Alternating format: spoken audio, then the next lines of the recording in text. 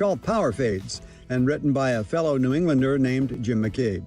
He covered the game for the Boston Globe for 23 years, going on to cover the PGA Tour for Golf Week magazine, followed by a position with the PGA Tour as Senior Manager of Communications. Since 2021, he has self-published his digital golf newsletter called Power Fades. McCabe says he has a passion for playing golf that is surpassed only by his passion for writing about people who have a passion for playing golf. I open his newsletter with a smile on my face, knowing I'll encounter another's highs and sometimes lows as McCabe writes with great sentiment about regular people's regular lives and their place in the game. And his front 9 musings add humorous reflections to this tidy package. Visit powerfades.com now and thank me later. That's your Golf to Go. I'm Frank LaRosa. If you have unfiled taxes or are in debt to the IRS, this is important news. Did you know the IRS has programs specifically designed to help people struggling with tax debt? Powerful tax assistance programs that can save you thousands if you qualify. No one knows these programs better than the experts at Optima Tax Relief, America's most trusted tax resolution firm, A-rated by the Better Business Bureau. Their award-winning tax attorneys and licensed professionals have resolved over $3 billion of tax debt for their clients. One call to Optima can start the process, helping to put an end to your worries about wage garnishment, asset seizure, and other aggressive IRS actions. Find the best options to solve your tax problems. Call the experts at Optima Tax Relief today for a free consultation. Call 800-375-2922. 800-375-2922. 800-375-2922. Optima Tax Relief.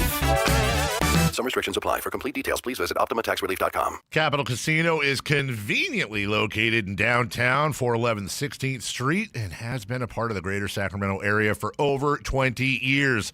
They offer the best variety of games in the region in a safe and friendly environment. And there's plenty of parking, all well lit and monitored by security. Come have a great meal at the cafe and restaurant inside. Capital Casino has the best food, the best service, and the best action. But please always remember to gamble responsibly. 1-800-GAMBLER. KHD1 Sacramento, KYMX HD3 Sacramento. From the Power Business Technology Toshiba Studios. This is Sactown Sports 1140. It's Matt George and Kayla Anderson. Online at SactownSports.com or on the app. Kings, Niners, and Sacramento. The Matt and Kayla Show starts now.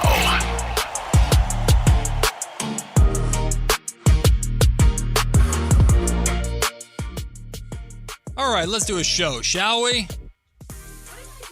What if I just said No. no? And just walked out. Well, Let's do a show. nah. No. Well, I promise you I wouldn't know how to recover. I just kind of watch you leave and then figure it out. But I'm here and I'm ready. You are ready on this Tuesday. Now, if I do trail off at some point, it's because I'm worried about. Oh, that's your dog? I am. Look, this is maybe why I'm not a real mom. Because I think I would be anxiety-ridden all the time. Oh, a new mom, like taking baby to hospital 17 times for every little thing is absolutely a real deal. We didn't do that. Right. Thankfully. Thank God. Well, good for you. But we have friends that take their, anytime baby has a, like, runny nose, baby goes to hospital. And I'm like, that. I believe it. If I'm doing I this get with my it. dog. I get it, but who am I to tell you how to parent? But it's okay. You can I know. just take care of them at home. Yeah. I attempted, but then Dave said I shouldn't be putting hydrogen peroxide. Yeah. Well, he said without the vet's recommendation. Like, Well, and the vet never got back to me this morning. well, then whose fault is that? It's the vet. Exactly. You take matters in your own hand. Exactly. There you go. Welcome into Matt and Kayla. I'm Matt George. That's Kayla Anderson. We got Kyle Ledbetter with us on the other side of the glass. And Kayla, I'm actually really optimistic today. Whoa, did you sleep well? Yeah, I did. Good for you. Slept great. And because I woke up with the piece of, okay, here we are. Mm-hmm. 7th pick. Acceptance. It's over. Yep. No more Tankathon spins. Yep. Is it going to suck to watch AJ DeBonsa put on a Wizards draft hat or a Jazz draft hat if they trade up to go get him? Well, Yeah. even then, they would still do a Wizards hat because the draft is dumb. That's true, which I hate. I hate that if you look up Luka Doncic's draft picture, he's wearing an Atlanta Hawks hat. That is the most annoying thing to me that Can't they stand do it. in the draft. is Cannot that. stand I know you like Harry Potter. What did that have to do with anything? Because wizards. Oh, got it.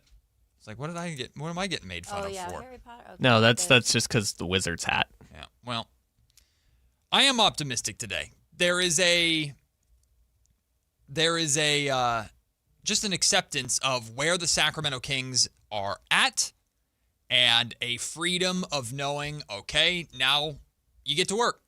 Now what do you do with the 7th pick? And we'll, of course, talk a lot about that on today's show. We're going to dive into these NBA games that we had last night, the playoff action, the Cavaliers evening the series with the Detroit Pistons. Are we worried about the Pistons again after 2 Cavs wins? The Thunder remain undefeated. Again, I don't know if they are going to lose a game, period, in these playoffs. We'll have to wait and see on that. But the Lakers season is over, and does that mean the career of LeBron James is over? Well, in his typical LeBron fashion, he's going to make us wait.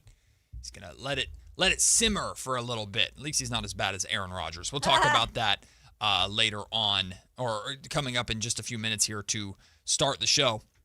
Draymond Green weighed in on the Victor Wembanyama elbow, and in true Draymond Green fashion, he's calling for the Minnesota Timberwolves to retaliate. Should make tonight's Game 5 between the Spurs and the T-Wolves in San Antonio a little more interesting. De'Aaron Fox, by the way, questionable for that game.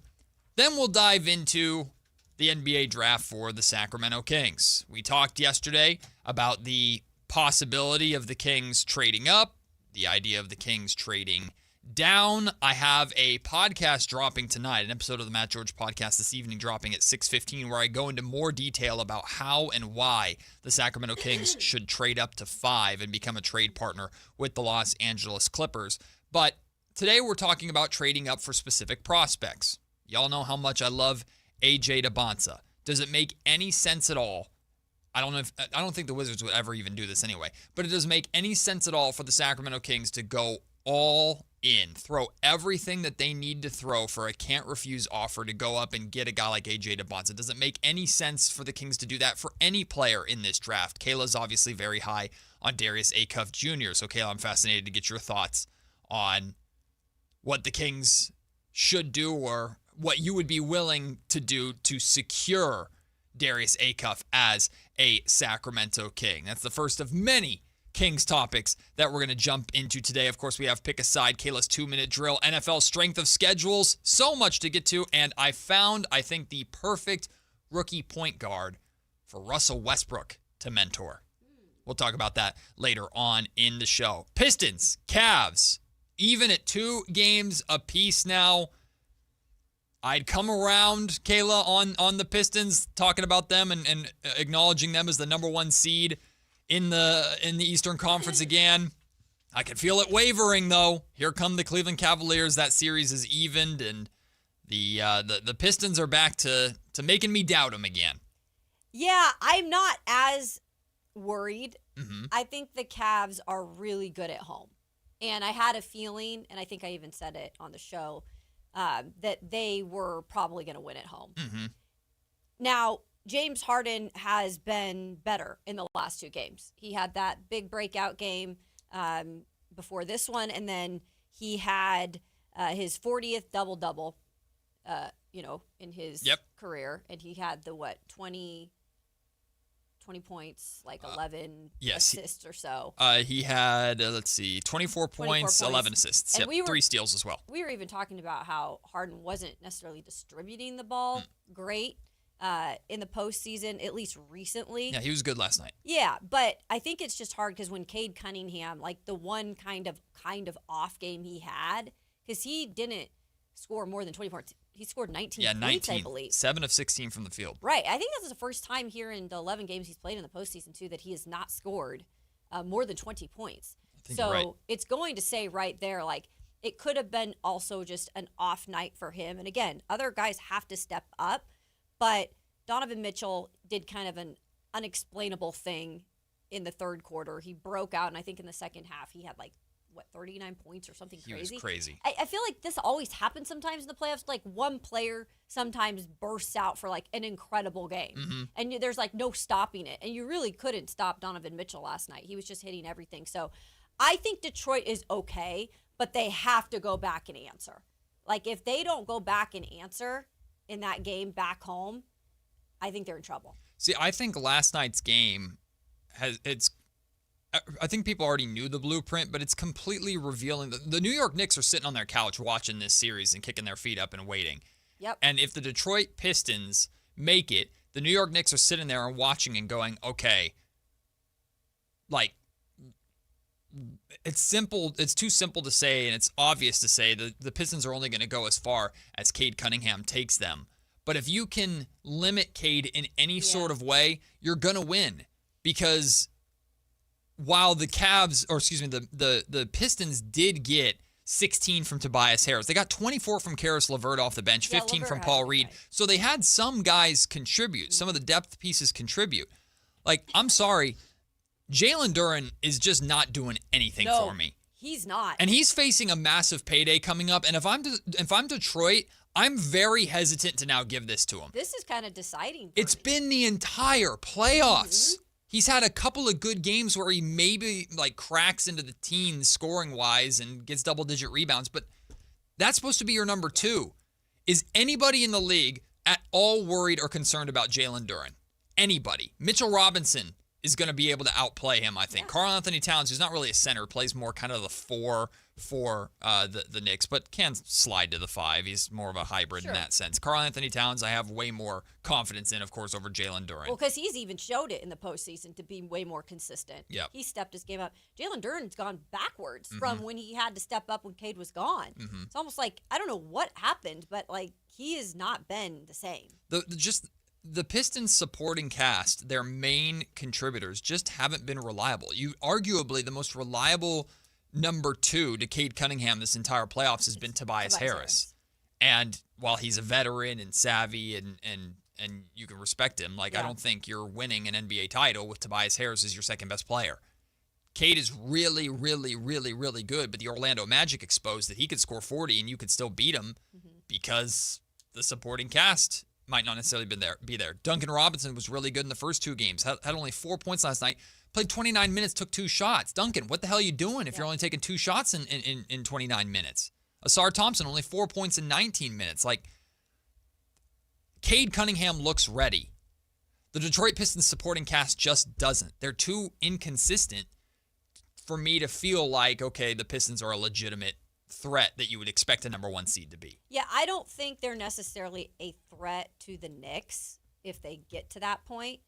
I think that's where they could have issues again, like they kind of ran into with, again, a very, very heated Orlando Magic series. Like that was not easy by any chance to get out of that, by any means, to get out of that. And honestly, history says usually teams don't get out of that mess.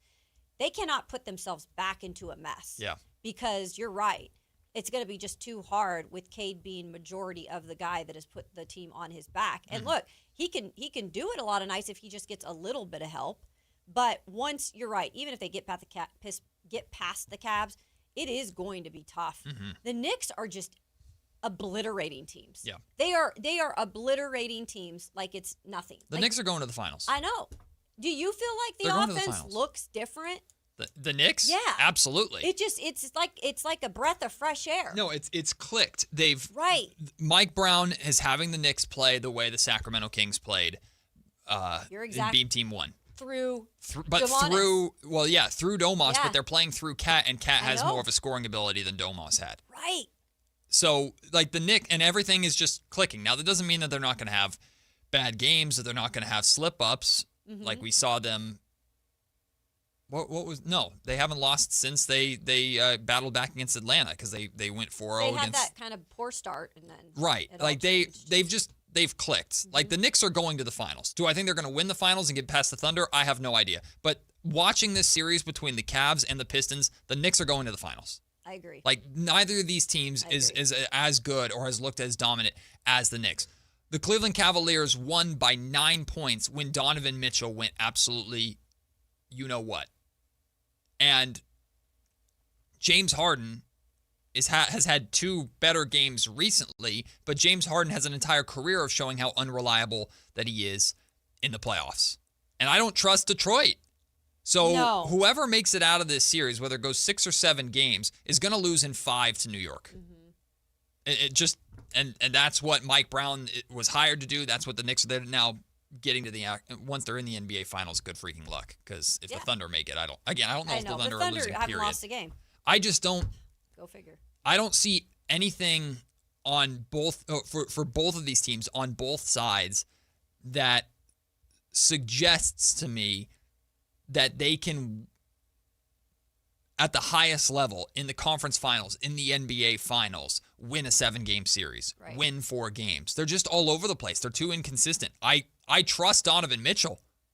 I trust Cade Cunningham. He's got a ton of experience in playoffs, too. But the supporting casts have been, Jared Allen has been good. Evan Mobley's been good. Jared Allen didn't do a ton last night, but he has been good in these playoffs. Evan Mobley was a plus 30, so he was really good, especially defensively. 5 blocks last night and 3 steals. So Evan Mobley's a really good, certainly a lot more impactful than freaking Jalen Duren. But they traded for Harden in terms of the Cavs to give them a chance in the playoffs, to be a team that could compete with the likes of the Knicks. And now you look at it and you're like, not quite sure if they were thinking he was just going to break his trend of not showing up in the playoffs just because he was now a Cav.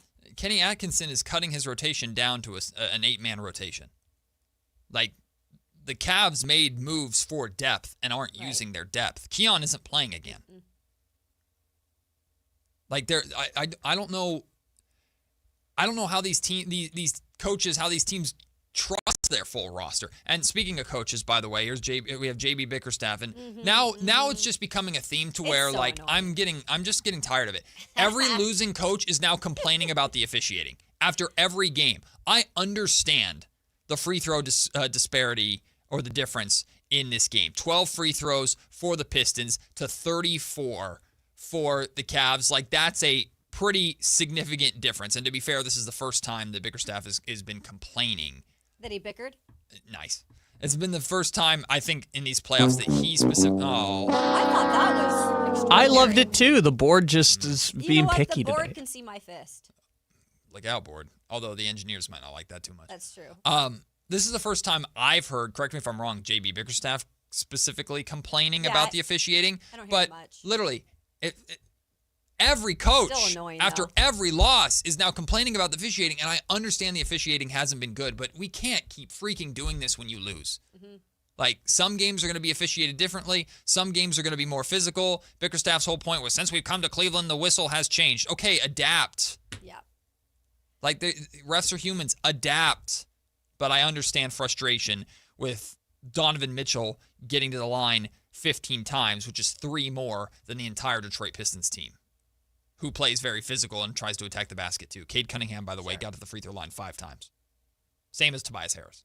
Okay. So I understand his point. I'm just tired of hearing complaining about the officiating after every damn game. I personally probably would shy away from it, like, for now, unless it got to the end of the series where it would, like, was blatant that this is a pattern. And it's okay to be like, a little bit frustrated with the whistle tonight, but you know what? It is the playoffs. Like, I don't mind, like, a quick little, like, a little tug, a little whatever at the refs, but to go into a little bit more and waste time on that, I just don't care.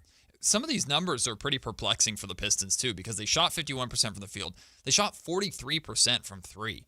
Like, they had a very efficient shooting night. They shot more than the Cavs did. They just lost. But they win. This is the problem. You cannot allow a team in the playoffs to go on a 24-0 run. Yep. You cannot allow that. Yep. You're not going to come back from it. Right, a 38-21 third quarter. That's where this game was lost. You can't do it. You had a lapse.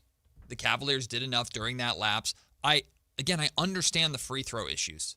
30 of 34 from the line. That, on paper, is where the Cavs won the game. If you were just looking at the box score and going, where's the biggest advantage? It's right there. It's free throw shooting. But watching the game and watching the third quarter and that run that you're talking about, the Cavs completely took over the game. Donovan Mitchell went... in their place. Yeah, in their gym. Donovan Mitchell went absolutely Buck wild. Like supernatural. He just went crazy. And we've seen Donovan Mitchell do this before. Yeah. You let them build all the momentum for themselves. You let them get hot on their home floor. You couldn't recover from it. And now you're going back home with the series tied 2-2. When it looked like after the 2-0 start that James Harden was a shell of himself and Donovan Mitchell didn't have enough to carry them all the way through. Now they have new life. Okay, now you got to go home and do it again. And remember, the Cavs are the more experienced team than you. You're battle hardened now because of how that Orlando series went.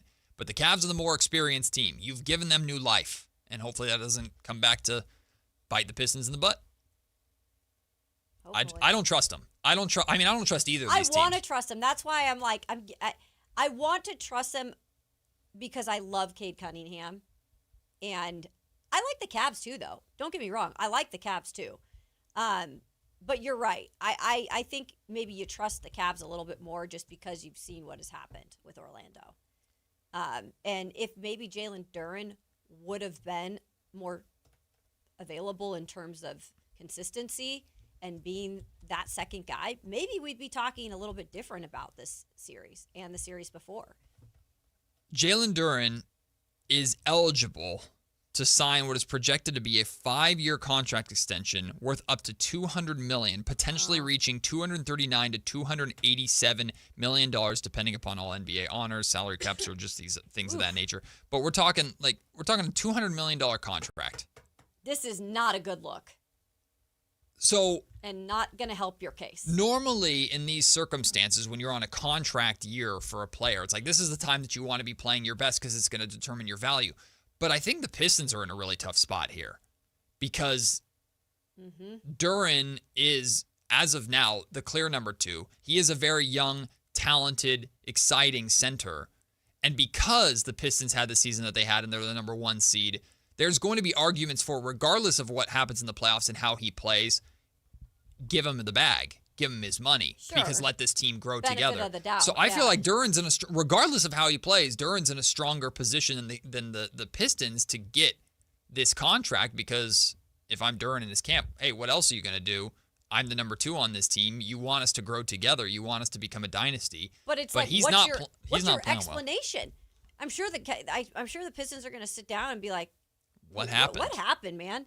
Because this was an opportunity for us. Like they're a little ahead in terms of schedule. You know, they're. I feel they can be back in this spot. So this is just this series. Game 1, 11 points, 12 rebounds. Okay. Game 2, 8 points, 10 rebounds. Game 3, 11 points, 4 rebounds. Game 4, 8 points, 2 rebounds. The Orlando series. Game 1, 8 points, 7 rebounds. Game 2, 11 points, 9 rebounds, 8 points, 9 rebounds, 12 points, 8 rebounds, 12 points, 9 rebounds, 8 points, 9 rebounds, and Game 7, 15 and 15. What was he averaging during that time when Cade was gone? What were his numbers? I don't know. I can't come up with the specific averages without Cade. Or just kind of give me a few numbers. But here are some of the point totals that he had towards the end of the season. Yeah. He had a 30-point game on March 13th against Memphis, a 36-point game against Washington, a 30-point game against New Orleans, a 31-point game against Toronto. Yeah. However, his final 5 games of the regular season, 22, 16, 18, 21, 20. So he was slowing down a little bit towards the end of the season, but still putting up better numbers than he's put all of those games, higher point totals than he's scored in the playoffs once. I guess I do not understand. Like, I do not understand. You'd think even when you get your best guy back, he could be even better. I don't understand. To me, I think it's like a mentality thing. I really do. The lights or an being too adjustment bright. thing. I don't know. So the last time the Pistons played the Cavaliers in the regular season was in Cleveland on March 3rd. He had 24 points, 14 rebounds. I'm telling you. So, Kayla, during the 10 games he was out with the collapsed lung, Jalen Duren averaged 22 points, 10.4 rebounds, 3.3 assists, was shooting 67% from the field. He scored 33 points and grabbed 16 rebounds, plus 3 blocks against Cleveland in February 27th. In a win in overtime, he had 33 against Cleveland. He had 16 and 10 versus Orlando in March. 18 and 9 versus Orlando in April 6th. and he's just a different player in the playoffs. I think he lost his swagger. I think he lost something. Well, we'll see what the Detroit Pistons decide to do because financially they have a major commitment in him coming up. And what is LeBron James going to do? What are the Lakers going to do? Well, they're out after being swept by the still undefeated in the playoffs Oklahoma City Thunder. We'll react to that, plus what Luka Doncic and LeBron James had to say after the Lakers season came to an end. Matt and Kayla is just getting started here on Sactown Sports. Take Sactown Sports with you everywhere you go with the Sactown Sports app. The most in-depth coverage of the Kings and 49ers. A library of written and video content. And all your favorite personalities all in one place. Download the Sactown Sports app today and get in on the action. Your local sports leader. Sactown Sports 1140. Jane Dawson did something smart. She saved hundreds on auto insurance switching to Progressive. With the money she saved, she got herself a pricey bird feeder with an ultra-high-def camera. Should Jane have just bought a regular bird feeder? Yes. Is it hard for her to admire nature when the camera doubles as the bird's potty? Also, yes. But it's Jane's savings, and if she wants to spend her time watching the digestive habits of the white-breasted nuthatch, we say you go, girl. Switch and see if you could save with Progressive and treat yourself. Progressive Casualty Insurance Company and Affiliates. Join us at Camping World's Red, White, and New Trade event, our biggest trade event of the year, May 14th through the 17th. Trade in your RV and get the highest value guaranteed. Then upgrade for less with new RVs starting as low as $94 a month. Plus, take 25% off select maintenance services. Save up to 40% on camp-ready must-haves. And enter to win a new RV. Don't miss the Red, White, and New Trade event at your local Camping World, May 14th through the 17th. We'll see you there. This is the story of the one. As a procurement manager for a hospital system, she keeps every facility in her network stocked and ready. That's why she counts on Grainger to be her single source for thousands of products, from disinfectants to lighting, air filters, and more. And with fast, dependable delivery, Grainger helps her keep every facility stocked, safe, and running smoothly. Call 1-800-GRAINGER, click Grainger.com, or just stop by. Grainger, for the ones who get it done. Join us at Camping World's Red, White, and New Trade event, our biggest trade event of the year, May 14th through the 17th. Trade in your RV and get the highest value guaranteed. Then upgrade for less with new RVs starting as low as $94 a month. Plus, take 25% off select maintenance services. Save up to 40% on camp-ready must-haves. And enter to win a new RV. Don't miss the Red, White, and New Trade event at your local Camping World, May 14th through the 17th. We'll see you there. The Travel Guys, new on KHTK 1140 every Saturday at 11 a.m. We'll make you a smarter traveler. Tips you can use on the road and at the airport, plus reports from top consumer advocates. The Travel Guys, 11 a.m. on Sactown Sports 1140. Sacramento! Now you've got a place for all things dance. The all-new Energy 100.5 HD2. Where dance music lives. Dance vibes anytime and any place when you get the free Now 100.5 app. Or listen at 100.5 HD2. Thunder, feel the thunder. It's the energy all around you. Lightning and the thunder. The thrill of the moments to come. The flash of lights. The rush of pure exhilaration. The roar of the crowd. See it, hear it, feel it. Thunder, feel the thunder. Lightning and the thunder. Thunder Valley Casino Resort. Feel the thunder. If your passion is bass fishing, only one radio show has the action, information, and excitement of your favorite outdoor sport. Ultimate Bass, hosted by Tournament Bass Pro and California Outdoor Hall of Famer Kent Brown, takes you live to where the fish are biting every Saturday morning. Only Ultimate Bass feeds your passion with the latest news, products, tips, and advice from the pros. Ultimate Bass with Kent Brown, Saturday mornings at 5 a.m. on Sactown Sports 1140, part of SEP's Saturday Morning Outdoors. Sacramento Rivercats baseball all summer long. The Rivercats Summer Pass gets you into every game this summer with no blackout dates and includes access to the Sky River Casino Solon Club. Lock it in and don't miss a moment. Get your Rivercats Summer Pass at rivercats.com. Loose ball tipped no good by Reeves, and it's over in L.A.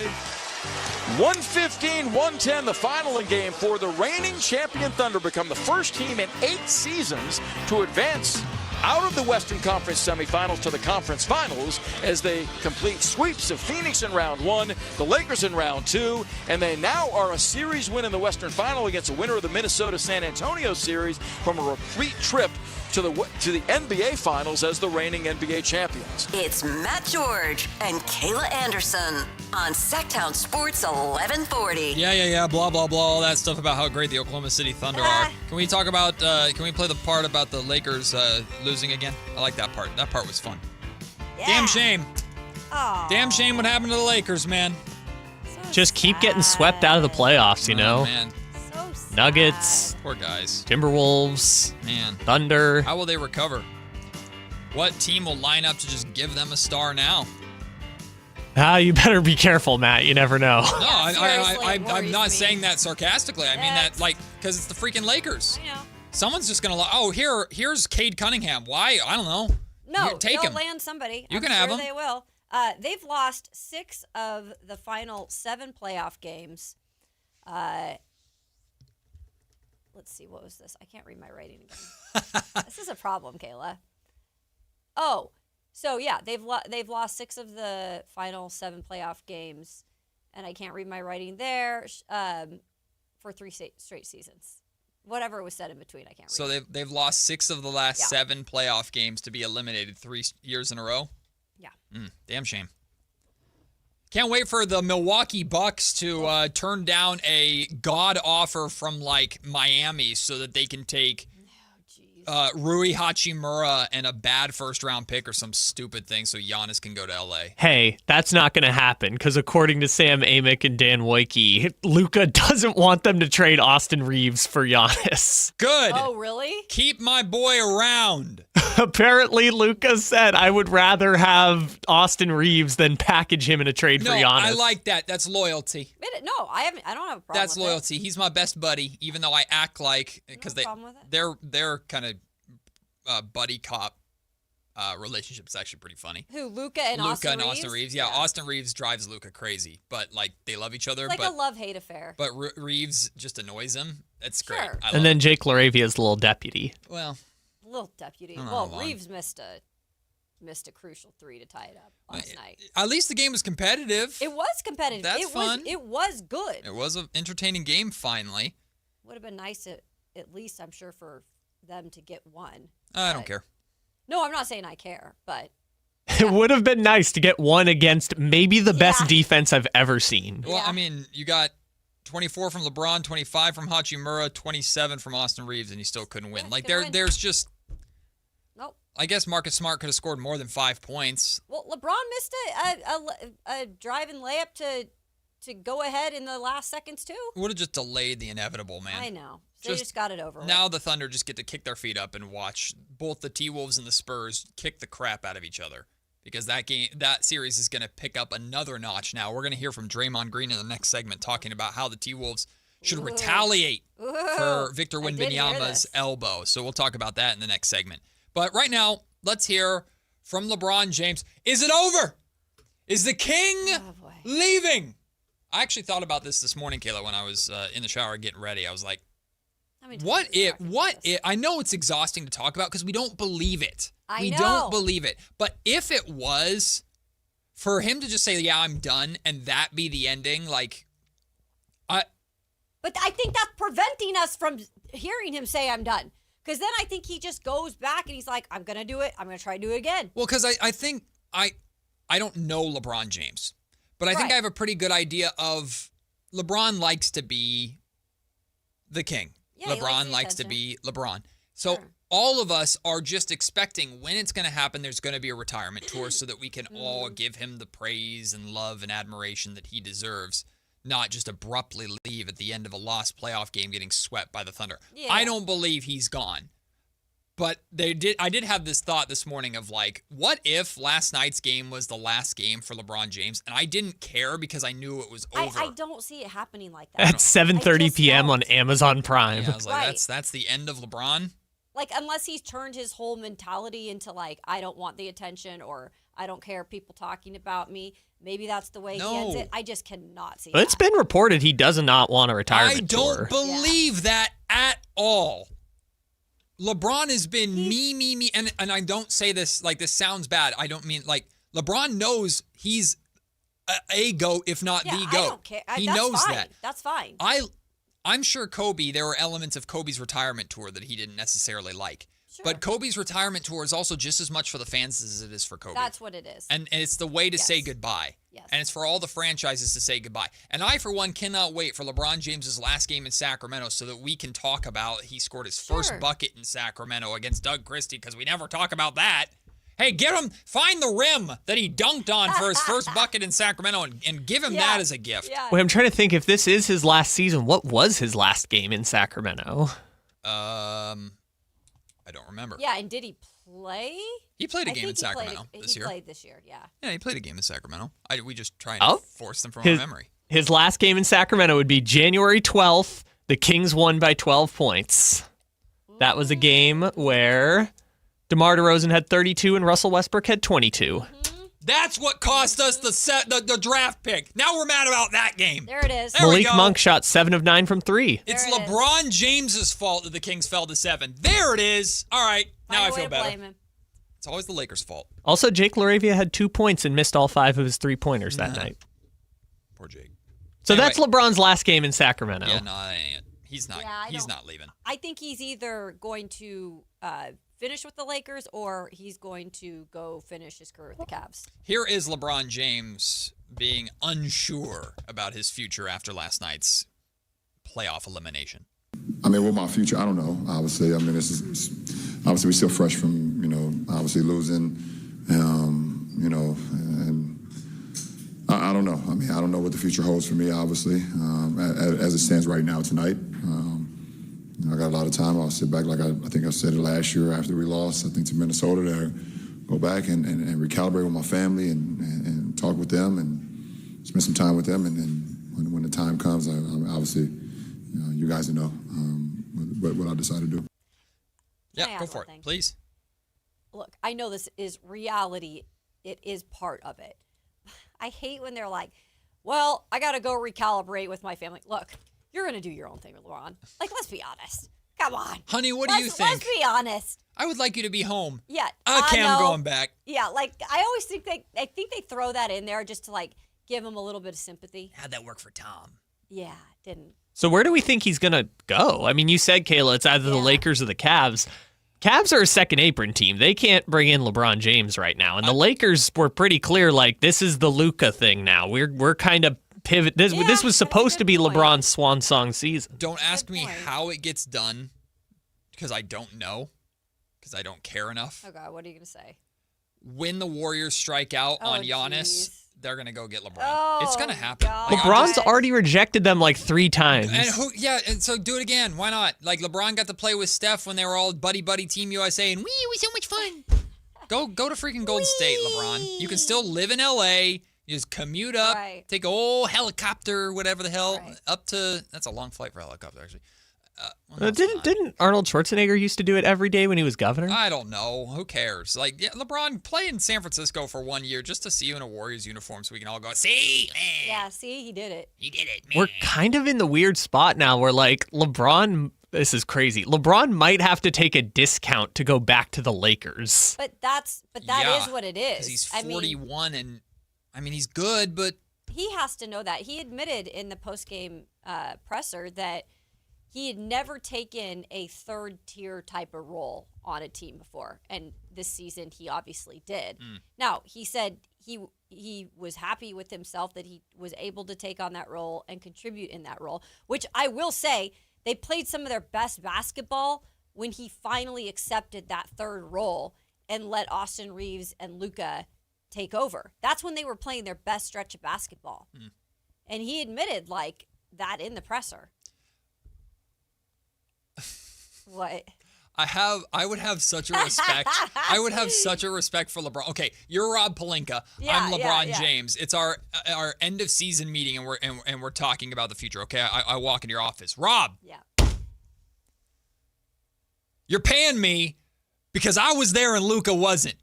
While Luka and his little hamstring, when he was over in Europe getting looked at, I was still playing. Well, it's not Luka's team yet. I'm still here. Well, Braun, this is what I'm going to tell you. If you want to stay in La La Land, and I know you like all the glitz and glamour here and the nice weather. I hate Memphis. Exactly. I hate Cleveland now, apparently, too. And Milwaukee. And Milwaukee. Too cold. Yeah, you don't want to go back to any of those places. You don't want to go to any of those places, but joints. To stay here, you're going to have to take a little bit of a discount.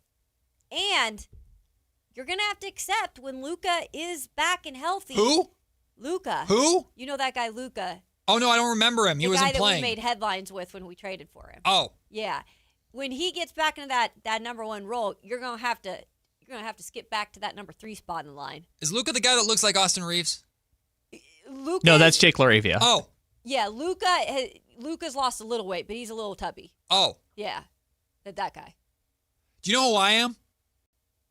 LeBron James. I'm LeBron James. I ain't taking no discount. I am the franchise. The Los Angeles LeBrons. Then you can go sit your beep out on the corner. I'm going to go play with Steph. What do you mean they don't want me?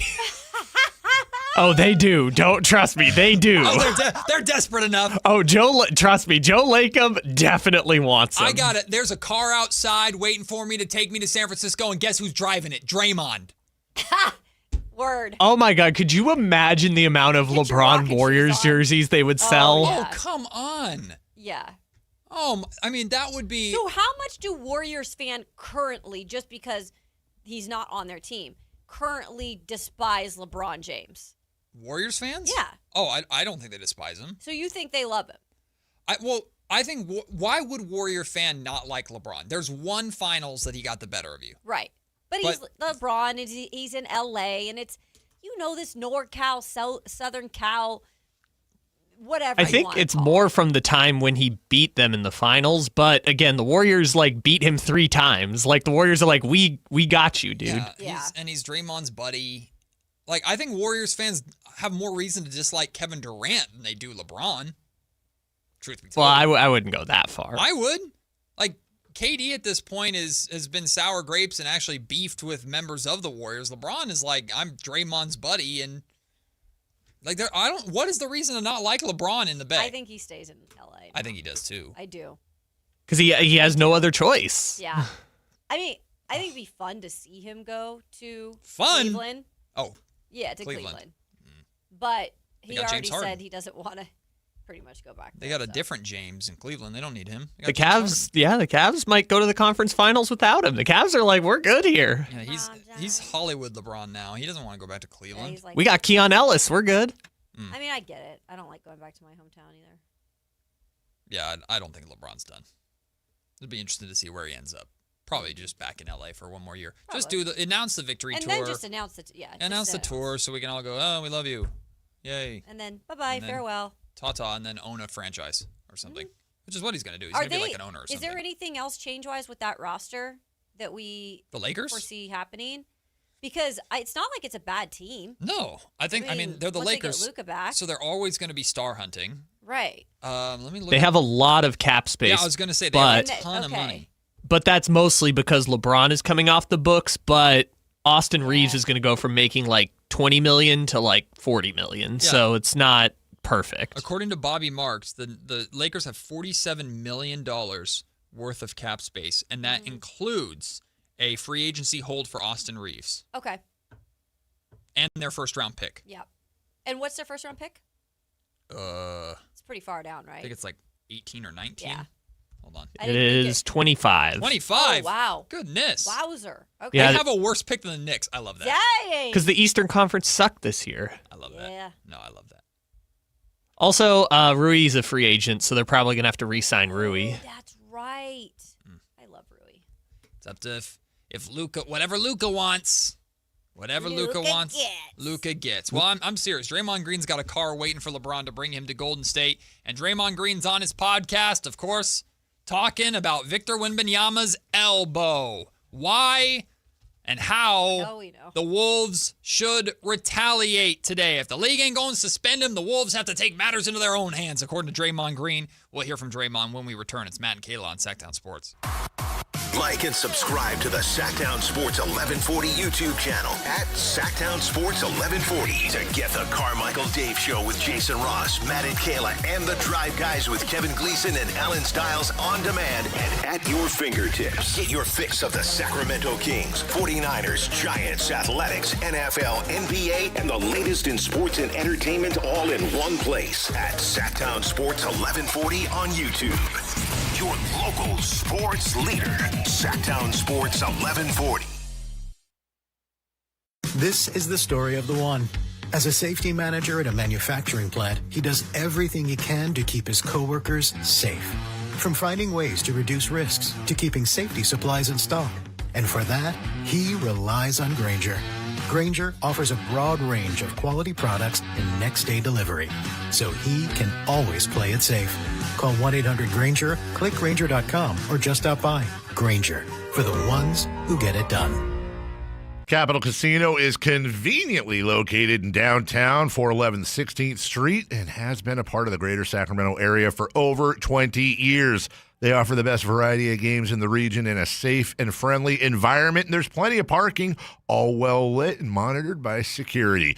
Come have a great meal at the cafe and restaurant inside. Capital Casino has the best food, the best service, and the best action. But please always remember to gamble responsibly. 1-800-GAMBLER. Is the crew on their way so we can fire up the grill? Cabrito, arrachera. They're gonna love it. Better go with birria and carne en su jugo. Classic Jalisco dishes with tradition. That seasoning is great, but Northern Mexican-style meat speaks for itself. Let's make both. Deal. And to boost the flavor, ice-cold Pepsi. Its sweetness pairs perfectly. And to go with it, flour tortillas. And corn ones too. Hey, carne asada deserves Pepsi. Your business moves fast. Your bank should keep up. At Valley Strong Credit Union, business banking is built for momentum with tools that help you manage cash flow, streamline payments, and fuel growth. Right now, there's never been a better time to switch. Open a new Valley Strong business account and get 3 months of business banking products and services free, up to $750 in value to power your next big move. Because when your business runs stronger, the whole Valley does too. Valley Strong Credit Union. Grow your business, grow your future at valleystrong.com/business.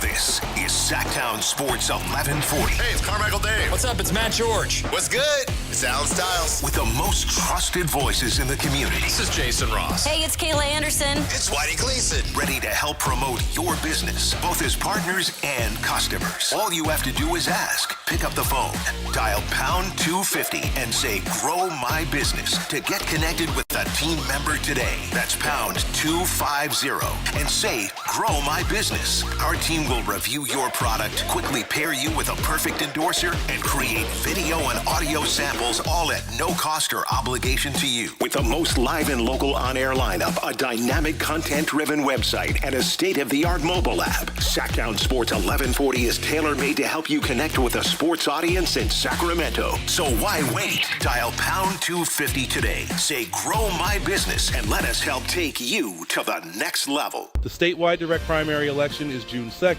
All registered voters will receive their ballot in the mail. Check to make sure you're registered correctly at elections.saccounty.gov or call 800-762-8019.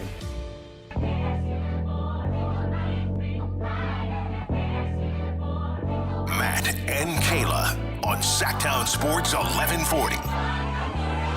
Text line's cooking this morning, let me tell you. From the 916. Levine for LeBron. Let him end it where it all began. Can you imagine? No. I'm like, just the jersey sales of just a Kings LeBron jersey next to your Vince Carter, Russell Westbrook, DeMar DeRozan, and Zach Randolph Kings jerseys. This will become the landing spot for guys in the final years of their career. Well, it'd do great for ticket sales. Oh, yeah. You bet your britches. Who used to be that team? My what? Britches. Oh. I said britches. I didn't hear the R. You bet I was like, whoa. No, I did have carrots in my mouth. So, but yes, you bet your britches. I was going to say, who used to be the team? Because like in the NFL, it's the Arizona Cardinals. The Arizona Cardinals are the team you go to at the end of your career just to cash a check. Who is that team in the NBA? Well, I think it used to be the Clippers, but now the Clippers are trying to be good. Might be the Lakers. You think so? I mean, Lakers, like everybody? kind of Warriors. I think Warriors are up there. Miami? Could be. Yeah, but Miami's like you're still trying to compete. I know, and Miami's relatively young-ish, kind of. Phoenix? We always just name, like, the places people want to retire. Yeah, we would name like the hot places. legitimately retirement communities. Yeah. Like Florida, Arizona, California, Texas. The Mavericks? Well, that was Clay, but... The Mavericks trading Luka to Dallas and LeBron going to Dallas. Or, sorry, Mavericks trading Luka to L.A. and then LeBron going to Dallas would be hilarious for so many reasons. Do you think Clay plays next year? Thompson? Mm-hmm. He's got 16 million reasons to. Yeah, I think he will. There's like something going on with Dallas and him, though. Well, he sounds like he's got some personal things that he's got issues with. Yeah, that dude is going to get booed in every arena next year, let me tell you. Well, that's the thing. I'm like, see, I've always, obviously, he went to Washington State. We're huge Klay Thompson supporters. But his whole career, he's been great in terms of off the court, too. And then now this happens, and it's like it ruins Now he blew it. He's on a boat, man. He's chilling on a boat. What's the truth? Chilling on a boat, apparently, with multiple other women. I don't think people care that much about, I could be wrong here, Megan Thee Stallion to like boo him in every arena that he goes to. It's just all women just booing him. Okay, maybe not every arena. Maybe Salt Lake City won't boo him, but like I'm telling you, SNL is making jokes about Klay Thompson cheating on Megan Thee Stallion. He's going to get booed at least the first time he shows up to every arena. He's going to get booed. Man. He's not getting booed in Golden State. Okay, well, yeah, not Golden State, not Utah, not a few other places. I think you guys could agree with me. He was one of, up until this point, one of the more beloved players. Like, you couldn't hate Klay. He was just one of those, like, cool dudes. Oh, I hated Klay.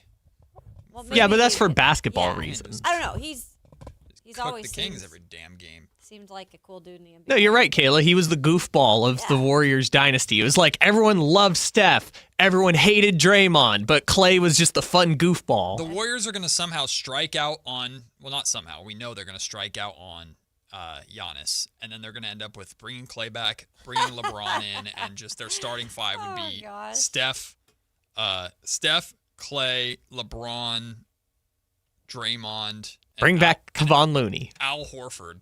Well, why not? Then it could be the retirement tour at Golden State. Hell yeah. Perfect. They can and sell a ton of tickets. you know how well they would Ew, sell? I know. Oh my God. That would sell out. Genius But that's the whole thing they've been trying to avoid is doing the retirement tour. If they leaned all the way into the retirement tour, I think Steph would be like, this is a mockery of the end of my career. Probably. That was the contingency of Steve Kerr. Steve Kerr said, I'll come back if you do the retirement tour. I will not play anybody under the age of 31. Right. And they all, like, you can all buy the shirts and stuff.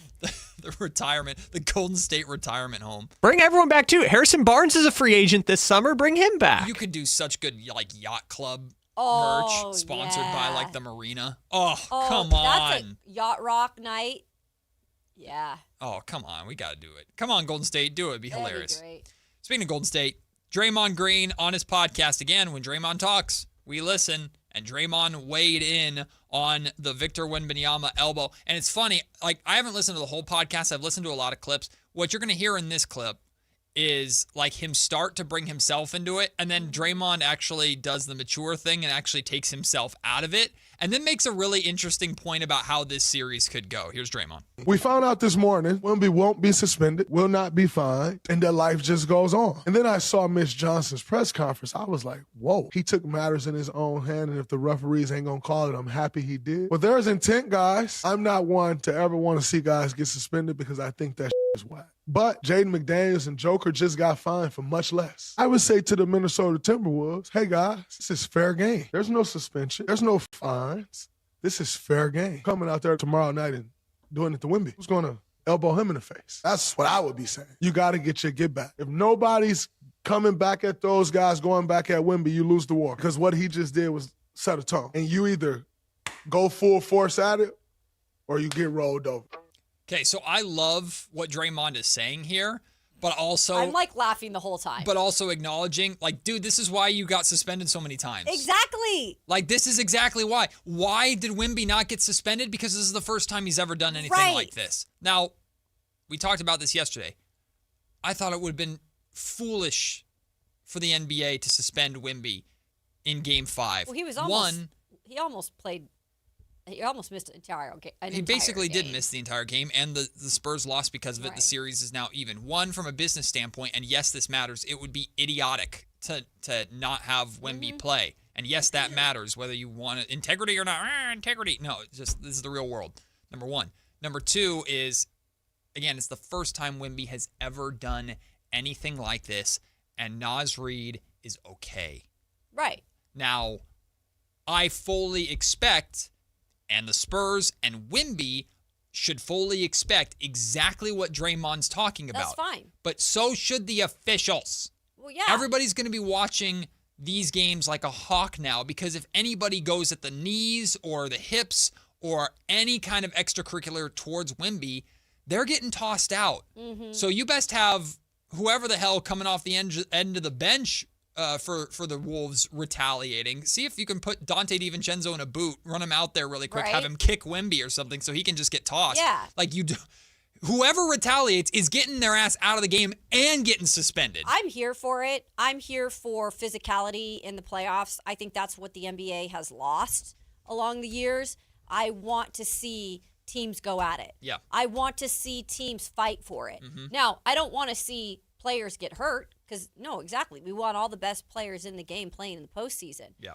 But I'm ready to see what happens tonight. Mm-hmm. As long as you're not hurting anyone, I like some feistiness to a series. And I'm not agreeing to exactly what Wemby did, and hence why he got kicked out of the game. Mm-hmm.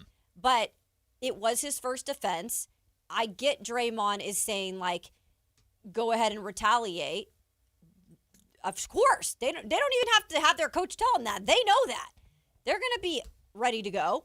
So I think it's just one of those things, like, I like it. I think it's good for the NBA in this series in particular.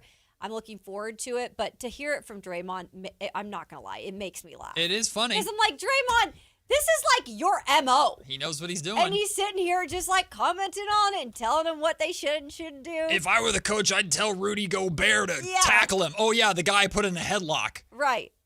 Which player on the Spurs would be the funniest to check into the game just to punch Naz Reid? Why would the Spurs punch Naz Reid? Because the retaliation, so someone on the Timberwolves retaliates and then the Spurs retaliate back and then it's just a fight.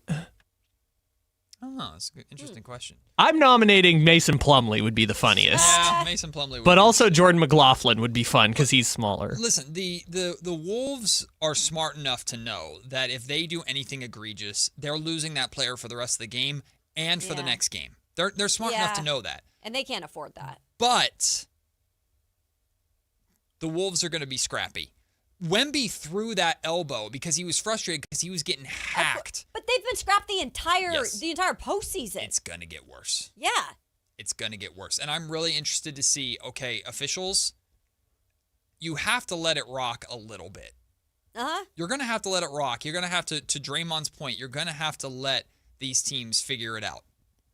Wemby's got to be prepared for it. He can't be complaining about it. It's coming. And I guarantee you, I don't know who it is. Keldon Johnson. It's not Harrison Barnes. He's too nice. Somebody on the Spurs, like Kyle is talking about, is bodyguard. Kelly Olynyk. As soon as somebody messes with Wemby, that person's getting involved. Hopefully they're not running in off the bench like Beef Stew and getting suspended, like throwing punches necessarily. Someone on the floor. It might be one of the young guards. Might be Fox. I I don't know who it's going to be. Well, Fox might not even play tonight. He's questionable with his ankle. He do? He had the high ankle sprain in Game 4. He had that ankle sprain. But I think he'll play. Regardless, someone's going to retaliate. Or someone is going to be ready to have Wemby's back, and that's where the game could get a little bit ugly. So we'll see how it goes tonight. I can't wait for Game 5. I'm excited. Wolves and Spurs tonight. We'll take the break. When we come back, all right, let's get into Sacramento Kings NBA draft talk. Is there a specific player in this draft that you would want the Sacramento Kings to go all in for? I know I've got a name who's my favorite. We know Kayla's got a name who's her favorite. What would you give up? And does it make sense for the Kings to make a move like that? We'll discuss as in addition to the overall value or the player value of the 7th overall pick. All to start the second hour of the show. It's Matt and Kayla on Sactown Sports. Listen up, Niner gang. Sactown Sports is your local home for 49ers football, and we're here to level up your game day experience. Download the Sactown Sports app and tap the contest banner on the homepage for your chance to win a pair of tickets to the 49ers home opener this season. Don't wait. Download the Sactown Sports app today. Your local sports leader. Sactown Sports 1140.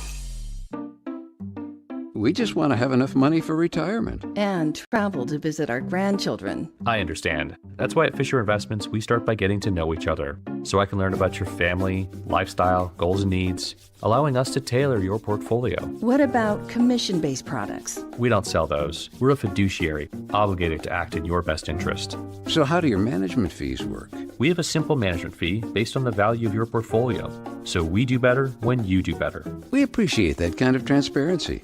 We also check in with you regularly to keep you up to date on the markets and your portfolio. Well, what other services do you offer? As a client, you have access to resources on investing, financial planning, estate planning, Social Security, Medicare, and more. Wow, sounds like Fisher Investments has everything we need. At Fisher Investments, we're clearly different. Learn more at fisherinvestments.com.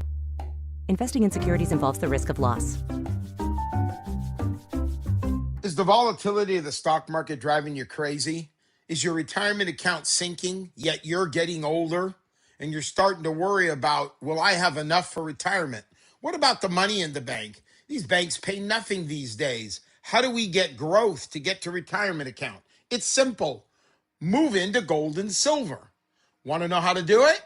Listen to my show, Striking Gold, with me, Kenny Michaels. The spring service event is on at Maida Subaru. Now is the time to let Maida Subaru get your Subaru road ready for spring with exceptional savings on tires, brakes, wiper blades, and more. See all the service specials at MaidaSubaru.com. Buying golf gear is easy. Buying the right golf gear, well, that's different. At Hagen Oaks, they don't just sell equipment, they fit your entire game. With TrackMan technology in the Player Performance Studio, your clubs are matched to your swing. Ping's Ballnamic Fitting helps you find the golf ball that performs best for you. Hagen Oaks Putter Fitting Studio dials in your stroke, and FootJoy's 3D foot scanner finds correct shoe size for your feet. It's a smarter way to play better golf. Total Game Fitting at the Hagen Oaks Golf Super Shop, Fulton Avenue at Business 80. Sacramento! Now you've got a place for all things dance. The all-new Energy 100.5 HD2. Where dance music lives. Dance vibes anytime and any place when you get the free Now 100.5 app. Or listen at 100.5 HD2. KHD KHD 1 Sacramento, KYMX HD3 Sacramento. From the Power Business Technology Toshiba Studios. This is Sactown Sports 1140. Matt and Kayla on Sactown Sports 1140. If you missed the top of the show, I shared I'm actually pretty optimistic today. I feel like we got the frustrations about the 7th pick. Well, I won't say we. I got the frustration about the 7th pick and the Kings falling to 7 out of my system. Doesn't mean I'm not going to feel a certain type of way on draft night when I see some of these guys that I was hoping would be Kings, mainly AJ Devonta and Caleb Wilson, putting on other teams' draft caps. But as of now, I'm okay. Because we know where the Kings are at, and now it's up to Scott Perry to find out how to make the best out of that situation. Now, I don't blame anyone who's listening or watching right now who's saying, Matt, I'm not there yet, I'm still mad. Hey, be mad, man. I don't blame you one bit. I'm just feeling pretty optimistic this morning because while I don't know if the Kings are going to handle this pick correctly, and I don't know what options are truly out there for the Kings, I have a pretty good idea of what I would do, and I'll have that on tonight's Matt George podcast dropping at 6:15, exploring more of what Kayla and I brought up yesterday, which is the idea of the Kings trading up to 5 with the Clippers and why they could do it, why they should do it, and how they could potentially get that deal done. That's dropping at 6:15. But Kayla, You and I both clearly have players that we're very interested in. Mm-hmm. Now, I'm not saying that you only like Darius Acuff Jr. and nobody else. Of course, that's not true. And I'm, of course, not saying I only liked A.J. Debonsa and nobody else. But those are clearly the two biggest draft darlings of ours in this draft. Two completely different ranges of where they would go, two completely different levels of value. But the question I wanted to ask you is, it is very possible that the Kings get Darius Acuff Jr., but if we knew he's not going to be there at 7, I'm not saying tell me what spot they have to move up to. I'm just saying, what in your mind would it be worth, as someone who's very high on Darius Acuff Jr., what in your mind would it be worth, or how aggressive would you be in going up and getting him if you're Scott Perry, you're making the decisions, and you believe Darius Acuff Jr. is the best point guard in this draft? Yeah, I mean, in terms of that, too, because I'm probably going to move up 1 or 2 spots if that happens. And I would think, like we discussed yesterday on the show, the more likely trade candidate would probably be the LA Clippers at 5, right? Oh my God, I'm so sorry. Breaking news from Shams Charania. Okay, is this not good? No sounder, nothing. Oh. Brandon Clark of the Memphis Grizzlies has died. What? At 29 years old. I'm sorry, what? Oh my God. What? Shams just put this out. What happened? I don't know. Oh my goodness. Wow. Brandon Clark. Oh my gosh. Goodness. What? Yeah, sorry, his first round pick in 2019. Oh my goodness. No, there's no information of why or what. Oh man. This is sorry. awful. That's a horrible curveball that's impossible to transition out of as we get back to talking about. Holy crap. Whew. I was like making sure this is the right account and No, stuff. it's real. Oh yeah, everybody's all over it. Wow. No, yeah, I'm sure more information will come out. Awful news. When we get that information, we'll share it with you. 29 years old, Brandon Clark. Stunned. Really talented player, too. Jeez. All right, well, there's no easy way to transition out of that and get back into the conversation, so we'll just have to power through. Going back to the actual conversations, though I'm sorry, Kayla, to cut you off. No, you're fine. The idea with it is essentially are you willing to part with in terms of whether it's player value or draft? And I don't need specifics necessarily, but like how deep into your future assets or current assets are you willing to spend to bring in your guy, in this case, which is Darius Acuff Jr.? I would rather just deal with like putting a player in the trade. Mm-hmm. Like, again, you're not moving down drastically if you're the Clippers in terms of 2 spots. Mm-hmm. And depending on what they want, they might not want one of these guards because they do have Darius Garland. They just traded for him. Mm-hmm. So I guess the first part of it is to like have to read their bluff if they are bluffing, which they'll probably do because they're not just going to give up the pick for nothing. But I mean, we mentioned it. I'm willing to part ways like with a Malik Monk. And possibly one of these future firsts in terms of, I don't know what first that they have exactly, yeah, but we don't need. But I'm not gonna go to the point where I'm giving up the whole future just to go up and get Acuff. I really, really like Acuff, but we're gonna talk about some other guards today that we've dove deeper into as well, and I feel like they could be there. And, there is still the defensive part of Acuff that does worry me a little bit. But I am willing to give up maybe a future first for him and one of these players, that we probably won't see on the Kings in the near future anyway. The idea behind this, by the way, we're getting more information out of the draft combine with some of the top picks who are involved in the draft combine. Apparently, Darius Acuff Jr. had a 36.5-inch maximum vertical. That just came out. Okay. So, dude can jump out the gym. We've known that. Yeah, he's extremely athletic. Yeah, he's currently on the floor in the draft combine in Chicago getting work in. So is Kingston Flemings and Keaton Wagler. Oh, and Mikel Brown Jr. is also out there right now. So. And by the way, we went over some of the measurements yesterday, if you missed it, for the guards. And he was, expected about without shoes on, 6'2", I think, is what we got him height-wise at. But he had a decent wingspan, a wingspan of like 6'7". And then, when we saw Kingston Fleming's, and look, I don't hate Kingston Fleming's, but I'm not going to lie. When I saw the measurements for Kingston yesterday, in terms of his wingspan, I was like, 6'3"? Yeah, a little spooky. We'll talk about that more at 1 o'clock. The reason why I asked you that question about Darius Acuff Jr. is because what I want to get to is whether or not it makes sense for the Sacramento Kings at all, even if they think this draft is super, super talented and super loaded and they can get their guy. Are the Kings in a position to use... They're far more than one guy away.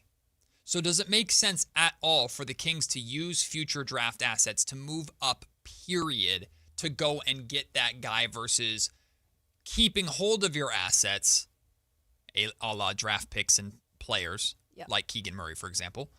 Keep hold of those, draft whichever point guard is available to you that you think is best available at 7, and just try and figure it out and go from there and give yourself more flexibility on the back end. Like, I love A.J. Debonsa. I think A.J. Debonsa is going to be a multi-time All-Star in this league. Oh, yeah. I won't go as far as to say like future Hall of Famer or anything like that because we haven't seen him in the NBA yet. But I think A.J. Debonsa is going to be a multi-time All-Star and absolutely a stud in this draft class. It would take a god offer of like 3+ firsts, Keegan Murray. It'd be a haul. Like it would be like to just even get the Wizards to consider moving, not just down, not just away from AJ or whoever the number 1 pick is, but to move all the way down to 7. Like you would have to pay a ransom that I don't know if that price even exists. I don't know if it does. And considering not many teams that are the worst in the league ever get that number 1 overall pick. Yeah.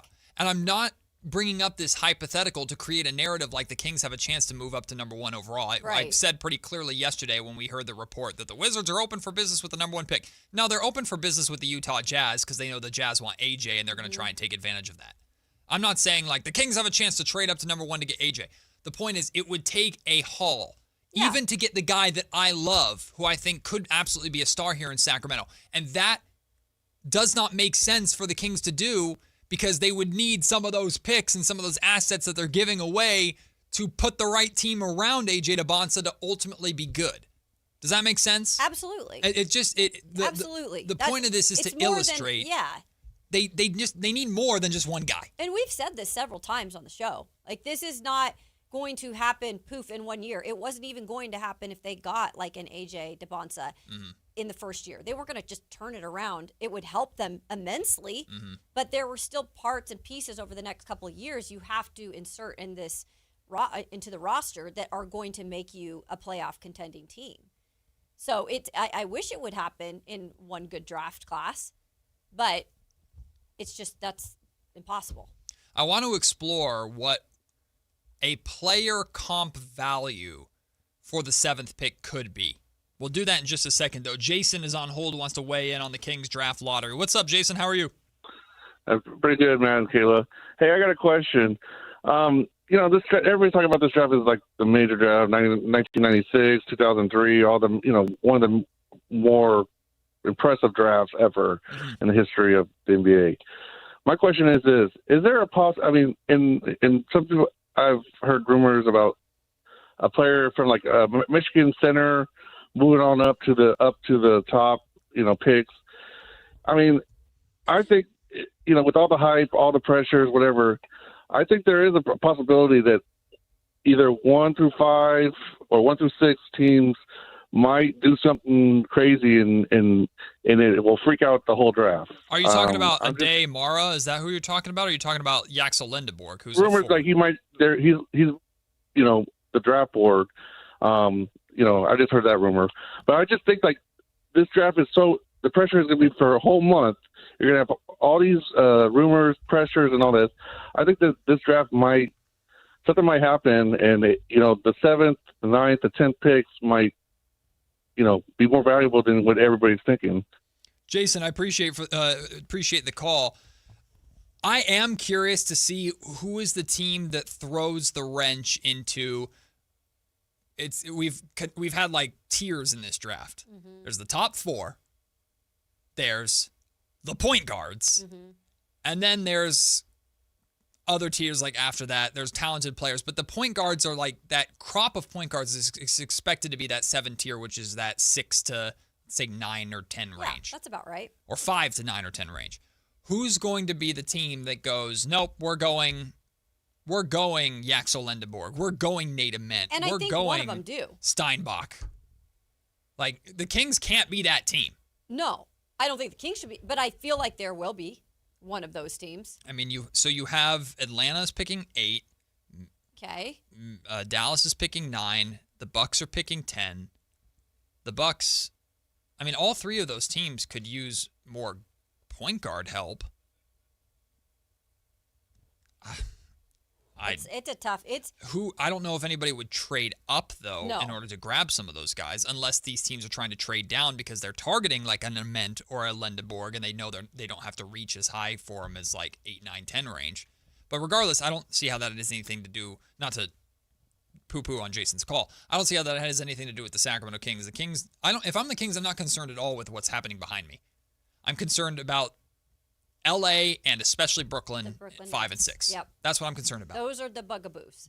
How do I get my guy to either be there at 7, or how do I move up to get my guy? Mm-hmm. And then you have to ask the question of yourselves, is it worth what it's going to cost to move up to get my guy versus we just take another one of these really good guards, keep our assets, and give ourselves the flexibility going forward? That's another patience versus swing. I personally would like to see the Kings try and make a swing to secure their guy. Getting that 5th spot to me is so valuable because you have your pick of the guards, not whichever one is left over. That's very valuable to me. But it's ultimately up for Scott Perry to decide, will the guy that I want be there at 7? If there's no reason to move up. And does it make any sense for my organization to use a first-round pick or to use a player asset to go up and get it? You have to just make sure and that's what we don't know, because we don't know, this is just the beginning of the real work for Scott Perry, and his scouts and everything is here at the Combine. Like, obviously you've watched a ton of tape and everything, but now you're going to be in interviews, you're going to be, getting all the measurements, all that stuff. I say if you really fall in love with a guy like an Acuff, or maybe it is one of these other guards, and you truly believe like you can't get him unless you work out some sort of a deal. If they truly believe that's that's their guy for your future point guard, 2 spots up is not bad in terms of, I feel like, what you're going to have to give up. I'm still searching to find out if there's any more details about. What happened is he had recently been arrested, Brandon Clark, in Arkansas, and they found some sort of a drug in his car, and he, I believe, fled the scene. I think he's been going through some hardships as of late. Brandon Clark, we're talking about. Unfortunately, the news has been passed along that he has passed away at the age of 29. The former Gonzaga star obviously has played for the Memphis Grizzlies, and it's extremely sad news. So we're just trying to see if there's any more details. But still no details on the cause of death or anything like that, but we do have statements coming out, including a statement from the Memphis Grizzlies. So it's just absolutely tragic. Oof. Well, we'll try and fill you in when we find out more about what happened with him. Determining the value of the 7th overall pick is so tricky. I remember months ago when we talked about the possibility of the Kings using Keegan Murray to trade up, and it caused a widespread, and we're taking credit for it. It caused a widespread of conversation around Sacramento, media scenes, different shows on this station talking about, like, what is the pick value for Keegan Murray, for example? Like, what is the best pick in theory that Keegan Murray could get you? Now I'm going to flip that on the other side. What is the player comp value, we think, to the 7th overall pick in this draft? I've written down some names. Okay. I'm going to throw these names out there. Kyle, I know you have some names as well because you were mulling this over this morning. I've written down some names, and in your guys' mind, there's no right or wrong answer. Just in your guys' mind, worth trading the 7th pick for, not enough value, or you could even look at it from the standpoint of another team wouldn't do that. 7's not enough to get that player. First player I wrote down is Peyton Pritchard of the Boston Celtics. 7th, not enough to get him. Too much to give up to get him. I'm not saying the Kings should do this. I'm just trying to gauge what we think the player comp value is of the 7th pick in this year's draft. The number 1 pick was valued at what, $500 million or whatever the heck they said?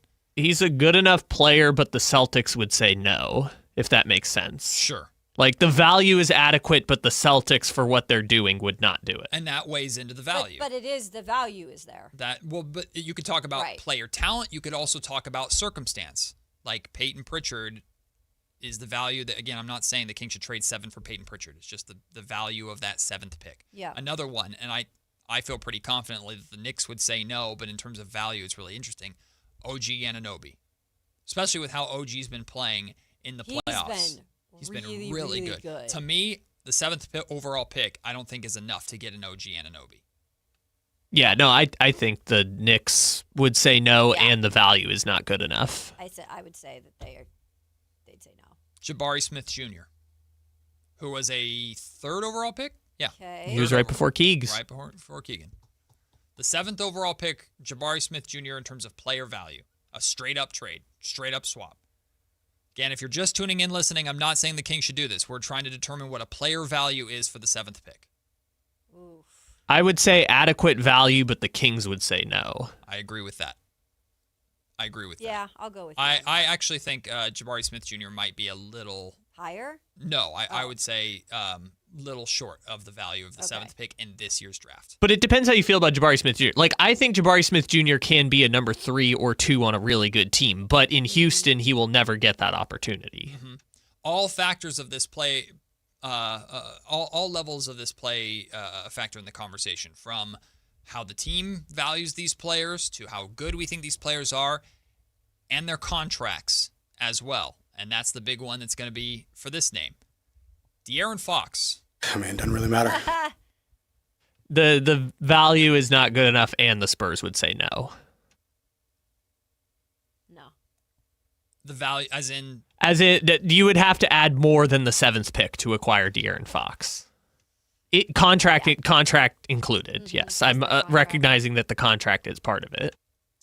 Because they have so many guards, I guess I agree with that. And in fact, this is kind of an anti-De'Aaron Fox argument, to be completely honest with you. What? Because of the contract, I don't think the Kings would want to do it, by the way, or the Kings would be lining up to do it. In terms of player talent level, like, it's funny, we're going to talk about at 1:00, The Athletic in their mock draft identified a player that for the Kings to take at 7. That is the ideal De'Aaron Fox replacement. Mm-hmm. We'll talk about that at 1:00. So I guess the question you could sum up is this. Can you get a player who is as good or better than De'Aaron Fox with the 7th overall pick in this year's draft? I think you could. I think so. I think you could. Yeah. Yes, but the value of the pick right now is not that on the open market. Well, we don't know that. I think this draft is very, to the Spurs, maybe no. But I think the 7th pick has tremendous value in this market. I think there would be teams that definitely would love to jump into the top with this draft. I think it's alone just the draft and the notoriety it has received, mm-hmm. and then knowing that it's also a really good draft for getting a point guard. Yeah. And from what we've heard from analysts and breakdowns, it's like if you end up with one of these guards, mm-hmm. like it's a good thing. Yeah. Like, we could be picky about it right now because we're talking about Sacramento's pick and what's right for them, and they have to get it right. Mm-hmm. But I feel like there's going to be a guard that can help a lot of teams. Yeah. Remember, Kyle, there are executives in this league that believe that all top 10 picks are going to be studs. Or that you can get a stud with any, all top 10 are going to be really, really, really, really good players. So I think there would be a team out there that would value the 7th overall pick more than De'Aaron Fox. Not saying the Spurs are going to do it. I'm just saying in terms of mm-hmm. player value, I think people would with how. Yeah, I guess I'm trying to think what an adequate comp would be. Like a player as good as De'Aaron Fox, but on a team that's not as complete as the Spurs. Yeah, I think maybe I'm not doing a good job explaining. The point of this exercise is not to say, would the Spurs trade De'Aaron Fox for the 7th pick? It's the point of this exercise is to get an idea of, in terms of what you're hoping to get with the 7th pick, how that compares to the value of an actual NBA player. Mm-hmm. That's the purpose of this, because the Kings aren't going to. I don't think the Kings are going to shop the 7th pick for De'Aaron or for Peyton Pritchard or for OG Anunoby. No, yeah, I get that. I guess my mind is just like, I don't know if a top 30 to 40 player in the league would equal that value, which I regard De'Aaron as a top 30 to 40 player. OG Anunoby is a top 30 to 40 player in the NBA.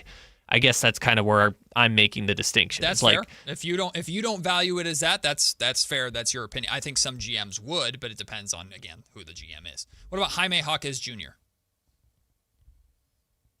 I think the 7th pick is worth more than Jaime Jaquez Jr. I would say my instant reaction was no on that. The value's not. Naz Reid, beast for the Minnesota Timberwolves. But also, I don't know. You have to also look at where they are now and maybe why they're successful where they are. Mm-hmm. Absolutely. Right? And would that carry over to this? Right. As a successful. Remember, the Kings are looking for a star. Right. Or looking for at the very least, they're Robin with this pick. I would still say no. Minnesota would love a point guard, but not if it means giving up Naz Reid. Right. And then Keldon Johnson. Yeah, nah, that's not good enough value. Yeah.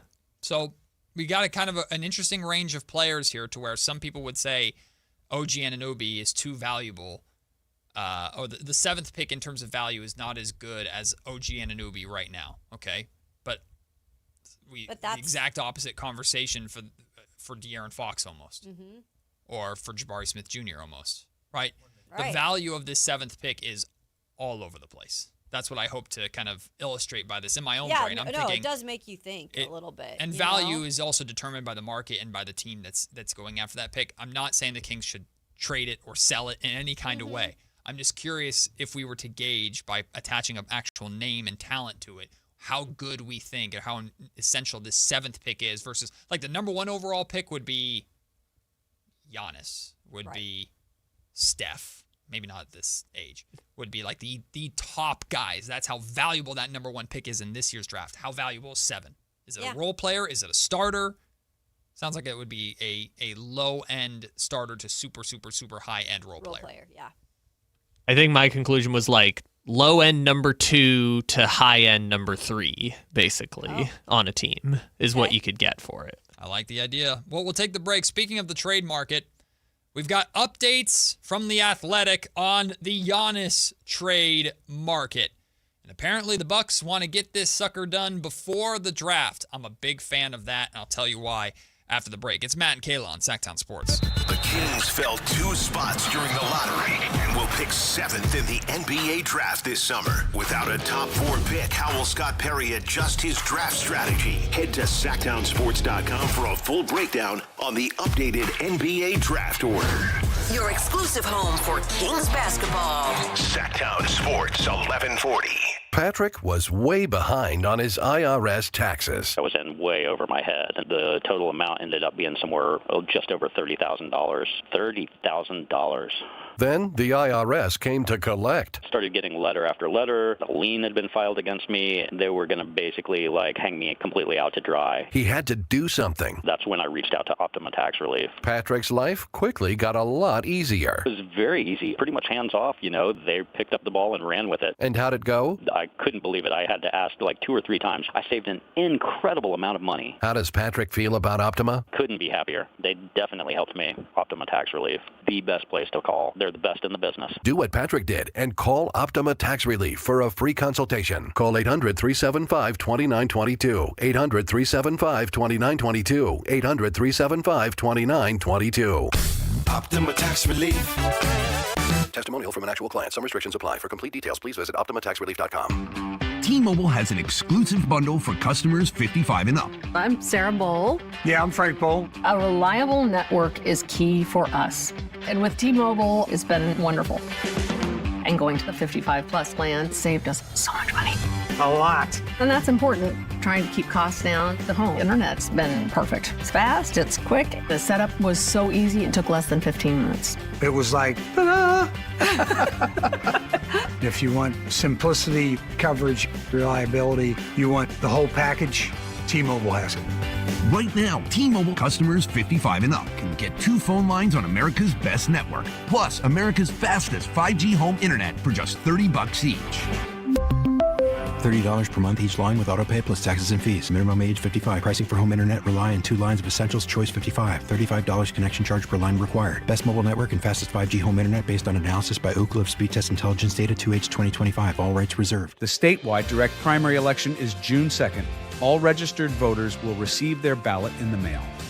Check to make sure you're registered correctly at elections.saccounty.gov or call 800-762-8019. When life calls for a little extra, a kitchen upgrade, paying off debt, or that dream vacation, Valley Strong Credit Union is here to help. With a Valley Strong home equity loan, you can tap into your home's value with competitive rates, flexible terms, and local guidance you can trust. Get approved in as little as 5 minutes, with funding in as few as 5 days. Your goals are within reach. Visit valleystrong.com to get your offer today. Valley Strong Credit Union. Grow your possibilities. Equal housing lender, NMLS number 456506. Sacramento River Cats baseball all summer long. The River Cats Summer Pass gets you into every game this summer with no blackout dates and includes access to the Sky River Casino Solon Club. Lock it in and don't miss a moment. Get your River Cats Summer Pass at rivercats.com.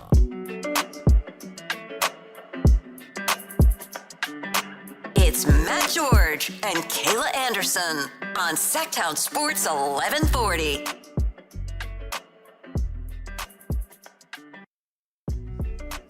We're getting more numbers out of the NBA Draft Combine.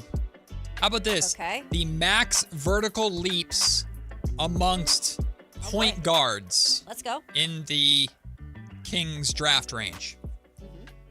Number 5, Keaton Wagler, 36-inch vertical.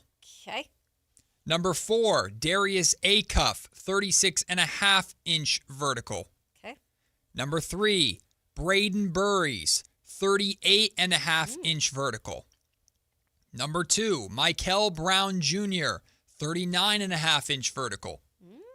And the guard with the highest max vertical leap from the draft combine, Kingston Flemings. Wow. With a 40.5-inch vertical. So what are you going to give up, folks? The wingspan? And not being... He can't reach the rim, but he can jump on it. Yeah, exactly. It is a little wonky. Like, he's just an athlete, man. Yeah. Like Spud Webb. Like wingspan, we do make a big deal out of in the NBA for defensive purposes primarily. Sure. You don't need a super long wingspan to be a really, really good NBA player. So it's not like, I'm out on Kingston Flemings because he's got short little arms. But defensively, in the modern NBA, with the speed of guards, it's typically harder defensively to be good when you don't have the wingspan to bail you out when the body or the foot speed isn't necessarily there. But Kingston Flemings might have the foot speed, and obviously he's a great athlete, with which those vertical numbers suggest. So if you like jumpers, Kingston Flemings is your guy. He's at the top, baby. Coming up at noon for lunch break, I've found the perfect rookie point guard for Russell Westbrook to return to Sacramento and mentor. I'll tell you who that is. I'm curious to get your thoughts on it too, Kayla, as we break that down. Plus, we'll talk about and dive back into the overarching idea of Russell Westbrook returning to mentor this point guard. The Kings are, I'd be stunned if the Kings don't draft a point guard. They're going to go point guard unless they move up, I guess, but that's not happening. Yeah, I think I'm pretty sure I'm stuck on that too. So that in mind, some people would make the argument, don't bring Russ back because you're drafting a point guard.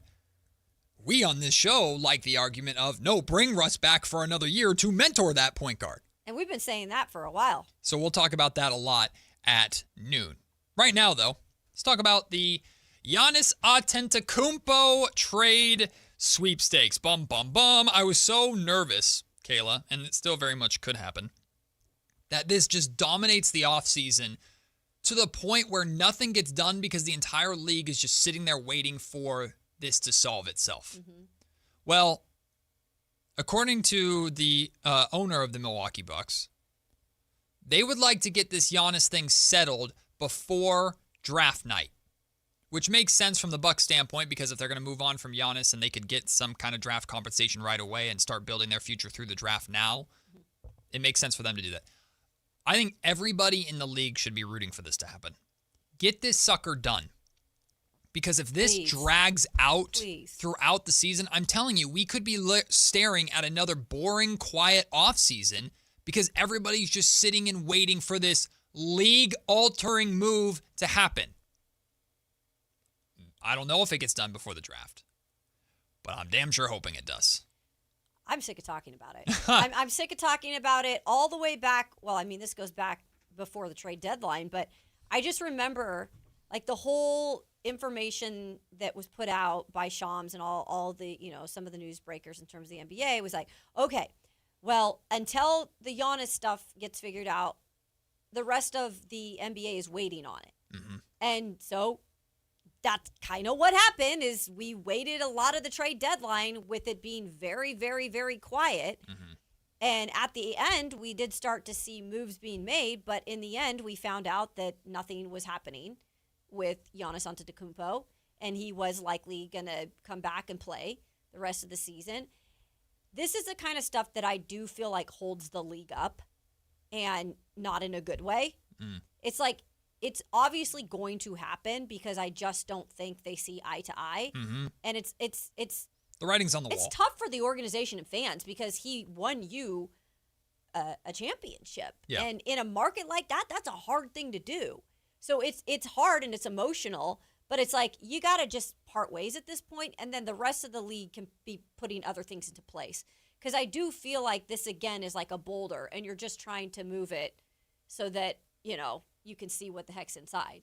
The reason for dragging it out, though, for Milwaukee is to create that bidding war, is to create these teams fighting amongst themselves. Doing this for how many months? Right. In theory, though, they did not handle it at the trade deadline and kick the can down to the summertime because now more teams would potentially be involved or prices are potentially going to go up. Sure. So The Athletic listed a list of teams that have some sort of connection. Mm-hmm. We'll just go through some of this list and what's been said. The Atlanta Hawks were considered to be a team very interested in Giannis. According to The Athletic, now they're out.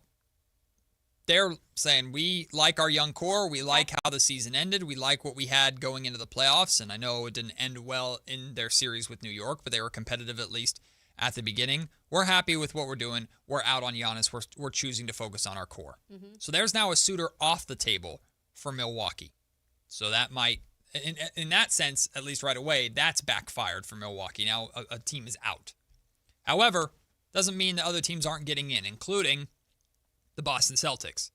And the answer with the question with the Boston Celtics is, well, does Jalen Brown really want out or not?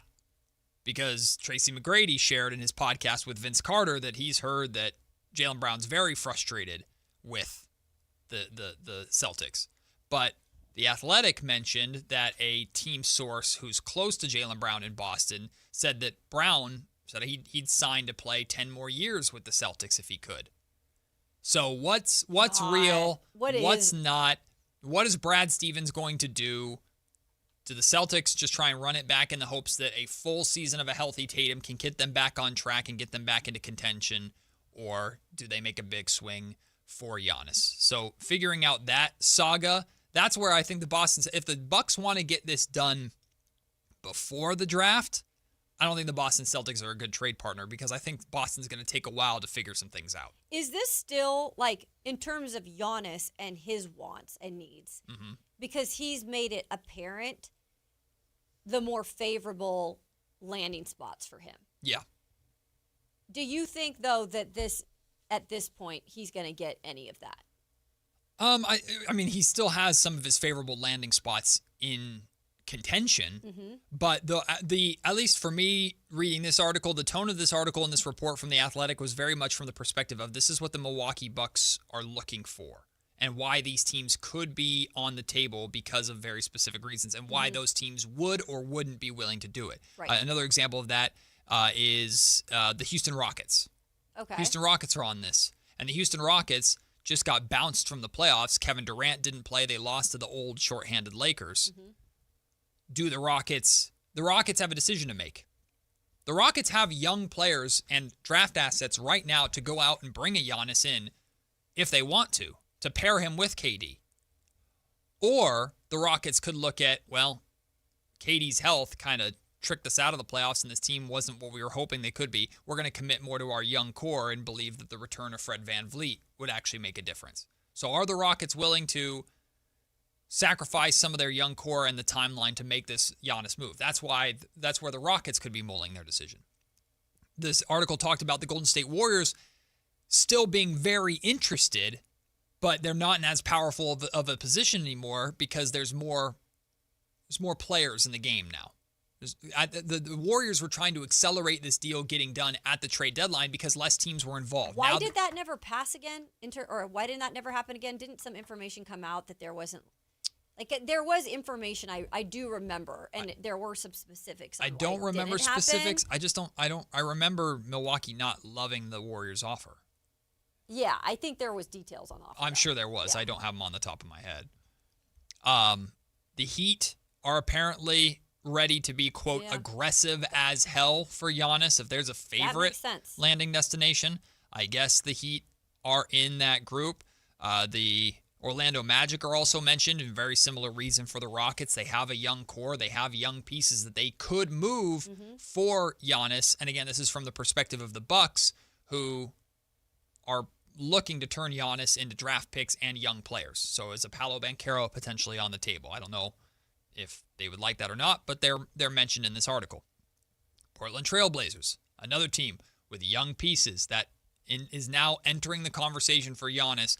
And correct me if I'm wrong, I don't remember the Portland Trailblazers being remotely involved in this conversation until now, based off of how the rest of the season has gone. Yeah, this is more recent for sure. So this is why the Warriors are going, damn it. Now all these teams are starting to make their way into the conversation, and a lot of these teams have better young cores and draft assets than the Warriors do to offer. With that new owner in Portland, treat him like a king. And the Toronto Raptors are also linked in here as well. No mention, though.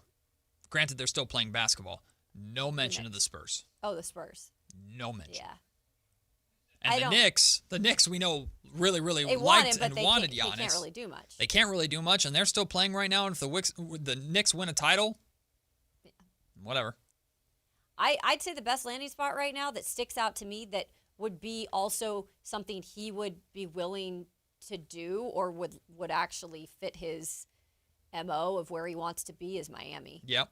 I really do. But if I'm Milwaukee, I don't know how much of the player haul that I'm getting back for him excites me. And a bunch of future Miami Heat draft picks don't mean you know what to me, because Giannis going to Miami is going to make them, in theory, a much better team in a historically weaker conference. So that pick is not going to be as good. Those picks, I should say, are likely not going to be as good. But I don't know. It's a lot more complicated than I thought it would be. Yep. Trading a superstar like that. Yep. Right? Especially for a market like Milwaukee, where you have to get this right. There's a chance Milwaukee will never, ever, ever, ever, ever have a star like Giannis again. No guarantees. You can't waste that. I would be, if the Kings were the Bucks right now and Giannis was doing this after a career in Sacramento and he brought a title to Sacramento, of course we'd love him here. But I'd be scared as hell with whatever decision the Kings made, because it's like you had to get the Fox trade right. Ultimately, they didn't get it right at all, and look where it got them. Multiply that by 10 with Giannis. You have to cash out on Giannis, regardless of if he won you a championship or not. And they've got the new owner situation going on too with Milwaukee right now. There's a lot of their stuff. Ownership situation in Milwaukee is Game of Thrones. It's damn really, near. really, really crazy. Coming up next, it's time for Pick a Side, including Dylan Brooks, courtside. Not even involved in the game, but still somehow getting in the head of LeBron James, or at least people think that he did. We'll talk about that, plus Kayla's guy, Cal Raleigh. Got to talk about him, too, and Pick a Side. I put that in there, by the way. So good for you. We'll talk about it. It's Matt and Kayla on Sactown Sports. Take Sactown Sports with you everywhere you go with the Sactown Sports app. The most in-depth coverage of the Kings and 49ers. A library of written and video content. And all your favorite personalities all in one place. Download the Sactown Sports app today and get in on the action. Your local sports leader, Sactown Sports 1140. Boost your team's productivity and morale with this workplace tip from Cintas. A well-maintained uniform helps your team look and feel more professional. Don't leave their appearance to chance. Let Cintas handle your team's uniforms. With their Apparel Plus program, Cintas picks up, launders, and delivers fresh work apparel back to you, so your employees focus on doing their jobs, not their laundry. Learn more about Apparel Plus at Cintas.com. Now that Wendy's has these new biggie deals, everyone in the family can get what they're craving, from nugs to JBCs. The parental units can get an $8 biggie bundle, the eldest who think they're so grown can get a $6 biggie bag, and the little one who can do no wrong can get a $4 biggie bites. You know, assuming they have a credit card. No, I'm kidding. We take cash too. 4, $6, and $8 biggie deals for the whole family. Only at Wendy's. Price and participation may vary. Single items at regular price. Prices may be higher in Alaska, California, and Hawaii. Tired of hearing scary radio ads about the IRS? Tax Relief Advocates is different. TRA is here to tell you that if you owe money to the IRS, whether it's $5,000 or $500,000, we have a solution. TRA can eliminate or reduce what you owe to the IRS with zero risk to you. We have over 1,000 5-star reviews on Google and an A+ with a BBB. End your tax nightmare today by visiting TRA.com or call 800-583-6681. That's 800-583-6681. This is the story of the one. As a maintenance tech at a university, he knows ordering from multiple suppliers takes time away from keeping their arena up and running. That's why he counts on Grainger to get everything he needs, from lighting and HVAC parts to plumbing supplies, all in one place. And with fast, dependable delivery, he's stocked and ready for the next tip-off. Call 1-800-GRAINGER, click Grainger.com, or just stop by. Grainger, for the ones who get it done. Did you try my Colombian tamales? They're delicious. Yes, but the Mexican tamales I brought are better. Colombian tamales wrapped in plantain leaves are unmatched, you know. But the Mexican tamales wrapped in corn husks are the authentic ones. At least we can agree that they taste better with Pepsi. Without a doubt. Can you pass me a straw? You mean a pitillo.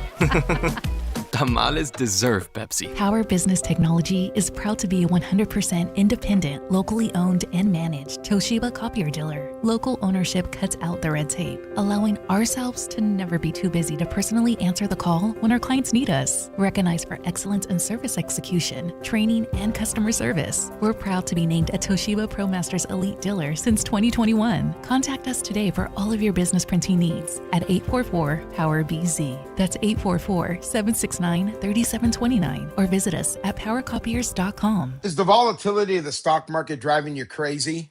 Is your retirement account sinking, yet you're getting older and you're starting to worry about, will I have enough for retirement? What about the money in the bank? These banks pay nothing these days. How do we get growth to get to retirement account? It's simple. Move into gold and silver. Want to know how to do it?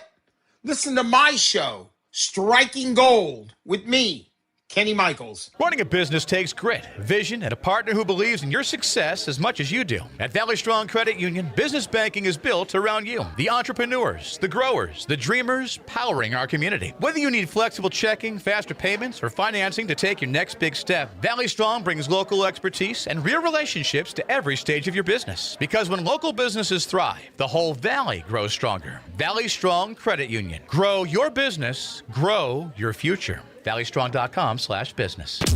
Pick a side, any side. It's time for Pick a Side on Matt and Kayla.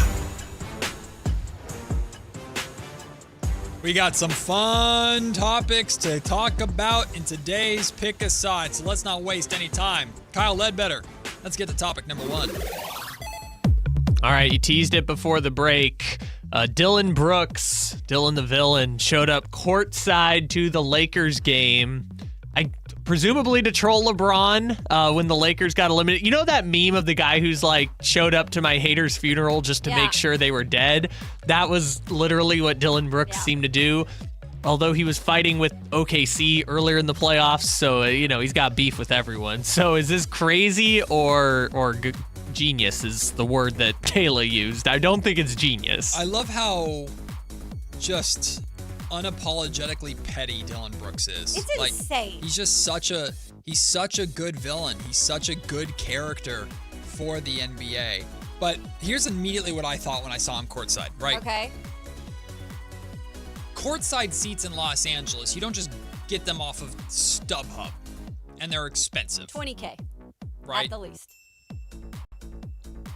I have to imagine that Dillon Brooks and his camp contacted someone with the Lakers organization and said, I want to get a ticket to tonight's game. Was it free? I don't know. Maybe he paid for it. Maybe it was comped. Regardless, if you're LeBron, do you get mad at the Lakers for letting him even in the building? Like, what are you letting him do? He's not here to support me. He's here to mess with me.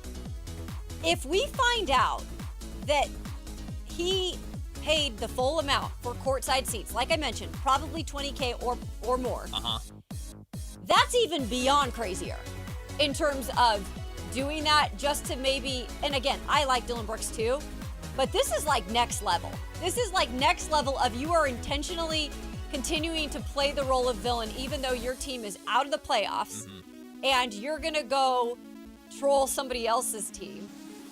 It's like wild to me if he actually paid that. Well, I'm not saying the Lakers rolled out the red carpet for him, but it's not But like do you think they do that? I don't think the Lakers would do that. It's not like he walked into the grand entrance of the Crypto.com arena, right? Like No, but those... I'm just saying you don't get those tickets without the Lakers knowing you're coming. That's what's crazy, man. Because if LeBron finds out whoever did approve some interns the getting courtside, fired, man, we're going to see some story come out being like, the real story behind Dillon Brooks' courtside seats. LeBron James refuses to re-sign with the Lakers because of the Dillon Brooks incident.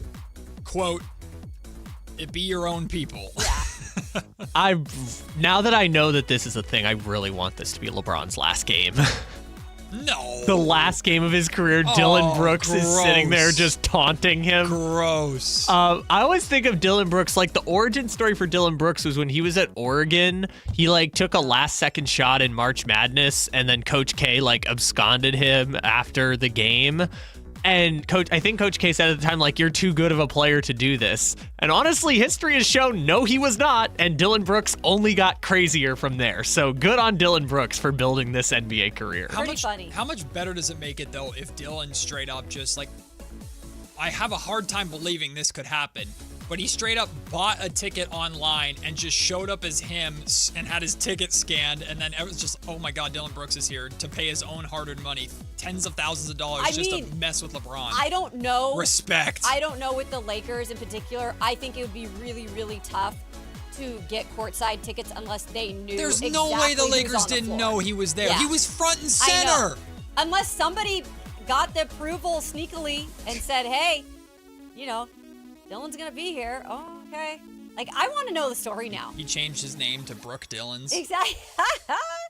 I want to know the whole story behind it now. I hope he did it. By the way, if I had hundreds of millions of dollars like Dillon Brooks, no one would ever hear from me again. But when he retires, his podcast is going to be awesome. Yeah. Oh, my God. If he chooses to do that, he's going to have an awesome podcast.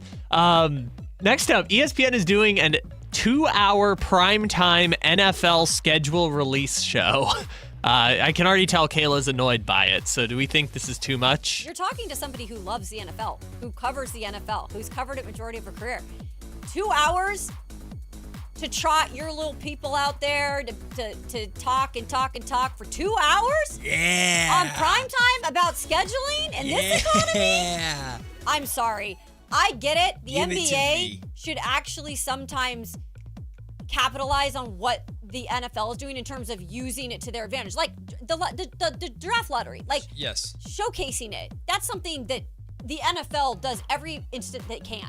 What can we capitalize off to make it a thing, to make it a show? But 2 hours in prime time in terms of revealing the schedule, get out of here. I'm pretty sure this is the NFL biting on the NBA, though, because the NBA's been doing schedule release shows for years. Well, they're great.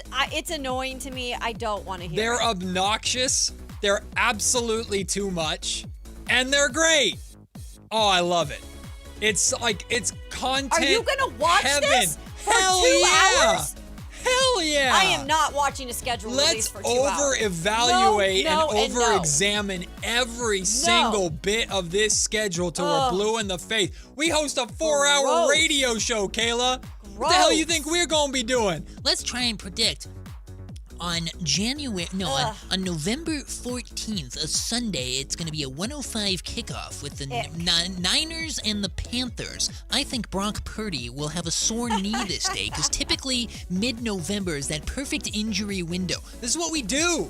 I know. And it's great. Wow. Whoa. It's wonderful. It's so obnoxious. So it's Matt, great. I want a recording of you sitting at home in front of the TV for 2 hours watching this release show. Let's predict which game, and is it going to be week? I don't like this Is it going to be week 11? Is it going to be week 9 when Fernando Mendoza makes his debut? Well, it's probably going to be week 3 because the offensive line will get Kirk Cousins killed in week 2. Which of their 10 analysts and anchors are you? Because that's about how many are doing this. We got to talk all about it, baby. I think it's more so about showcasing their 10 loving. They love these talents that they have. They have 10 that they. Louis Riddick's going to be all over this show. It'll take 2 hours just to get through the freaking primetime games, let alone everybody else's schedule. And then the teams will make the teams making their own schedule release videos. Those are gold too.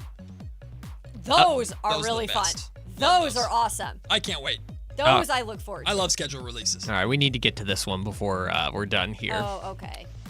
Cal Raleigh. Yeah. I wonder why we need to get to this one, Kyle. You put it on there. Cal Raleigh, the big dumper. I will admit when things are not going right. I will not back down. You know, I kind of tuned out of baseball a little bit. I didn't even know this was happening. If I had known this was happening, I would have brought it up way sooner. Cal Raleigh. I'm glad I could do it for you. Is 0 for 36, dating back to April 27th. That is over 2 weeks ago. Yep. Kayla wrote this question about he's just a tick off according to Harold Reynolds. That's exactly. No. According not to me, but Harold Reynolds of the MLB Network. No. He's just barely late. He's 0 No, 36 because he's barely He late. actually broke it down in a video. We're changing this question. It's why is Cal Raleigh a one-hit wonder? No, we're not Is doing Cal Raleigh that. a one-hit wonder, and why is the answer yes? No. He has a negative WAR this season. They could put nobody back there, and he would be doing better than Cal Raleigh. The real question, Kayla, is it fixable? Yeah, I don't think this is going to last the whole season. I would hope not. If it does, then I guess we're going to have to talk about one-hit wonder at the end of the year. But I do not believe a guy that's been pretty dang consistent in his career and had a really big year last year. We knew he wasn't going to top the home runs. But to call him a one-hit wonder in his career is, what's the word I'm looking for? Crazy? No, it's a word. Asinine? Yeah, asinine. That's asinine. Kyle? Look, I like to have fun with this whole Cal Raleigh one-hit wonder thing because there was a case to be made before the season that Cal Raleigh was a one-hit wonder. But I'm just going to give my props to Alan Stiles. This is the take of the year by Alan because he said back in February before the World Baseball. Bite you guys in your you-know-whats. This Not me though, right? No, I'm just clear Kyle. No. This is the take of the year. This is what happens to people who like to push the wrench in this deep. Stuff comes back around, and stuff comes back around a lot. harder. I'm sure. All I'm saying is that we're at May 12th. This is the early winner for take of the year by Alan Stiles. That Cal Raleigh is a one-hit wonder. Some time. So let's not give the flowers. He is one of the worst hitters in baseball. It's unbelievable. Right now. Yeah, this season, he is one of the worst hitters in baseball. It is unbelievable. Well, I know it happens in careers, and especially in baseball. I don't think it happens like this. To go from having, what was his OPS last year? His OPS was 948 last year. It's 559. That's 400 points. With athletes before. It's like the yips in a way. A slump. But a 400-point drop? It's a pretty large slump. But there's plenty of time. Hey, I'm just happy to say Shea Langoliers is the best catcher in the AL West. I'm just happy to say that for right now. See how long that holds water. I'm enjoying it because it means the A's are dodging a bullet. His pain is your pleasure, Kyle. Yeah, it's I will not dig into that philosophy. Oh, I understand. I'm just saying that it's an incredible take, truly an incredible take that Cal Raleigh is a one-hit wonder. One-hit wonder is the stupidest thing I've ever heard. I mean, he got no hits at the World Baseball Classic. He's the worst hitting catcher in baseball right now. It's truly unbelievable. Like he wasn't a good player before last year for the Mariners. He wasn't that. Well, I don't. Personally, I don't think that. How many homers did he have last year? 62. Yeah, something crazy like that. I've gone through all the numbers. 60. I don't think anybody was expecting him to do that again. No, but I don't think. But to call him a one-hit wonder in terms of his full career, I think I more side with you in that sense because I do trust that Cal Raleigh is going to work his way out of this because I still think Cal Raleigh is one of the best hitters, like power hitters in baseball. Right. But I think the Mariners as a whole, as a team right now, it's not a good look. Struggling, and Cal Raleigh's a they did premier just sweep catalyst the of that. And Julio Rodriguez is stepping up. I will say he was an above average hitter who never made an all-star team before last year. I don't know how much all-star. I know. I was like, I don't even really give much. I get Kyle's point too. I think of it as being a fan of the Mariners. What I look at it is how much has he helped that team get to where they've got to now, and to that point, since he came up through the farm system, he has absolutely done that, and he's gotten better every year. And obviously, this is the year that's worrisome. I have found the perfect rookie point guard for the Kings to draft. Oh, great. And Russell Westbrook to return to mentor. I'll tell you who that is when we return. It's Matt and Kayla on Sactown Sports. Like and subscribe to the Sactown Sports 1140 YouTube channel at Sactown Sports 1140 to get the Carmichael Dave Show with Jason Ross, Matt and Kayla, and the Drive Guys with Kevin Gleason and Alan Stiles on demand and at your fingertips. Get your fix of the Sacramento Kings, 49ers, Giants, Athletics, NFL, NBA, and the latest in sports and entertainment all in one place at Sactown Sports 1140 on YouTube. Your local sports leader, Sactown Sports 1140. This is the story of the one. As a safety manager at a manufacturing plant, he does everything he can to keep his coworkers safe. From finding ways to reduce risks to keeping safety supplies in stock. And for that, he relies on Grainger. Grainger offers a broad range of quality products and next-day delivery, so he can always play it safe.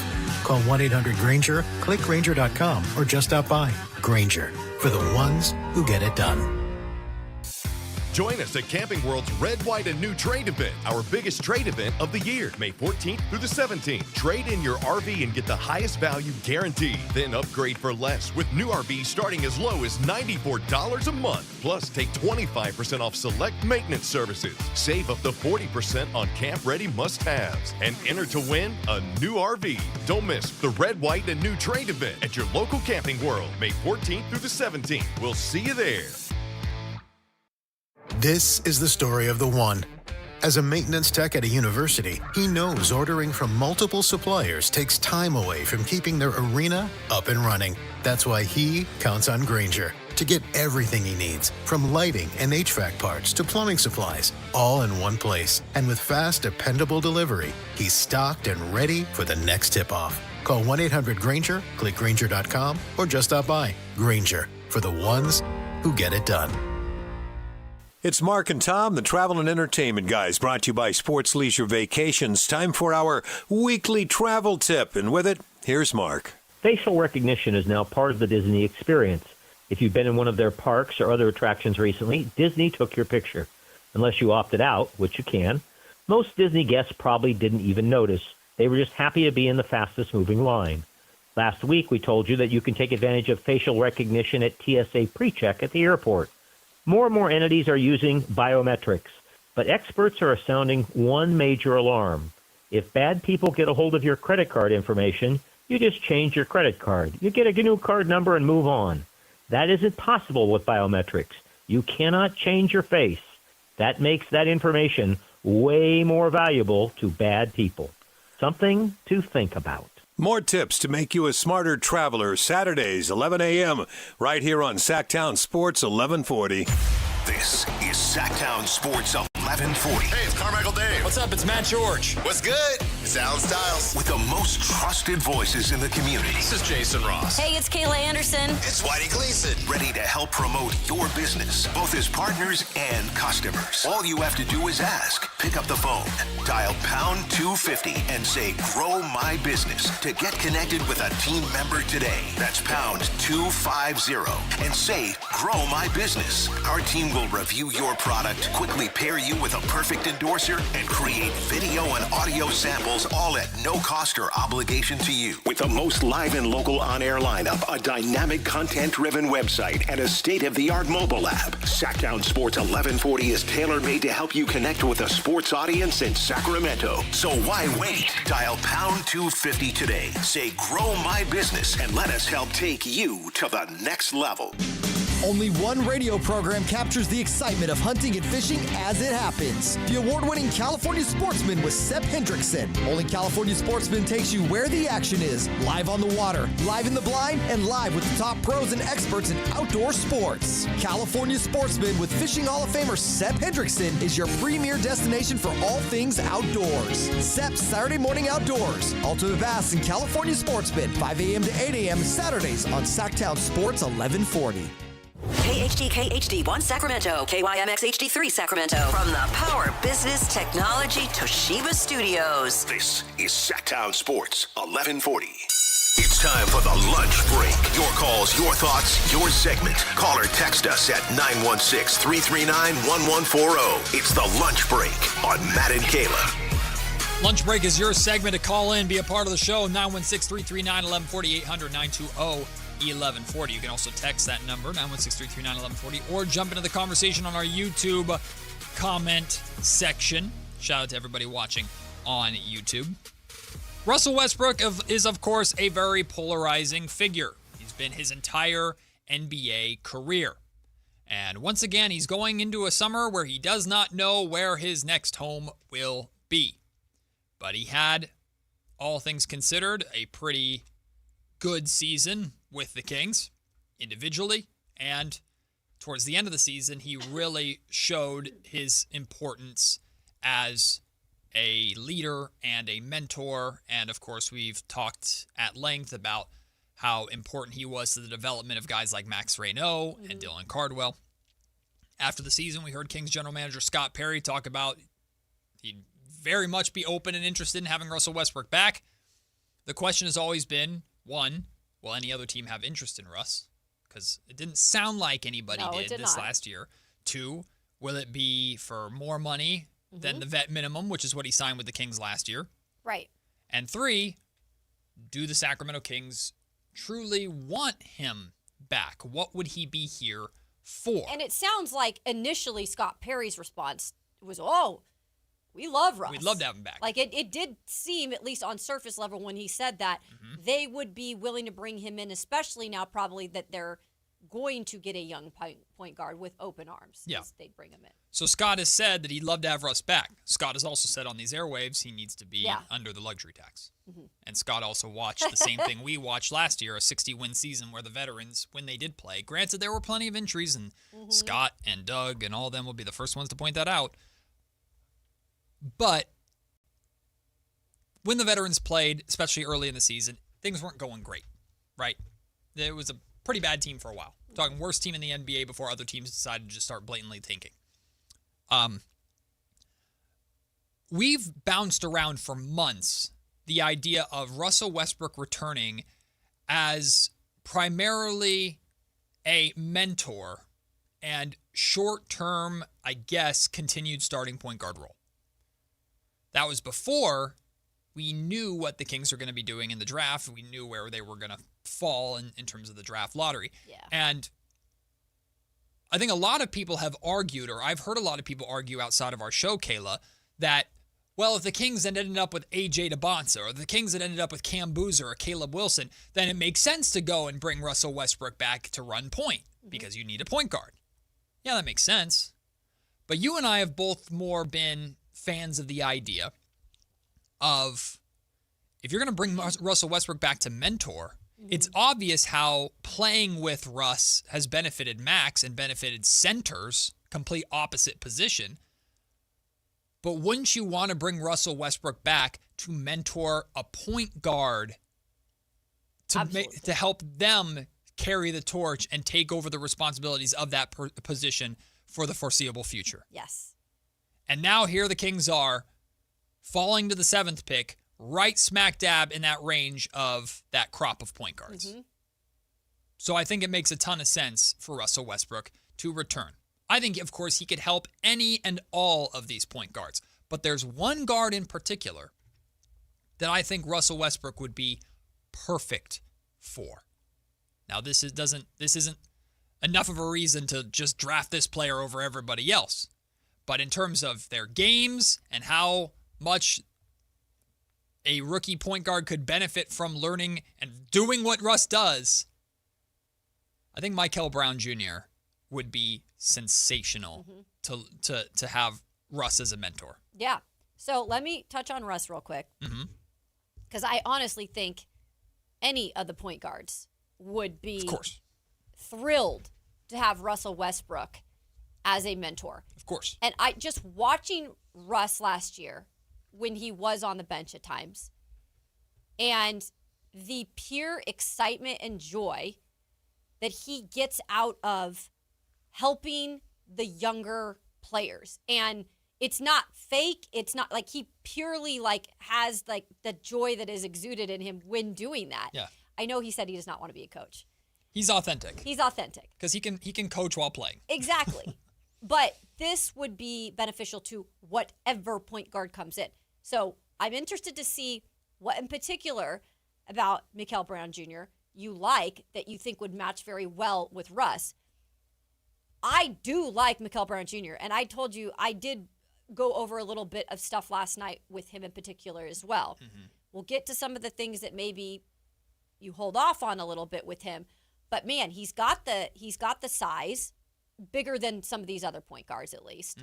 Not a Keaton Wagler, but I think he's taller than both Acuff and Kingston Flemings. By 3 inches. Right. And what did you say his span and his vert? Yeah, so I got that here. Okay. So I watched a ton of Mikel Brown Jr. last night. I said on yesterday's yesterday's show that I was giving myself a homework assignment to watch Mikel Brown Jr. and Braden Burries closely. Yes. Because I hadn't really watched them too much because I was hoping that the Kings wouldn't really be in the conversation for them, if you know what I mean. Yes. Now here they are. I didn't get to Braden Burries at all last night because I fell down a rabbit hole of Mikel Brown Jr. And then I started thinking about, oh my God, put Russell Westbrook next to this young man and let him mentor him. Right. And I could be I'm in. I'm interested. Okay. The measurements from the combine. Mikel Brown Jr. without shoes, barefoot, measured out to be 6'3.5". He roughly gets up to about 6'5" rounded up. I always love this, how they do this. He's 6'4" in shoes. In shoes. 190 pounds. A 6'7.5" wingspan, and an 8'9.5" standing reach. He's long. And he's one of the bigger guards out of this crop. He's not monstrously bigger. You'll notice Keaton Wagler and Darius Acuff next to each other, or Keaton Wagler and Kingston Flemings. You'll notice a difference. Right. I don't notice a massive difference with Brown Jr. next to a Flemings or an Acuff, but he's bigger. Yeah. He's taller. He's longer. This is a big talking point that we will discuss. He battled a back injury a lot this season, and many scouts believe that the back injury kept him from putting himself in the conversation to sneak into the top 4 the same way Darius Acuff did. Because by the tournament, people were talking about could Acuff break into that top 4 because Caleb wasn't playing. I don't think he's gonna, but he was in that conversation. Many believe Mikel Brown Jr. would have also been in that conversation had he not had these lingering back issues. For sure. He has erratic performances. He has good games, bad games. So there are questions of consistency, and we'll kind of go through that. But in terms of strength, he's a slightly above average shooter. He shot 34%. That number is significantly lower than Darius Acuff's percentage. But percentage isn't the best, but he's still making 3 threes on average a game. Yeah. He has really, really strong handles, and he's really good at scoring off the bounce. This is where I think Russell Westbrook and him could be really good. Russ is a scoring first guard, off the dribble, off the bounce. And Mikel Brown Jr. is really good at getting to the rim and finishing at the rim. I've watched some of those highlights. He's a really good athlete. Yeah. He also, this is an underrated skill for a rookie, and this isn't going to translate right away to the NBA because there is such thing as a rookie whistle in the NBA, but he was really good at getting to the line. Really good at drawing fouls. He got to the line shot almost 6 free throws a game. And scouts really put out there that he might be the best pick and roll point guard in the draft. And we know that Russ has excelled in the pick and roll. Russ made Max who he was in the pick and roll. So all I'm doing is I'm sitting here and I'm imagining Mikel Brown Jr. learning from Russell Westbrook and becoming, hopefully by the end of his rookie season, as comfortable playing with Max and Domas, if he's still here, and Dylan as those two rookie bigs looked playing with Russ by the end of this season. Like, can Russ help Mikel Brown Jr. or a rookie point guard establish that same connection with Max and Dylan that he was able to establish this season? Yeah, I think so. I think, go ahead. Yeah, no, I was just saying the pick and roll, that's one of the major areas. Like, there's where you can really benefit from playing with Russ. I mean, again, I think Russ can help any of these guards. But I do understand what you're saying in terms of specifics and maybe things that they do similar that they're good at. Mikel Brown Jr., and Russell Westbrook could really benefit, or Mikel Brown could benefit from that. The one thing that I think about with Mikel Brown Jr., because I don't dislike him, I wish we could have seen him in more games this season. Because when you talk about maybe a little bit erratic or there has been some inconsistent play, it would have been nice if he would have played those 14 more games to see if it could have evened out. But when you have a back issue like he dealt with for most of the season, it doesn't allow you to do that. Now, that could be a good thing because if the back issue is taken care of, like it looks like there's been some recent video of him at, doing his workouts and he seems to be moving freely and everything with the back. If that no longer is an issue and they have indeed figured it out, then there is a good chance he could be that guy that will be consistent, especially if you get him in with Russ and he's able to work with him. I just always am so cautious about freaking backs, man. And I think that it's been athletes I've covered or that I've seen organizations draft that have had back issues specifically that have gone and like it's been bad. Like it's not turned out well. Back pain limits your athleticism, limits your bounce, limits all of that. And that then in turn, even if it comes back and it's something that maybe happens in his rookie year and then that leads to inconsistencies again because you've got pain and then that's going to lead to him having to sit out for a while. So there is part of me that's very, very cautious just because it's a back. But I do agree with you. Like I see a lot of pluses with Mikel Brown Jr. And with Russ, it could be dynamic if he's able to get in here and work with a guy like that if he can stay healthy, for sure. I came across 4 different either draft profiles or scouting reports saying that Mikel Brown Jr. has the highest ceiling of a guard, second to Darren Peterson. Yeah. Now, Peterson wasn't mentioned in all 4 of those, but Peterson's considered to have the highest ceiling as a guard. That's why he's a top 2 pick. What was his average assists this year? I think you said it was around like... Let me get that for you. He averaged 18.2 points, 3.3 rebounds, 4.7 assists. Yep. Those were his numbers. That's what I thought. What else did I write down here? Notes for Mikel Brown Jr. Defensive strengths. He is good at playing the passing lanes, and he is a above average defensive rebounder as a guard, which is good. That athleticism kind of showing off there, the wingspan. However, many believe he is not ready yet to be your on-ball point of attack defender. Okay. The one thing many say that he needs to add, and I can see this in breaking down the film, he needs to add size. He needs to add muscle. He needs to get stronger. Okay. He moves his feet well enough to typically be able to at least create the bump, create the contact. But when he takes that bump, he's on the back foot, not the front foot. Yeah, so he's got to put on some mass. So he needs to get stronger. What's he needs his to get weight? bigger. 190. He's also 20 years old. Like he's still. I mean, all these kids are still developing. They're all still developing. Yeah. When we talk about adding muscle, it's kind of an obvious no duh for every prospect. You need to add muscle. They're gonna add muscle. They're gonna. Their jobs are gonna be in the gym. Even Raynaud will probably add a little muscle this offseason. He better. You know. He better. The overall scouting reports talked about how one of the reasons for kind of the sporadicness of the way Mikel Brown Jr. played, in addition to the lingering back issues, he has an incredible ability to hit tough shots and shoot off the dribble. But a large part of his bag is taking tough shots. Right. And so he will go through stretches where he struggles to score because those tough shots aren't falling. Mm-hmm. And you can see that in some of the box scores. When he did play, he had 5 different games in college this year where he finished single digits scoring. He also had 8 total games where he scored 12 or fewer points.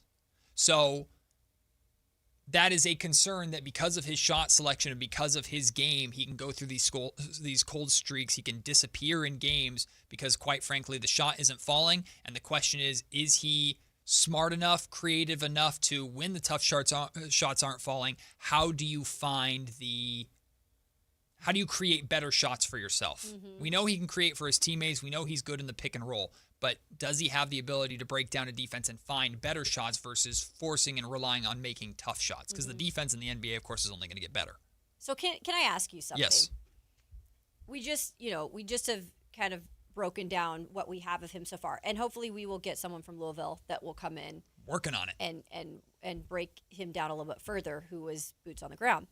But you just listed off pluses by far, but also there are a few things that we're really questioning. And I just look to, again, comparing this guy to an Acuff Jr. again. Mm-hmm. And, I still am Acuff Jr. Okay, why? I just feel there are more yeses and no question marks to Acuff Jr. When you check the boxes than there are to some of these guys that we're going to be saying, well, they could do this too. And they very well could. There's just more boxes for me to check that I can't check yet. And and the back is one of them, and some of the things that you had just listed just now, some of the inconsistent play. Whereas Acuff Jr., we kind of saw what he was this season. And even when he had that foot injury, he played decent. The question is, though, and you're right, does Acuff have the biggest no? And that's on the defense. And that's the defense. That's the question. Because if I think if Acuff were an average defender, right, wouldn't even be a conversation. He'd be the 5th pick, maybe even top 4.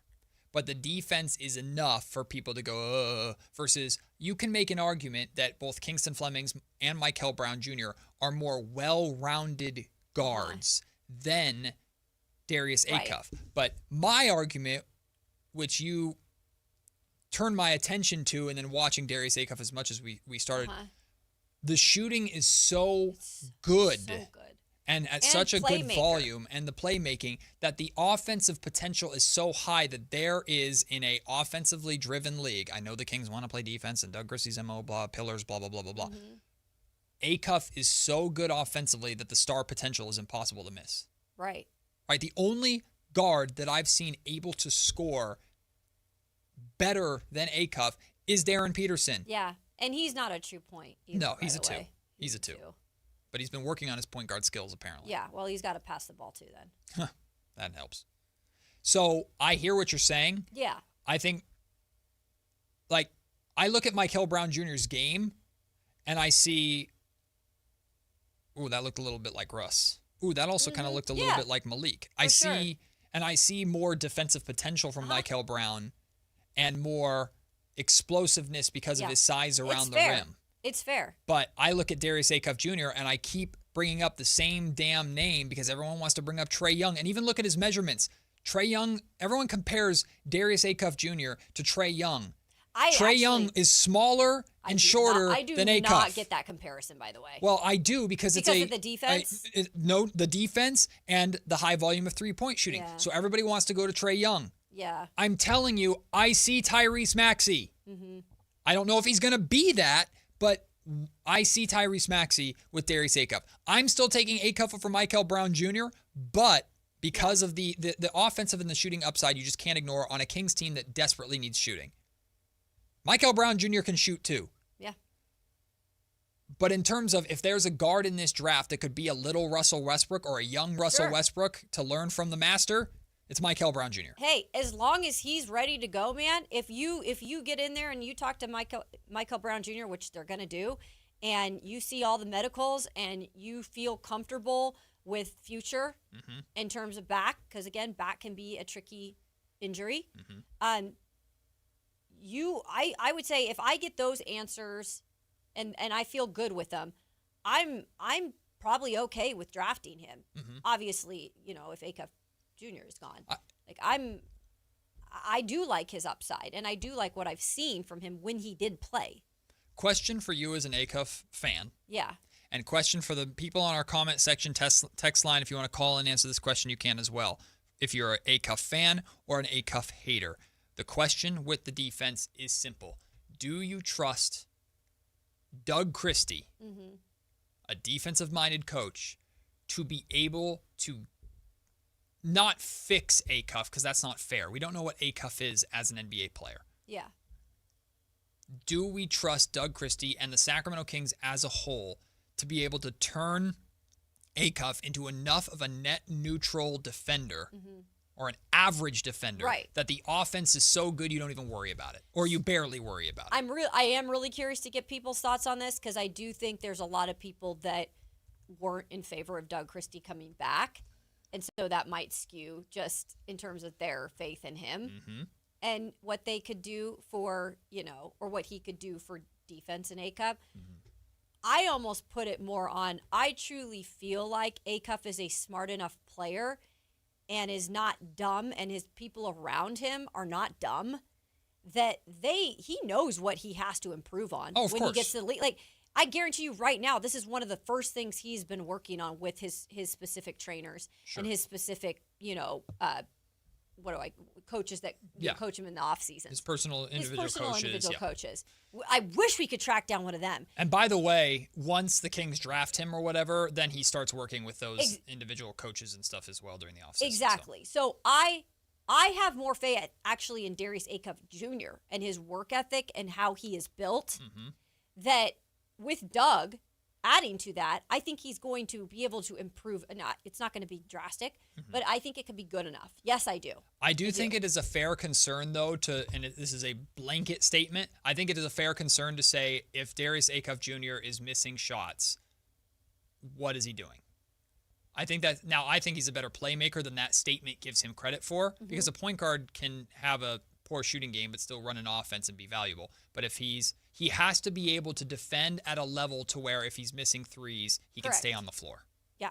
That's going to be part of it. It's very fair. But also, don't you want to have him do that in a place like Sacramento with a young core to where the focus is going to be on growing as a team defensively versus like that? I could see that being a problem if he were going to Indiana and they're like, kid, you got to defend at a playoff level now or you're not going to be able to play. But that's why I've always said the fit here made sense to me.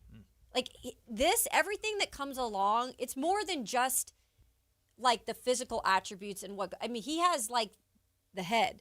He has the determination. Like he has like a fit here, I feel like, that would work with this young core. Like I just see it here. You know what? This is probably a conversation for another day. After watching Mikel Brown Jr., he's threatening Keaton Wagler on my board. Yeah. And I'm with you on it. I need to watch Keaton Wagler more, and we're actually going to have on Thursday Scott Ritchie he covered Keaton Wagler very closely at Illinois. We'll talk to him about Wagler, and I imagine after that conversation I'll feel better about Wagler. I think the biggest thing working in Keaton Wagler's favor, and I don't mean this as like to disparage any part of his game, he's 6'6". He's 6'6".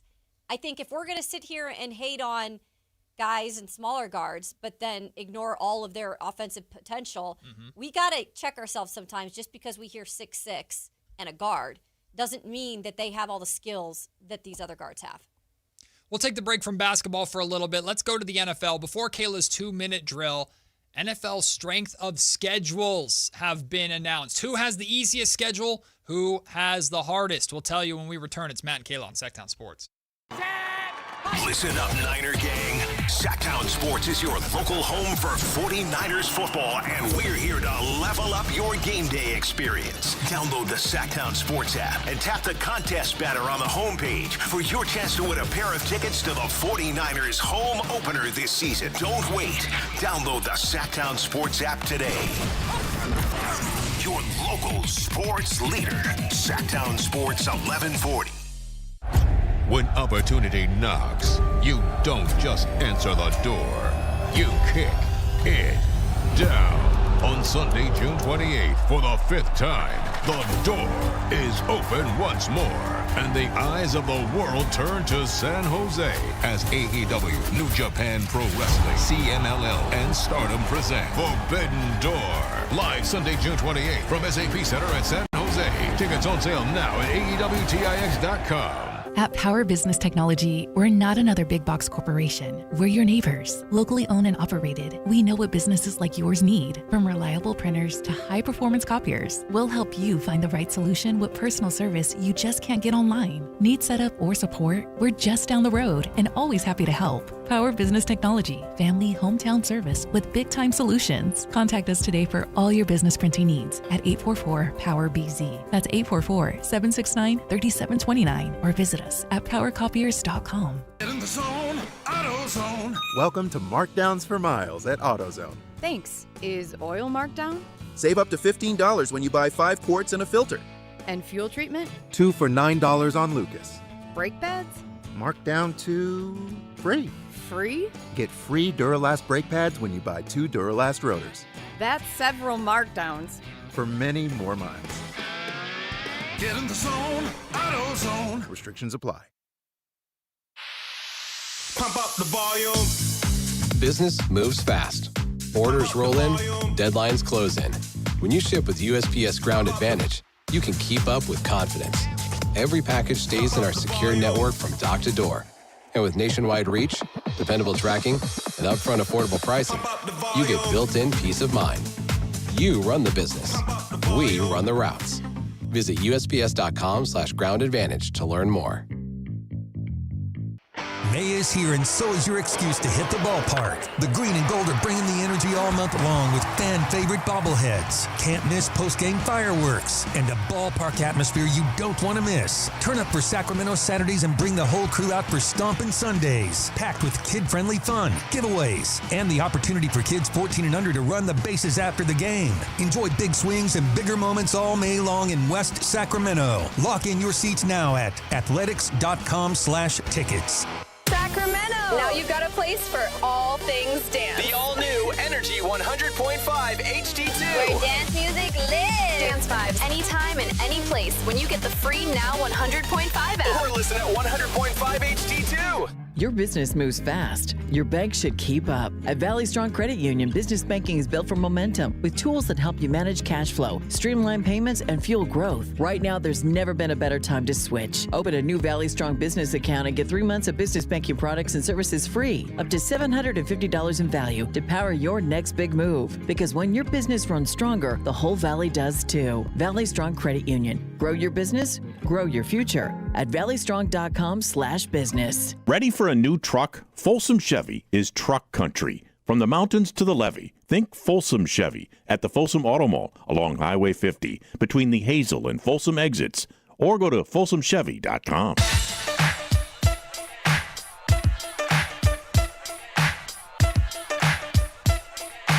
10 a.m. to 2 p.m., Matt and Kayla on Sactown Sports 1140. On Thursday, NFL schedules will be released. We will know for sure when and where every single team will be playing. But the way the NFL works, we already know which teams will be, like the Niners and Raiders will play at home, which teams will play on the road. We just don't know when specifically. That's where the schedule release is coming out. But because we have all of the known opponents for every team, and we have Warren Sharp, who is a football analyst and analytical guru, who has turned Vegas forecasted win totals into a model to project which teams have the most favorable schedules, we're able to start to piece together what some of these seasons could look like for these teams. Let's start with the 5 easiest schedules according to Warren Sharp's model. Now, Warren also writes and makes sure to explain why he uses Vegas forecasted win totals. He said there's no exact science for strength of schedule rating. There's none. Right. Because you can't predict everything. Right. But Vegas typically gets a lot of things right. And he says he does it this way instead of based off of records and things last season because a lot changes in the offseason. So according to his model and his strength of schedule based off of Vegas forecasted win totals, the Detroit Lions have the easiest schedule in the NFL this season. Number 2 is the New Orleans Saints. Number 3 is the Cincinnati Bengals. Number 4, the Cleveland Browns. And number 5, the New York Jets, which I think is interesting, according to his model. So not what I was expecting when you think easiest schedule, you typically think, well, the schedule's easier for the great teams because they just dominate everybody. That wasn't the case in this model. But the Lions, number 1, hey, we talked yesterday about I don't know what the hell the Lions are. Yeah. But we expect them still to be good and a team that's expected to be a playoff team in the NFC.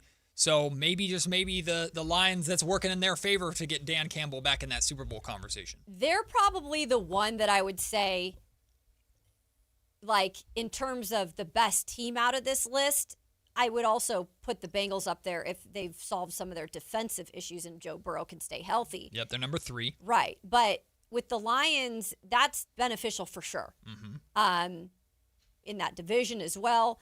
But then you look at teams like the Saints, the Browns, and the Jets, and especially teams like the Browns or Jets, if they can figure out some of the quarterback situations and they work out for them, because we don't know what's going on with the Browns or if it will be Deshaun Watson that's back. Like, the early reports is he's leading the clubhouse in terms of being the starting quarterback, but it could be Shedeur Sanders when it's all said and done. And the Jets are going with Geno Smith. Yeah. So that could benefit them just in terms of just a little bit easier schedule. But when it's all said and done, like, you got to stay healthy. It doesn't matter. And there's always going to be surprise teams. The Jets will have the easiest schedule, or one of the easiest schedules in the league, and still win 2 games. I mean, if that's the case too, it's going to be just like, what do you do? Jets what do you do? You just got to wait till you get your potential quarterback next year, Archie Manning. I mean, I don't know. The San Francisco 49ers, according to Warren Sharp's model, have the 8th easiest schedule in the league this year. Not bad. 1 spot behind the Eagles, 2 spots behind the Ravens, and a spot ahead of the Colts, 2 spots ahead of the Kansas City Chiefs. Okay.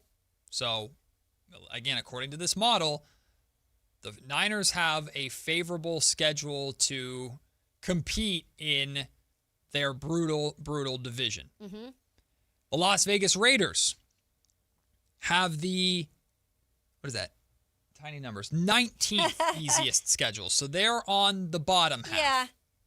And I mentioned the competition for the Niners in the NFL in terms of, or in their division. So they have one of the easier schedules according to this model. Their 2 division rivals, the Seahawks and the Rams, both are on the harder strength of schedule side of things. The Seahawks have the 22nd easiest strength of schedule. And according to this model, the LA Rams have the 5th hardest schedule in the NFL. Ooh. So maybe it's going to be those non-divisional games where the Niners really can put pressure on these top of division favorites. It sounds like you have to win those non-division games to have a chance. Well, look, the Rams having the 28th hardest schedule is going to be tougher for them to be the best in the NFC West by far. Even though they've loaded up in terms of their defense, they've done some great things in the offseason. Again, can Matthew Stafford do at least remotely what he did last year? It's going to be hard to top it. No doubt about it. It's going to be hard to top it. But they'll still be a really good team. Right. So you're right. That is going to be beneficial for the 49ers. By the way, another NFC West opponent. I mean, if you're the Cardinals and you have the hardest schedule in the league, like, I feel really bad for Jeremiah Love. And that is why, again, I questioned him going there, because I'm like, first of all, what else do you have? And now you have one of the hardest schedules in the league. Like, thoughts and prayers, man. Thoughts and prayers with you, Jeremiah Love, to get through the season. But I think with what the 49ers are doing, as long as we figure out how to see this team stay healthy, and they feel like they've made some changes with some of the strength and conditioning staff, and Purdy is going to stay healthy, by the way, too. They have a good chance. Like, they have a good chance of a deep playoff run, for sure. Yeah, the Rams have the 5th hardest schedule, the Cowboys the 4th hardest, the Panthers the 3rd hardest, the Dolphins the 2nd hardest, and the Cardinals have the hardest schedule. By the way, bless you, Malik Willis, too. I'm so sorry that you are having to start as a starting quarterback in the league with the 31st hardest schedule and no weapons around you. Just a friendly reminder of the Niners' opponents for the 2026 season. Again, we don't know when they're playing specifically, but the home games that the Niners will have, and I use home in air quotes because they're losing one of them, right, to the international game. Of course, they have their 3 divisional opponents, the Cardinals, Rams, and Seahawks. But their home games include the Broncos, good game. The Eagles, really good game. The Raiders, the Niners should definitely win that game, but it's interesting with the Raiders coming back to the Bay. The Washington Commanders, the Minnesota Vikings, and, which I just realized Juwan Jennings is returning to the return of Jennings. San Francisco too. And then the Miami Dolphins. Those are their home opponents. Their road opponents are the Cardinals, the Rams, the Seahawks, of course, the Cowboys, the Chiefs, the Chargers, the Giants, and the Falcons. Those are the Niners' opponents.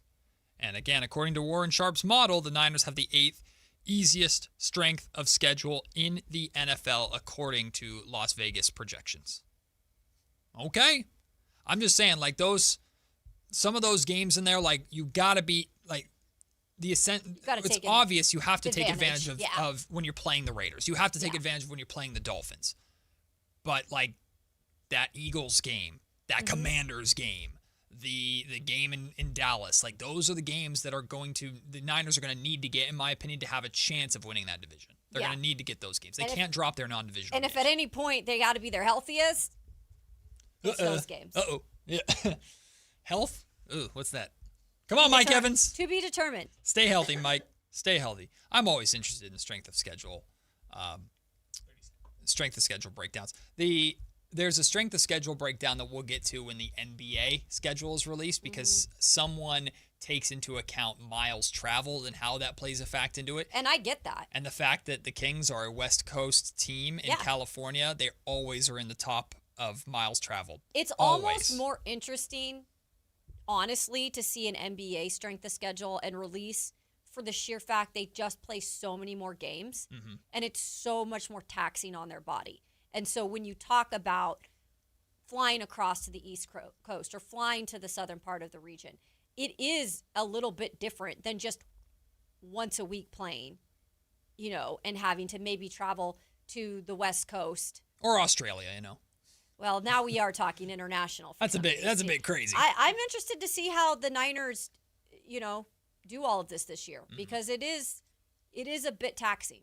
Well, we got more football on the way in Kayla's 2-minute drill, and at 1 o'clock, who The Athletic says is the best De'Aaron Fox replacement available for the Kings in this draft. We'll share with you who they're talking about to start the final hour of the show. Still more to come on Matt and Kayla, Sactown Sports.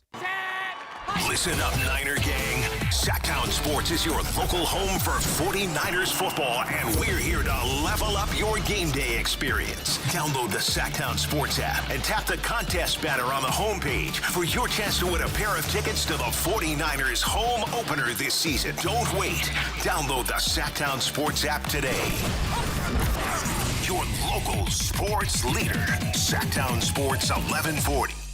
We're living through a monetary crime scene, and your IRA or 401k is a key victim. Hi, Dr. Ron Paul here. In 1971, gold was $35 an ounce. After the dollar was cut loose from it, inflation soared. And in just 9 years, gold hit $850. People who diversified into precious metals survived and thrived.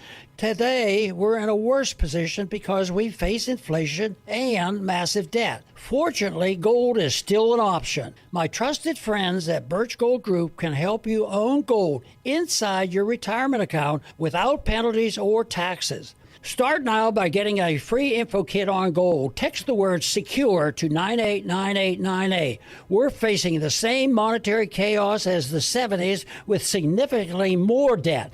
Get your free info kit from Birch Gold. Just text SECURE to the number 989898. Attention Roseville residents, this just in. Keeping your vehicle well maintained doesn't just protect your car, it also protects your local waterways. This May, bring your used oil filter to a participating AutoZone location and receive a free new filter. Available every weekend in May. Recycle your used oil and filter the right way. For details and tips on proper oil and filter replacement, visit roseville.ca.us/oil. Funded in part by Cal Recycle. Limit 1 per customer. Maximum value is $9.99. Roseville residents only. Proof of residency is required at participating locations only. I keep seeing celebrities post me in the 90s versus now. Well, the person staring at me in the mirror is definitely not the same person that could pull off bootcut jeans.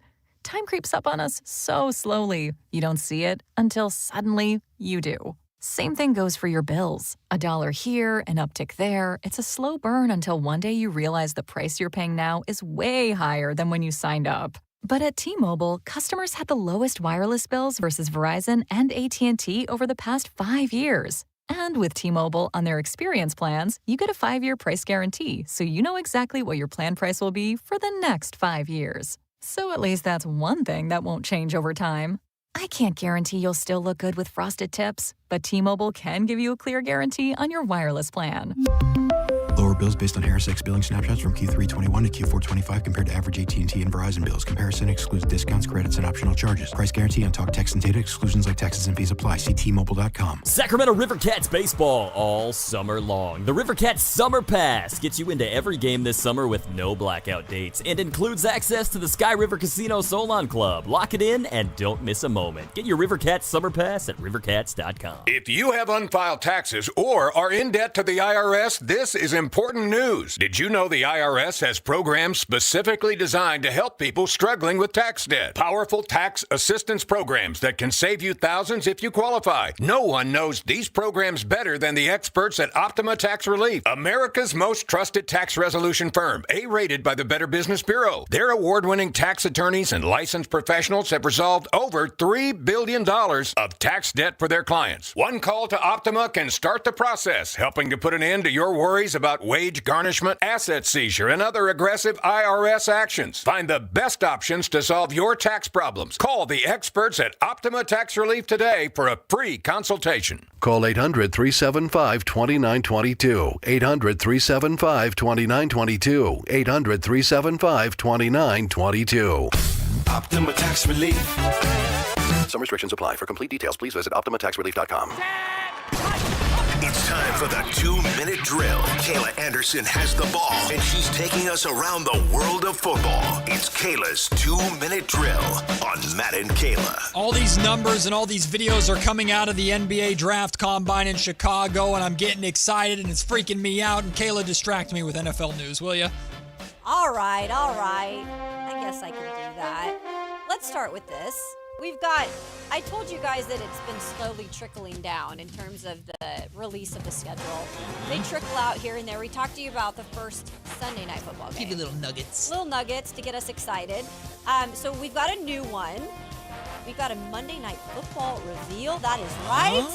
And we are going to have the Denver Broncos versus Kyle Ledbetter's Kansas City Chiefs. They're going to square off on September 14th in the first Monday Night Football game of the season. Great. Of course, the Broncos, they got the AFC West title from the Chiefs last year, which I know Kyle is not happy about. And the biggest thing, though, is the quarterback situation. So you've got Bo Nix, who we've given you reports on this show that he should be ready for training camp. Like, he should be fully ready for training camp. He's participating in things coming up for voluntary workouts. But, like, Patrick Mahomes is more the question. Are we going to see Patrick Mahomes by then?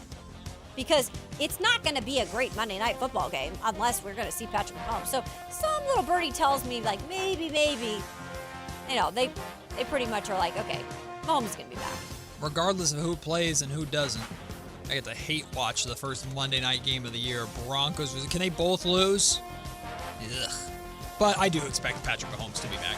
Yeah. I expect he'll be ready to go. All signs point to that. Unless the Chiefs feel like they're rushing him for any sort of reason, which I haven't gotten any indication that that's the case.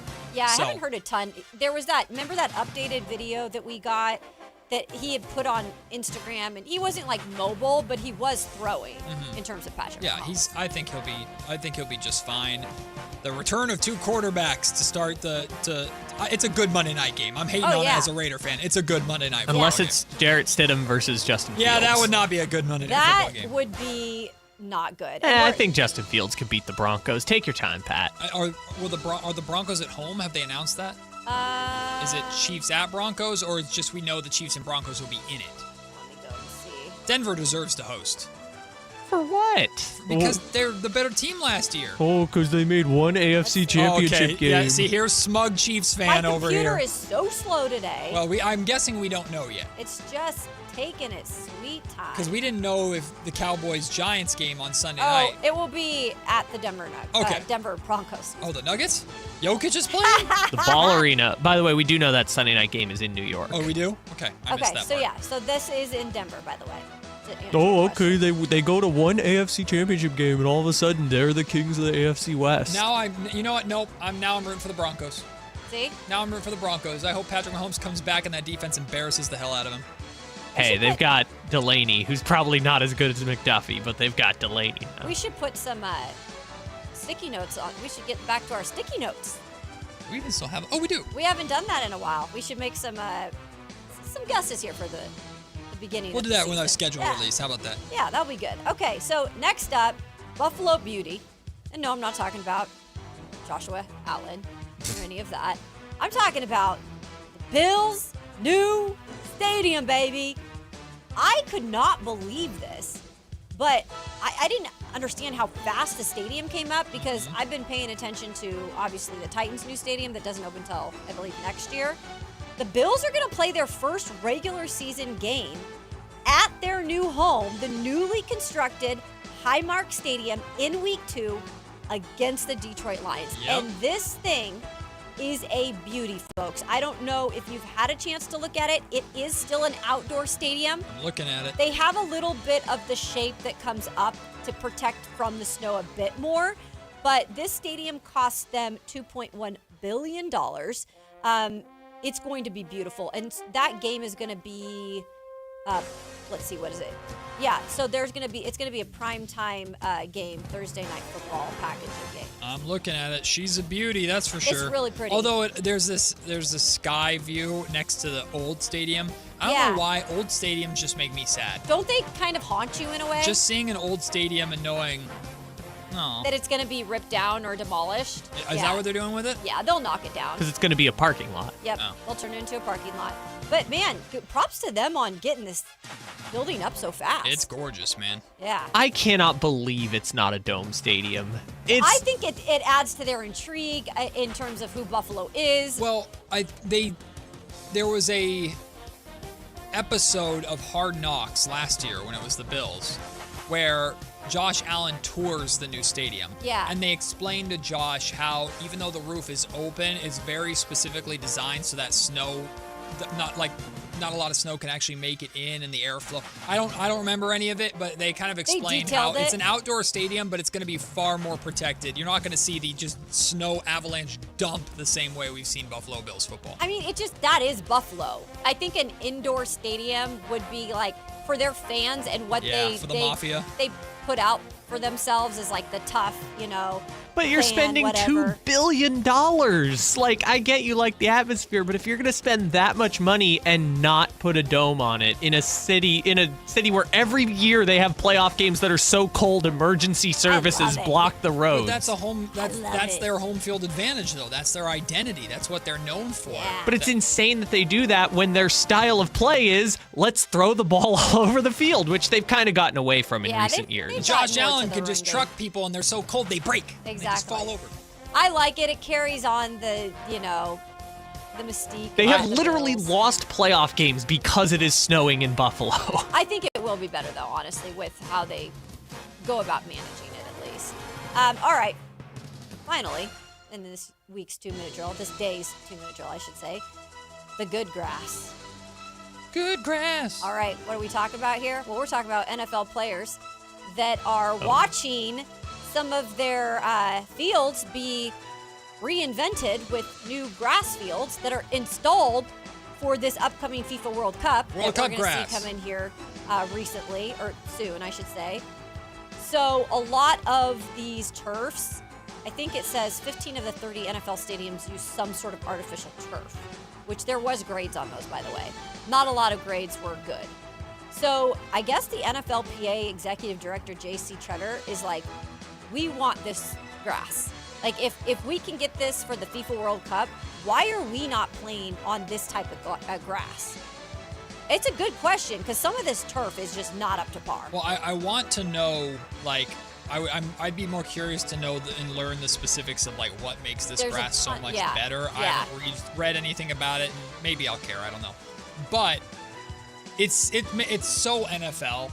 It's so NFL to not have the best playing surface possible. Like, it's so But NFL. you're like the highest grossing I know. sport in the That's what I'm United saying. States. Wait, what did we learn? What was one of your 2-minute drills not too long ago, a few months ago, in the short existence of the show when we were talking about there weren't enough staff for, like, some of the early games in the replay center or whatever the hell? Yep. Like, it's just so NFL to, like, we could, as our bajillion-dollar industry, we could have the best playing services available that our players like, but nah. Right. We're not going to do that. We're not It's going just to do so that. NFL. It's just like, come on, you guys. Like, if this is what your NFLPA feels would be the best, I would just say install it everywhere, man. Like, and actually, it would make it a lot more of an even playing field. I do understand it would be harder to.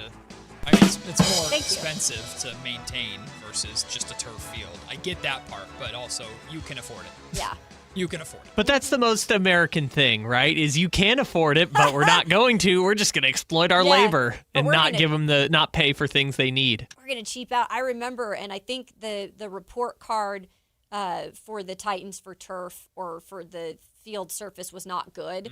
And I remember, because I've spent a lot of time on that surface, it's just like amazing how these guys play on this, every Sunday, and how it can not be the safest for them. All these players are soft. These $1 million players. Back in my day, the Raiders played preseason on a MLB and infield. They did indeed. Which is crazy. Back in my day, they had AstroTurf, which destroyed entire players' careers. Yep. Soft.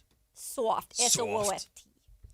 Let's try this again. The Athletic has identified a player that would be the ideal De'Aaron Fox replacement for the Sacramento Kings. Yes, they're still looking for that.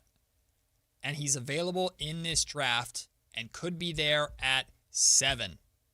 We'll explain who that is. Plus, we're getting more numbers and measurements and clips out of the draft combine. And it's freaking me out, man. It's making me sad and happy all at the same time. I'll explain why. The final hour of the Matt and Kayla Show begins next here on Sactown Sports. The Kings fell 2 spots during the lottery and will pick 7th in the NBA draft this summer. Without a top 4 pick, how will Scott Perry adjust his draft strategy? Head to SactownSports.com for a full breakdown on the updated NBA draft order. Your exclusive home for Kings basketball. Sactown Sports 1140. This is the story of the one. As a safety manager at a manufacturing plant, he does everything he can to keep his coworkers safe. From finding ways to reduce risks to keeping safety supplies in stock. And for that, he relies on Grainger, Grainger offers a broad range of quality products and next-day delivery, so he can always play it safe. Call 1-800-GRAINGER, click Grainger.com, or just stop by. Grainger, for the ones who get it done. At Planet Fitness, we know how important it is to take care of both your mind and body. That's why now through May 15th, all new members get free massage amenities all month long, so you can reset, recover, and leave feeling stronger than when you came in. Join the club for just $1 down, $15 a month, and get free massage amenities for the month of May. No commitment. Deal ends May 15th. Planet Fitness. We're all strong on this planet. See club for details. If your passion is bass fishing, only one radio show has the action, information, and excitement of your favorite outdoor sport. Ultimate Bass, hosted by Tournament Bass Pro and California Outdoor Hall of Famer Kent Brown, takes you live to where the fish are biting every Saturday morning. Only Ultimate Bass feeds your passion with the latest news, products, tips, and advice from the pros. Ultimate Bass with Kent Brown, Saturday mornings at 5 a.m. on Sactown Sports 1140, part of SEP's Saturday Morning Outdoors. Thunder, feel the thunder. It's the energy all around you. Lightning and the thunder. The thrill of the moments to come. The flash of lights. The rush of pure exhilaration. The roar of the crowd. See it, hear it, feel it. Thunder, feel the thunder. Lightning and the thunder. Thunder Valley Casino Resort. Feel the thunder. Is the volatility of the stock market driving you crazy? Is your retirement account sinking, yet you're getting older and you're starting to worry about, will I have enough for retirement? What about the money in the bank? These banks pay nothing these days. How do we get growth to get to retirement account? It's simple. Move into gold and silver. Want to know how to do it? Listen to my show, Striking Gold, with me, Kenny Michaels. Card collectors know there's nothing as special as a rare one-of-one card. And now you can hear a very rare one-of-a-kind sports card show right here on Sactown Sports. Whitey Gleason here inviting you to join me and Mr. True Sports Cards himself, Emran Pilati, for the True Sports Card Show every Saturday morning at 10 on Sactown Sports. It's the only sports card radio show in the nation. For all your hobby needs, get to True Sports Cards, 6661 Stanford Ranch Road in Rockland. And for hobby, insight, and fun, join us for the True Sports Card Show Saturday mornings at 10 on Sactown Sports. KHD HD1 Sacramento, KYMX HD3 Sacramento. From the Power Business Technology Toshiba Studios. This is Sactown Sports 1140.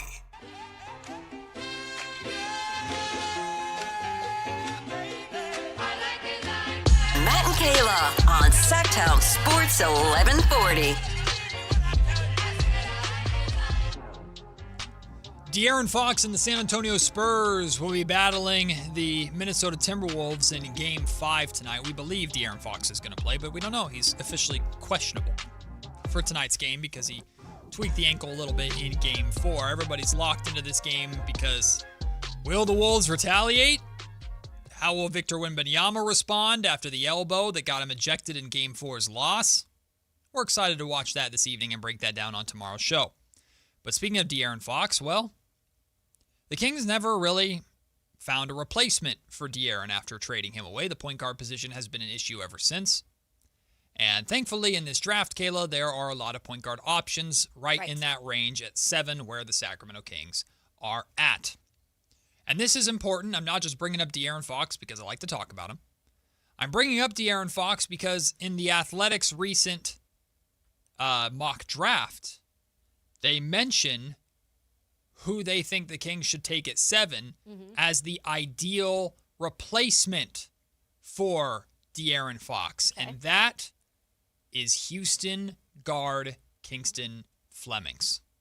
Jason Jones was a longtime Kings beat writer and reporter for the Sacramento Bee before taking a position with The Athletic. And he is the one that weighed in on this mock draft. Jason Jones was also on the afternoon show, The Drive Guys, with Whitey Gleason and Alan Stiles yesterday. A great conversation, which you should go and check out.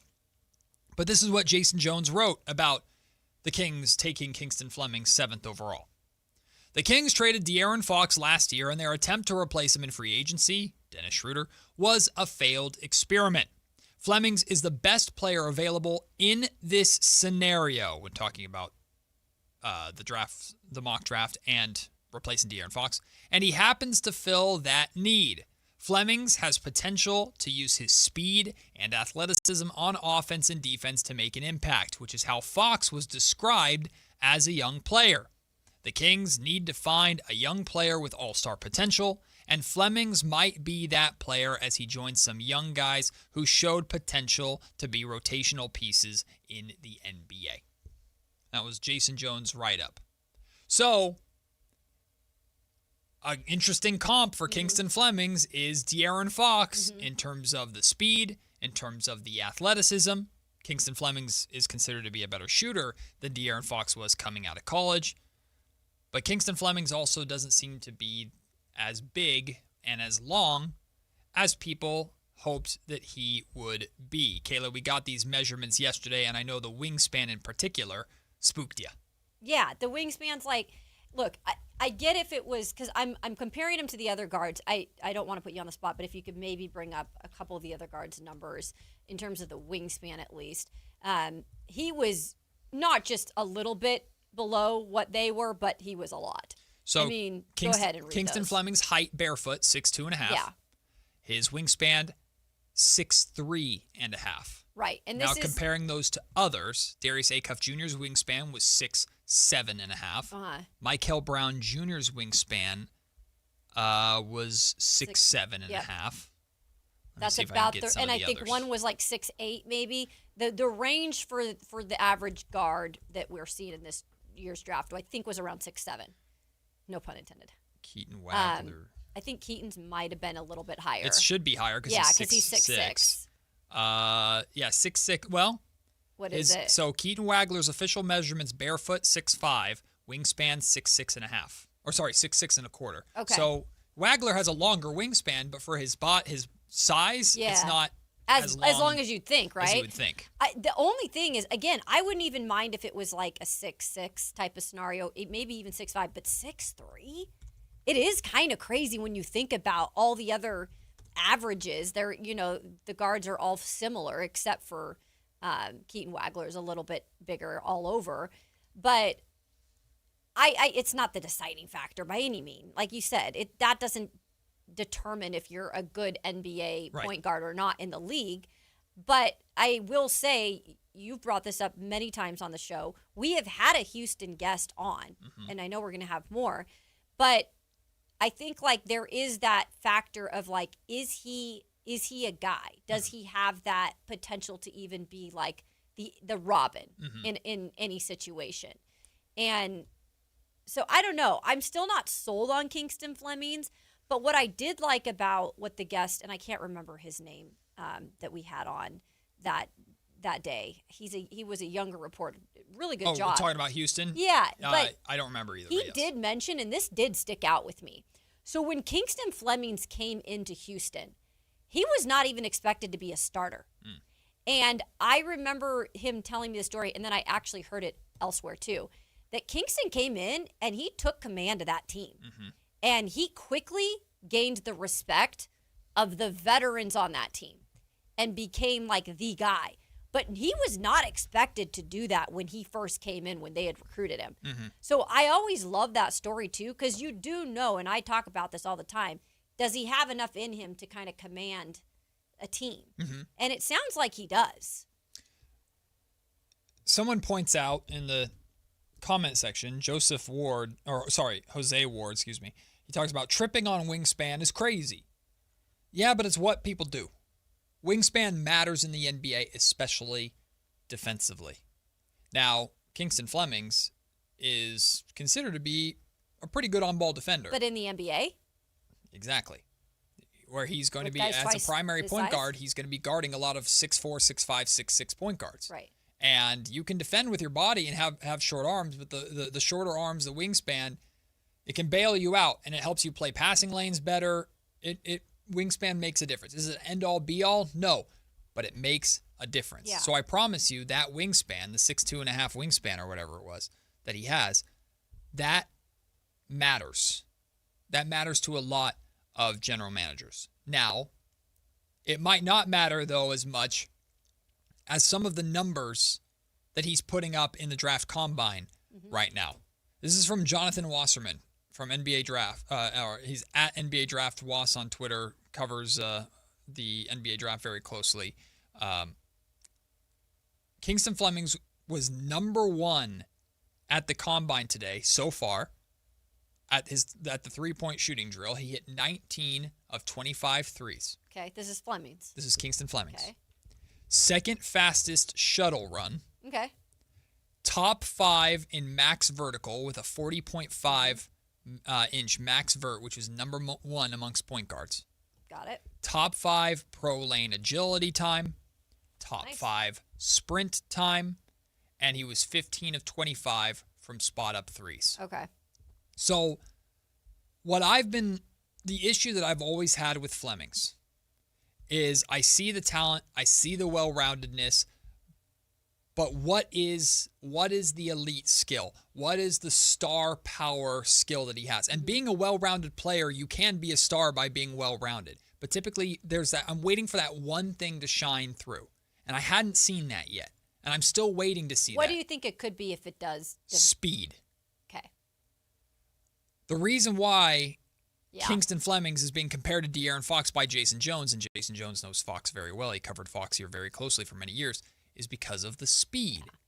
But I remember watching Fox at Kentucky and seeing the speed. Fox wasn't even the leading scorer on his team. It was Malik Monk. Malik Monk was the best scorer on that Kentucky team, but Fox was the best player. That's so crazy to think about, right? by the way. Yeah. But Fox's speed was like, wow. Mm-hmm. I've seen Kingston Flemings play and thought he's fast. I can't recall ever going, wow. Yeah. Yet. So maybe the speed will set him apart. The athleticism, the vertical will set him apart. Not saying I watched every second of him play at Houston, and I saw him play some really good games and look really good at times. I don't recall that moment the same way I vividly remember that with Fox when he was at Kentucky. So I get the comparison in terms of skill set, but when the Kings took De'Aaron Fox at 5, they clearly felt they had star potential because of that speed. You talked about it. Yes. Yeah, you talked about it. Exactly. We're not If I had necessarily seen that talking with about Flemings, Yeah. I wouldn't be saying I don't see the star potential. Right. I haven't seen it yet. It's like he's maybe quicker than some of these other guards that he's in the class with, but is that like compared to other, star guards in the league or whatever, or even compared to De'Aaron Fox, is that faster? No. Clearly, like you said, because we'd be talking about it. I'm not completely out on Kingston Flemings in terms of if Acuff is not there, which there is a good chance he's not, then I've got to decide who's my next point guard that I'm drafting. And right now, we're just kind of going down the line and going to talk about all these guys and go more in depth as we get guests on. I'm not completely out on any of them really yet, to tell you the truth. I think I have to reevaluate because Acuff is number 1 to me. But some of those numbers are really good too for Kingston Flemings that we're seeing come out of the combine.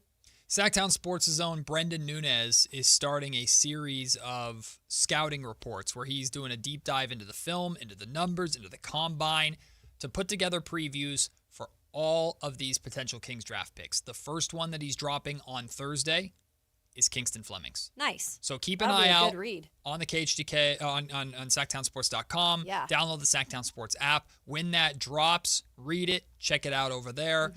We will, of course, talk about it here on the show. Maybe have Brendan on the show when he breaks that down. A lot of good breakdowns coming from Brendan, who is a basketball nut job, and he'll spend his entire life just staring at film until the wee hours of the morning. I've seen him do it. He's a freak.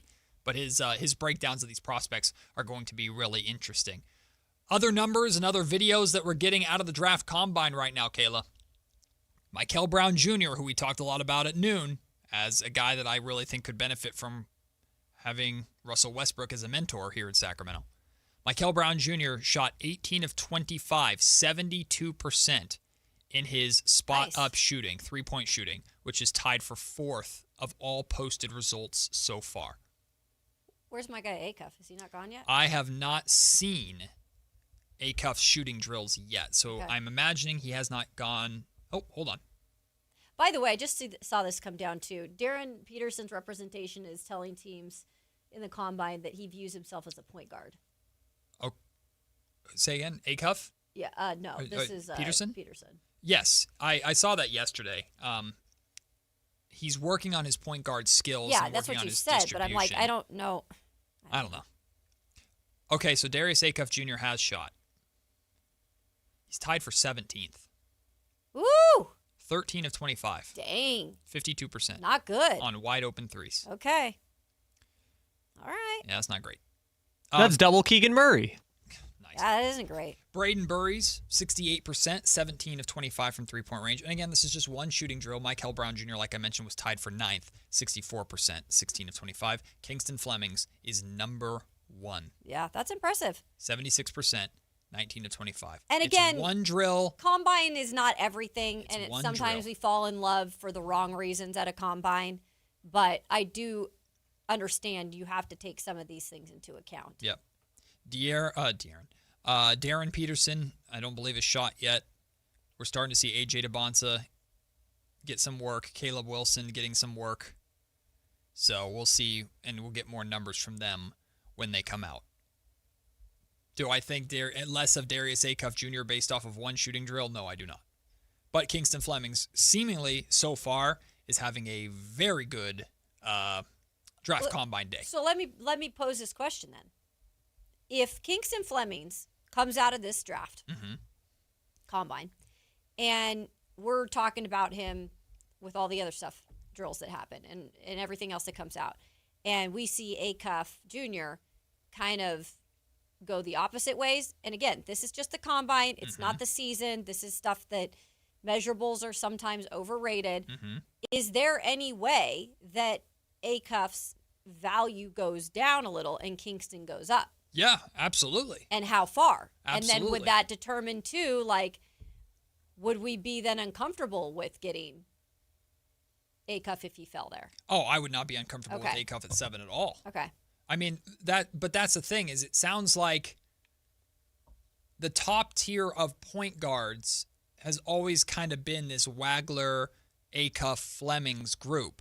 Right. Mikel Brown Jr. and Braden Burries might be trying to work their way into that conversation. I don't think anybody is falling out of that tier. The question is, who is at the top of that tier, or really, who impresses LA at 5 and who impresses the Nets at 6? Yes. Because the Nets could be there, and I imagine they have representatives there watching Kingston Flemings right now and going, oh. That's what's going to be interesting. So maybe the Kings could feel better about, well, if we want Acuff and Kingston Flemings had a good day, they want, and the Nets are not going to make a decision based solely off of one day of the draft combine, of course. But you get my point. Like, things can change quickly when these players are so close. Let's say that they were kind of interested in him. Like, we don't know what these teams are thinking. We don't know what they've had their eyes on as they've been looking at these potential, guys during the season. But it could be something that sways them more one way than the other. Like, I completely agree with that. Because I feel like we're seeing these guards not even out completely, but they are evening out a little bit. And by the way, interviews can do a lot too for the whole overall picture. I apologize. I'm sifting through all of these combine videos and stats to see if we have any updated numbers. How about this?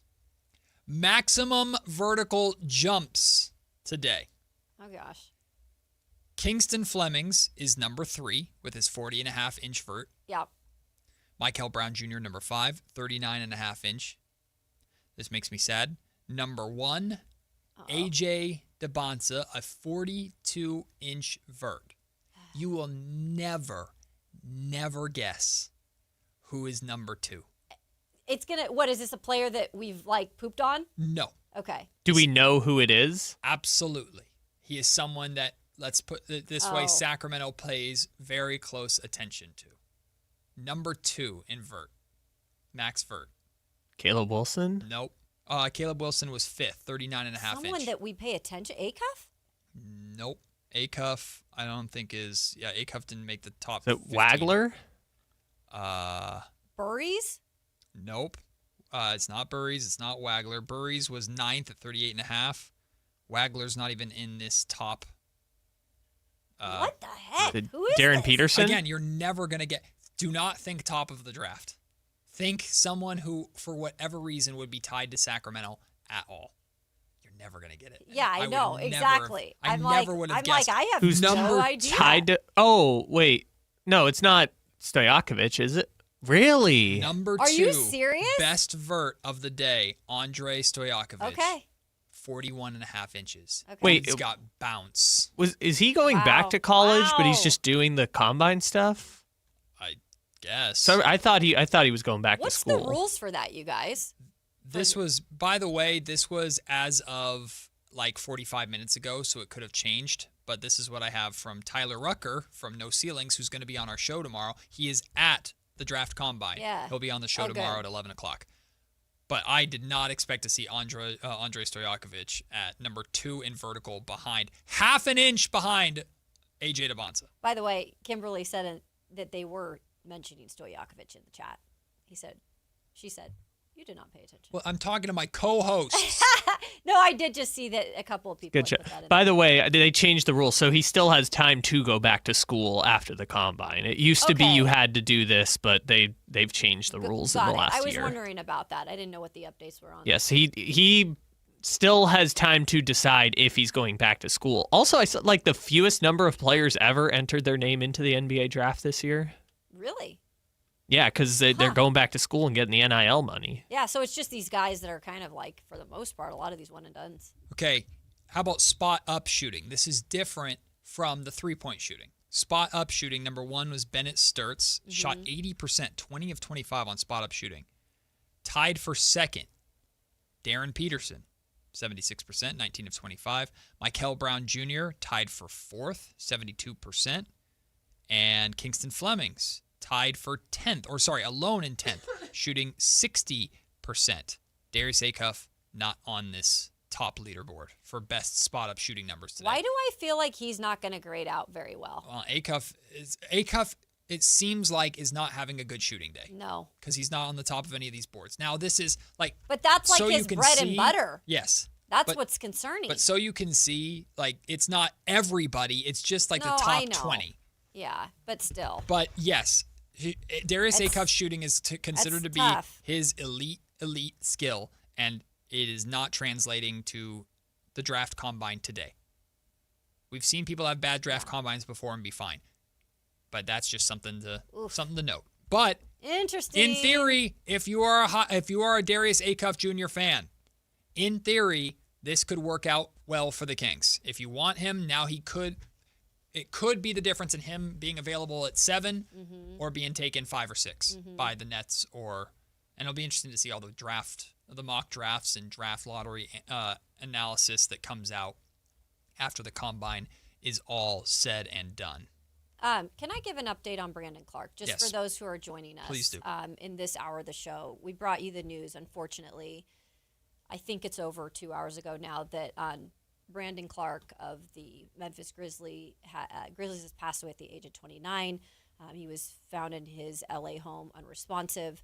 I'm not going to go into anything right now in terms of details. You can go search for that yourself. However, it's just an incredible loss for the league in terms of Brandon Clark as a player, and I know he was very, very, very well respected. I know that NBA Live, did a whole thing on him, and they talked about him as a person, not just a player. And I know Jalen Wells from right here in the Sacramento area just put out something on his Instagram.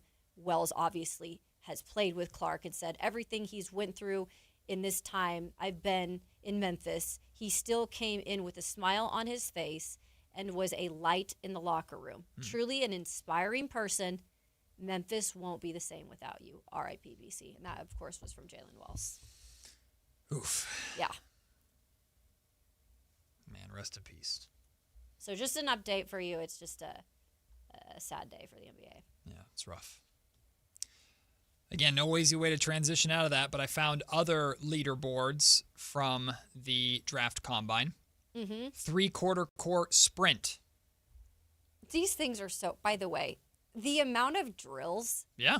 and just like the preciseness that we go through with everything. It's so funny with these combines. Tied for second in the 3/4 court sprint, Kingston Flemings with a time of 3.07 seconds. Number one for the day on 3/4 court sprints, Darius Acuff Jr.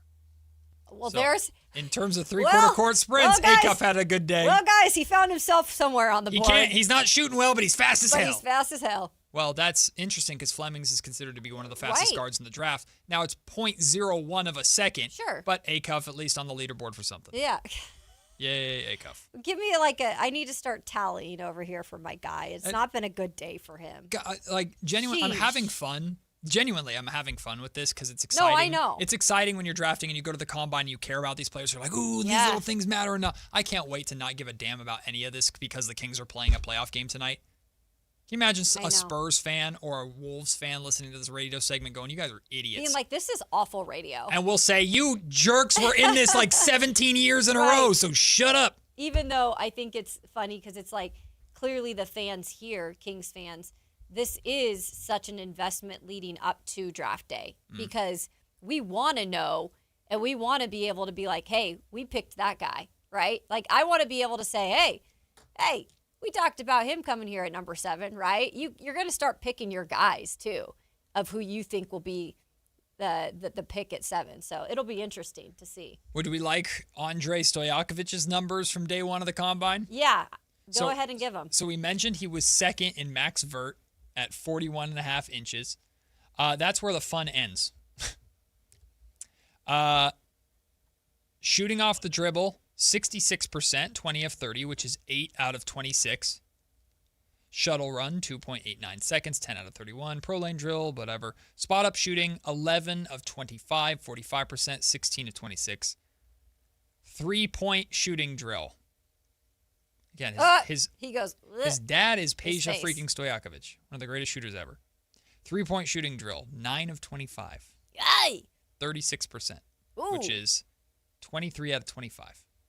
In his defense, he was a 24% three-point shooter last year at Illinois. That's not a good defense. How funny, though, that Peja Stojakovic's kid can't shoot. But he can bounce, baby. He can jump out the gym. Wow. It's such a funny paradox. How old is Stojakovic, by the way? Which one? The younger one? Yeah. I think he's 20. This was his third year in college, so he's either 21 or 22. Really? Okay. I think he's 21 And now. we said we thought he's going back, right? I already thought he was going back. I didn't Well, I even think realize he was in the combine. He's projected to be a second-round pick, right? Yeah, he's 21. Yeah. Okay. I remember covering Yeah, Andre in college or high school. I think he would be Illinois' best player, second best player next year. Mm-hmm. I mean, he could be like an All-American potentially if he goes back next year. I don't know if that helps his draft stock come next year, but he would be probably one of the better college basketball players next year. Yep, Kingston Flemings ended up number 1 in 3-point shooting today. Kingston Flemings had a phenomenal He really draft did. combine day. I'm telling you, we might start hearing about his stock rising a little bit. Moving on up. Moving on up. Yeah, I'm trying to see if there's any more numbers to come out of today, but that's pretty much the most important ones. So, again, Jason Jones of The Athletic thinks that Kingston Flemings is an ideal De'Aaron Fox replacement for the Sacramento Kings and could be there at 7, but based off of how his combine is going today, maybe he won't be. I don't know. I said, and I wear, I'm still waiting to see the star potential that he has, but look at those combine numbers. Well, okay, wait. I got another one for you. If they draft Kingston Flemings, no, don't make me do you anything. wear your overalls. No. Because I'm going to root for the kid. I don't want to root against him. Kayla, we've lost the overall battle. No, it's over. I wanted Stop trying this to get me be in a overalls. thing, guys. No. Look, we tried, Kayla. I don't think we're going to be able to win the overall game. No, listen. Dang it. I want to make something perfectly clear. You never went and did the hot yoga. Whose fault is that? It's not me. It's not. I tried to make it work. And it's not mine either. It's an unnamed hot yoga company. It's a certain company that. Anyway. Well, then we got busy after the Yeah. initial situation. Life happened. We were also supposed to go to a Sharks game, you know? We were supposed to do that too. Oh, and then there's our We have the birthday the A's game on that coming up. Monday. Life, man. We really are a marching band to nowhere. We are. Listen. We We are. I have a kid. I have an It's like excuse. me faking the flute in 8th grade. I mean, everyone tried to do that. Oh, I couldn't. No, me and you didn't, Matt, but everyone listening did. No, I tried. I just couldn't I get was anything not past good my at mom. that. And faking, like being sick at home, my mom was like, "Oh, if you're sick, then you can't leave your bed and no TV." Oh, yeah, of and- course. Which is like hell. Yeah. No. Like what the mental. What am I the, gonna do? what Read the a book point all of day? being I'll just go home? to school. Yeah. Stupid. If the Kings draft Kingston Fleming, I'm gonna be very excited about Kingston Fleming. I'm not gonna hate it. But I'm still waiting to see the star potential. Yeah. I'm still waiting. Yeah. And then maybe he'll come here and he'll be like, "Hey, Matt, by the way, I heard you so many times on the radio saying you're still waiting to hear the star potential, bro." He says, "Here "Listen." we go. Here we go." And Russell Westbrook is his mentor. I'm cooked. Let me tell you something about this Matt George guy, Kingston. Cooked. I'm cooked. At least AJ didn't come here, so they can't turn him against me. But you still have your future I'm here Disneyland for trip with you. Dylan Cardwell. Yeah. If he scores 20, he said. Well, he signed a jersey for freaking Whitey. Jerk. He signed like 3, by the way. Yes, he signed multiple jerseys for Whitey.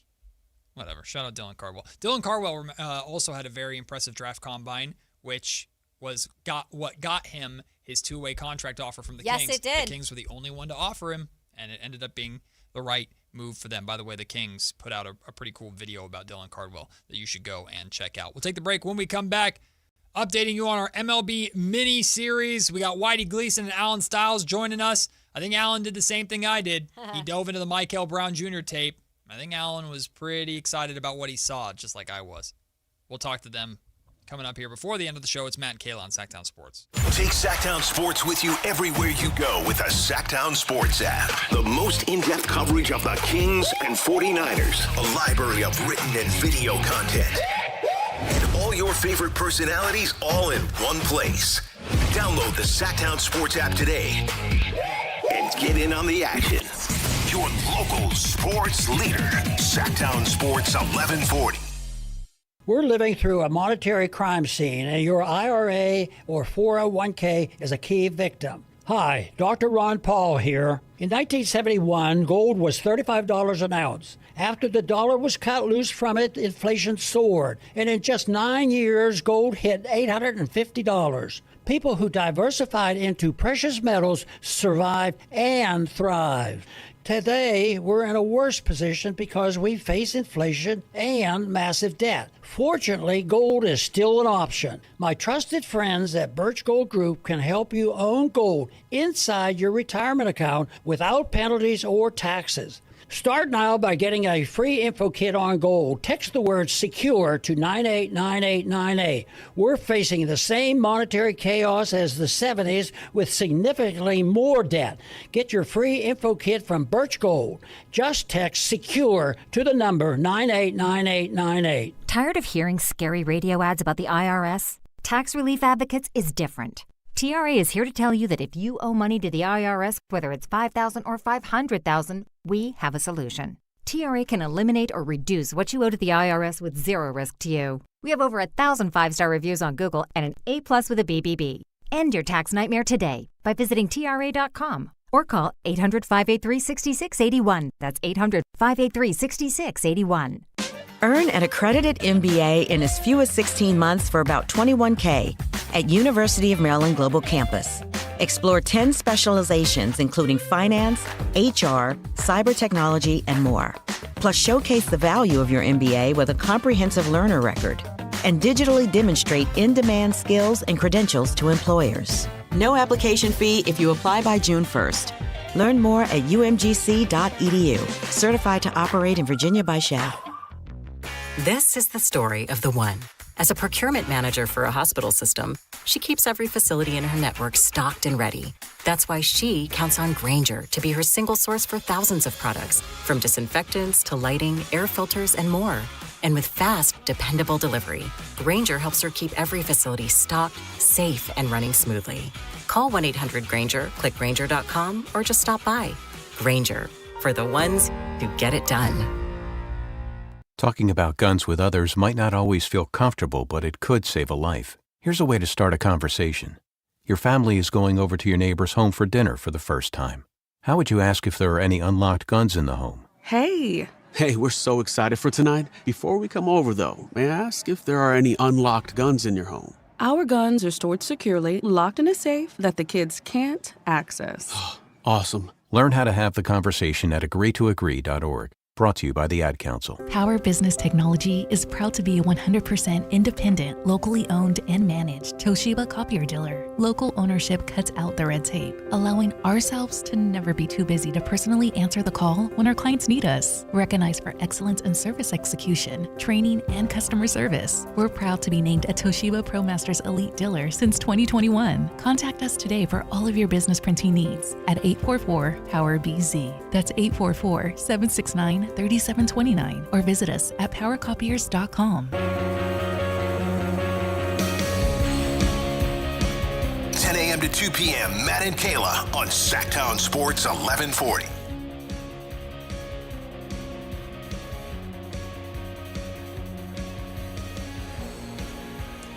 I like the way our text line thinks.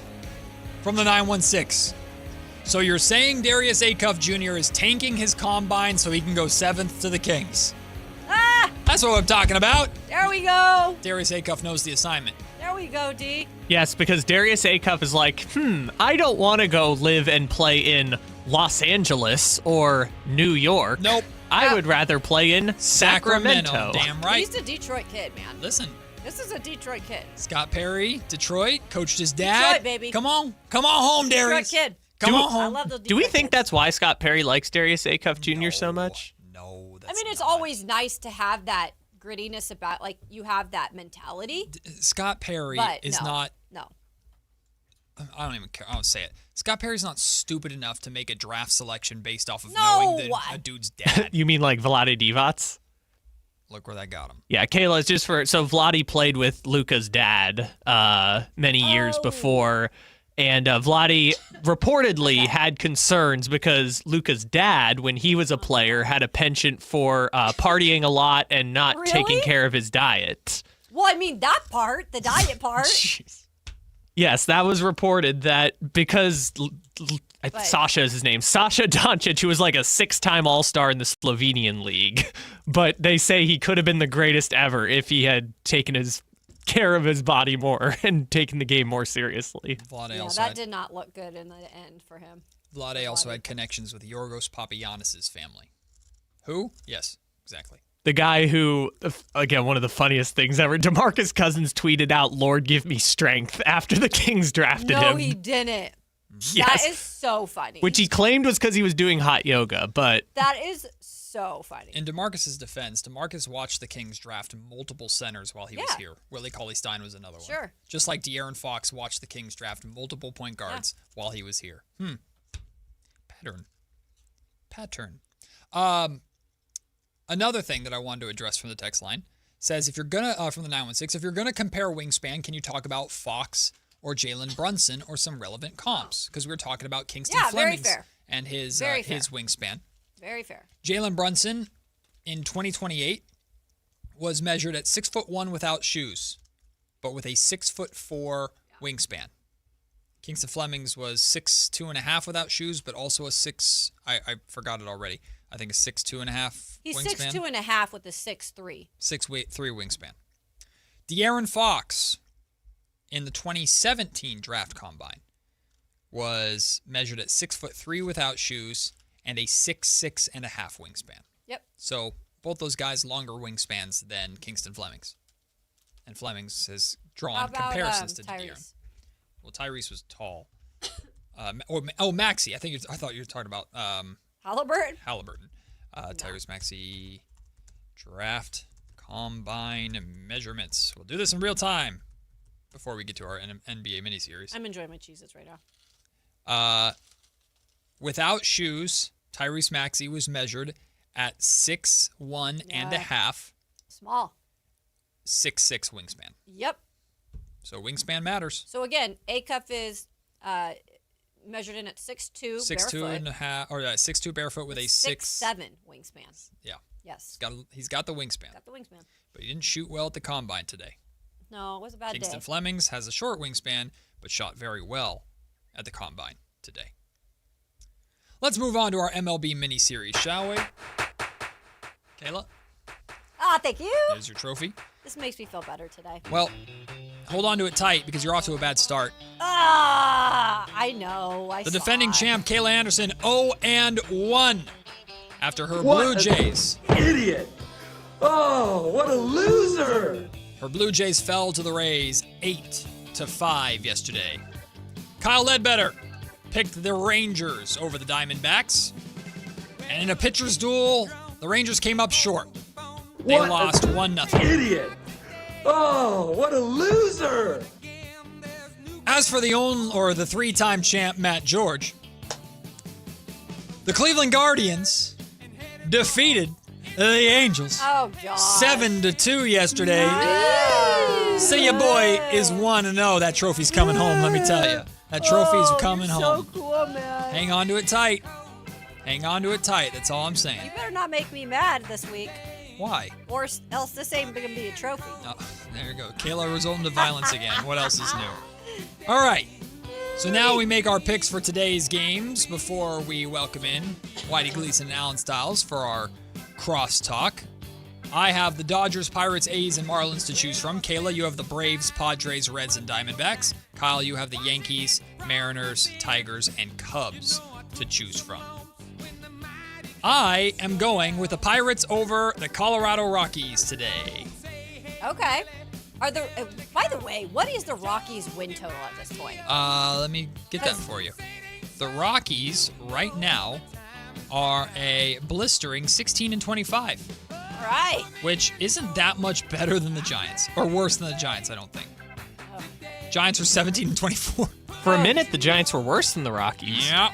They beat the Dodgers last night, didn't they? They crushed them. They did. Rafael Devers on a bit of a heater. Dude, the Giants have the Dodgers number this year. Seems like it. Means first place San Diego Padres.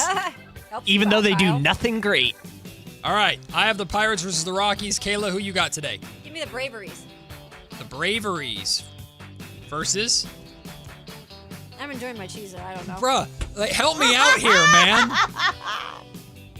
Fine, I'll do it myself. Cubs. The Braves versus play the Cubs. I Jeez. thought that you had the schedule up, bro. Just you're looking at it. Just tell me. I was looking at the YouTube chat. Well, someone has to. Kyle. I am going to take our beautiful one-hit wonder, who's really a zero-hit wonder. God, Kyle. Because he hasn't gotten a hit in over 2 weeks. I'm going to take the Seattle Mariners, Cal Raleigh, the big dumper. I'm going to take him over the Houston Astros. Brian Woo's on the mound tonight. He's really good. Yeah. Kyle, I would say thank you for telling me the team that they're playing, but in all the time that you took there, I just looked it up. when he was making fun of Cal Raleigh, I just looked it up Cal myself. Raleigh is going to hit a home run tonight. Even though he hasn't hit one of those in over 3 weeks. I think this is what's going to happen. I'm speaking it into existence. I don't want to wait for this long, but heck, it's only 2 more weeks. I think when we go to the game on Monday, when the Mariners take on the A's, my guy Cal Raleigh is going to feel my spirit. It's going to feel the motivation of Kayla just telling him you can break through today. That's nice, but is he going to get a hit in the 2 weeks before that? Well, as long as I can take credit for it. Well, at Sutter Health Park, there's a very good chance he'll hit a home run. Because I'm pretty sure a child I'm can talking hit multi-home run game here, okay? Relax. Okay. All right, calm down. Yeah, let's start with a single before we get there. If this happens, you can blame Kyle for it, because I said karma comes back around. I didn't understand a word of what she just why said. are you just... What is it? Kind of said it come back around. We're still on the air, and you're just shoving your face with food. It's the most hungry. It's the most Carmichael Dave thing possible. I'm so hungry, and I swear, Kayla is Carmichael Dave.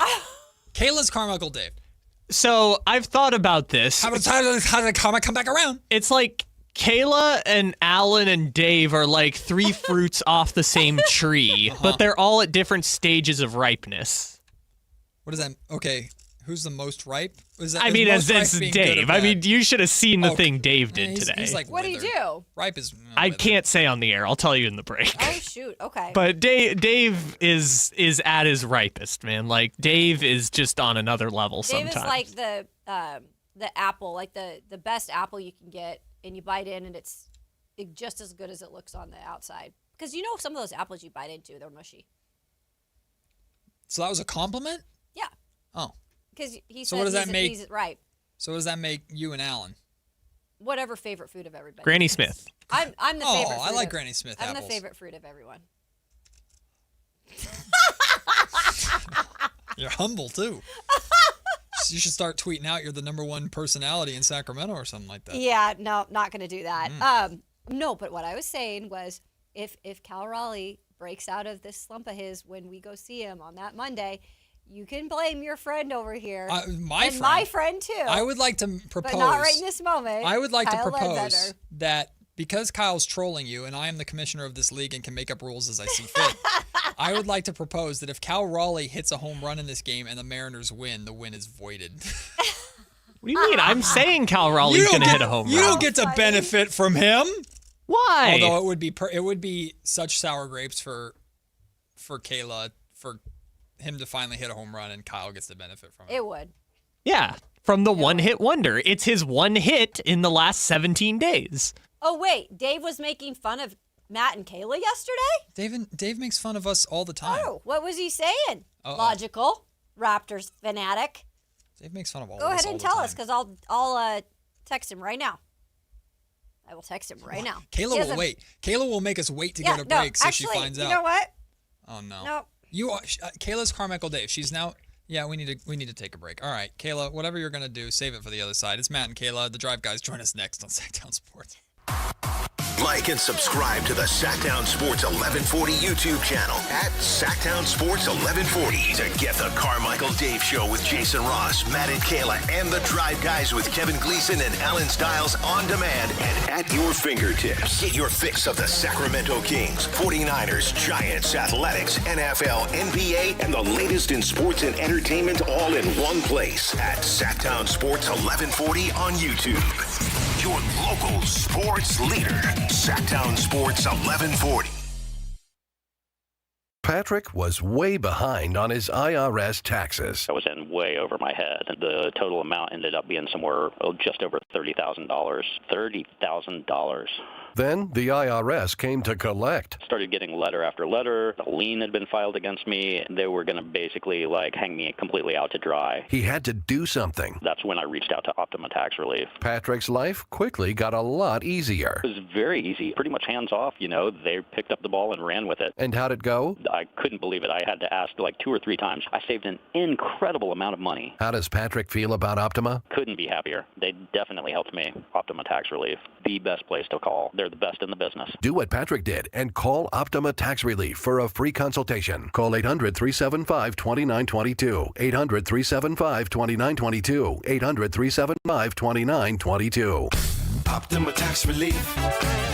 Testimonial from an actual client. Some restrictions apply. For complete details, please visit OptimaTaxRelief.com. If you're serious about getting better at golf, start with the fit. At Hagen Oaks, everything begins with Total Game Fitting. The TrackMan Player Performance Studio analyzes your swing to match you with the right clubs. Ping's Ballnamic Fitting helps you find the golf ball for your game. The Hagen Oaks Putter Fitting Studio helps you roll it true. And with FootJoy's 3D foot scanner, you'll walk the course in shoes that actually fit. From driver to putter and even what's on your feet, Hagen Oaks fits every part of your game. Total Game Fitting, only at the Hagen Oaks Golf Super Shop, Fulton Avenue at Business 80. This is Sactown Sports 1140. Hey, it's Carmichael Dave. What's up? It's Matt George. What's good? It's Alan Stiles. With the most trusted voices in the community. This is Jason Ross. Hey, it's Kayla Anderson. It's Whitey Gleason. Ready to help promote your business, both as partners and customers. All you have to do is ask. Pick up the phone, dial pound 250 and say, grow my business to get connected with a team member today. That's pound 250 and say, grow my business. Our team will review your product, quickly pair you with a perfect endorser, and create video and audio samples all at no cost or obligation to you. With the most live and local on-air lineup, a dynamic content-driven website, and a state-of-the-art mobile app, Sactown Sports 1140 is tailor-made to help you connect with a sports audience in Sacramento. So why wait? Dial pound 250 today. Say, grow my business, and let us help take you to the next level. Snapshot from Progressive wasn't created for just anybody. Oh no, we made it for you. Smooth accelerators. When that light turns green, you're off. Like a warm knife through firm butter. Going from 0 to the speed limit in an appropriate amount of time. Sure, your car has horsepower, but your horses prance around as silky smooth as your right foot. Fancy Prancerton. With Snapshot, safe drivers like you get personalized rates based on your driving habits. Sign up today at Progressive.com. Progressive Casualty Insurance Company and Affiliates. Snapshot not available in California or from all agents. This is the story of the one. As a maintenance tech at a university, he knows ordering from multiple suppliers takes time away from keeping their arena up and running. That's why he counts on Grainger to get everything he needs, from lighting and HVAC parts to plumbing supplies, all in one place. And with fast, dependable delivery, he's stocked and ready for the next tip-off. Call 1-800-GRAINGER, click Grainger.com, or just stop by. Grainger, for the ones who get it done. When life calls for a little extra, a kitchen upgrade, paying off debt, or that dream vacation, Valley Strong Credit Union is here to help. With a Valley Strong home equity loan, you can tap into your home's value with competitive rates, flexible terms, and local guidance you can trust. Get approved in as little as 5 minutes, with funding in as few as 5 days. Your goals are within reach. Visit valleystrong.com to get your offer today. Valley Strong Credit Union. Grow your possibilities. Equal housing lender, NMLS number 456506.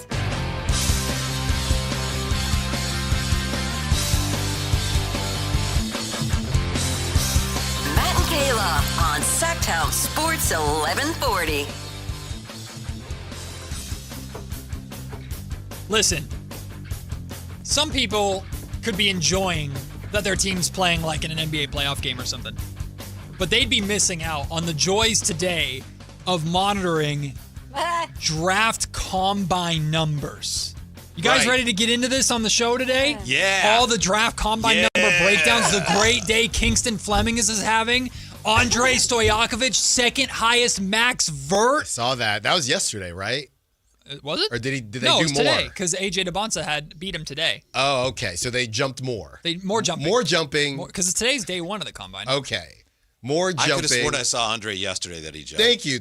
Yeah, somebody jumped yesterday. I just had the leaderboard. That's all I'm just the messenger. Right. Is this on TV? Every miserable piece of pseudo sports is on TV somewhere. It better be. Combine on TV anywhere? Yeah. It better be on NBA TV, TV, I would guess. Yeah. Yeah, it's on TV today. But this monitor doesn't work anymore. We just shut it off because it was too. NBA TV is currently airing a replay of last night's Thunder Laker game. Okay, never mind. Well, no, they were showing the combine. Right, earlier. it's over A now. lot of combine stuff is So they wrapped were up. playing it on. Darius Acuff Jr. had a stinky day he shooting did. wise. Number The one. Bansa too, but I mean, he's not supposed to be a knockdown guy. But is Acuff having a bad shooting day good for the Kings? That's what we talked about. Text line says he's tanking, so he falls to 7. What was Acuff? Uh-huh. What was Acuff? Was he 8 for 23? No, that was De'Aaron Fox. Sorry, I'm sorry. Whoa! That wasn't even me. That wasn't even. I wasn't. I even got him mixed up. Wow! I got him mixed up. Big day today. Big day today, and we're what? The game is going to be pretty much halftime by the time we're done. That's so right. So we'll know. We'll see how it's going. How many fights will we see? Yeah. De'Aaron's questionable tonight. I actually didn't know he was hurt until I heard you talking about it yesterday. Yeah, he tweaked his ankle. He tweaked his ankle in Game 4, but he returned. So I think he'll play. He'll play. And if he doesn't, Allen's going to light him up tomorrow. No. Injuries, no. I don't do that. That's right. I'm not Ric Flair with Luka. When the going gets tough, De'Aaron gets Fox sits it out. Allen style. I would never say anything like that.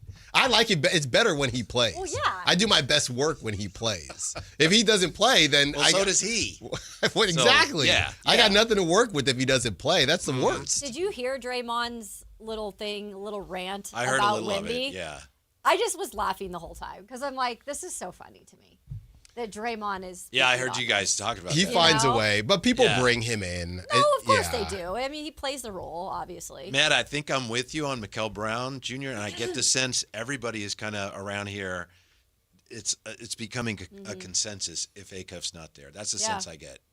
Doesn't it feel like that? I think the back issues are a little bit worrisome. Kayla talked about that a little bit earlier, too. It does feel like he's rising. I think some people are coming around a little bit more on Kingston Fleming's, and his combine today certainly helps with that. Your conversation with Jason Jones yesterday helps with that, too. Because he mocked Fleming's as a De'Aaron Fox replacement to the Kings at 7, and there have been some comparisons in terms of the speed.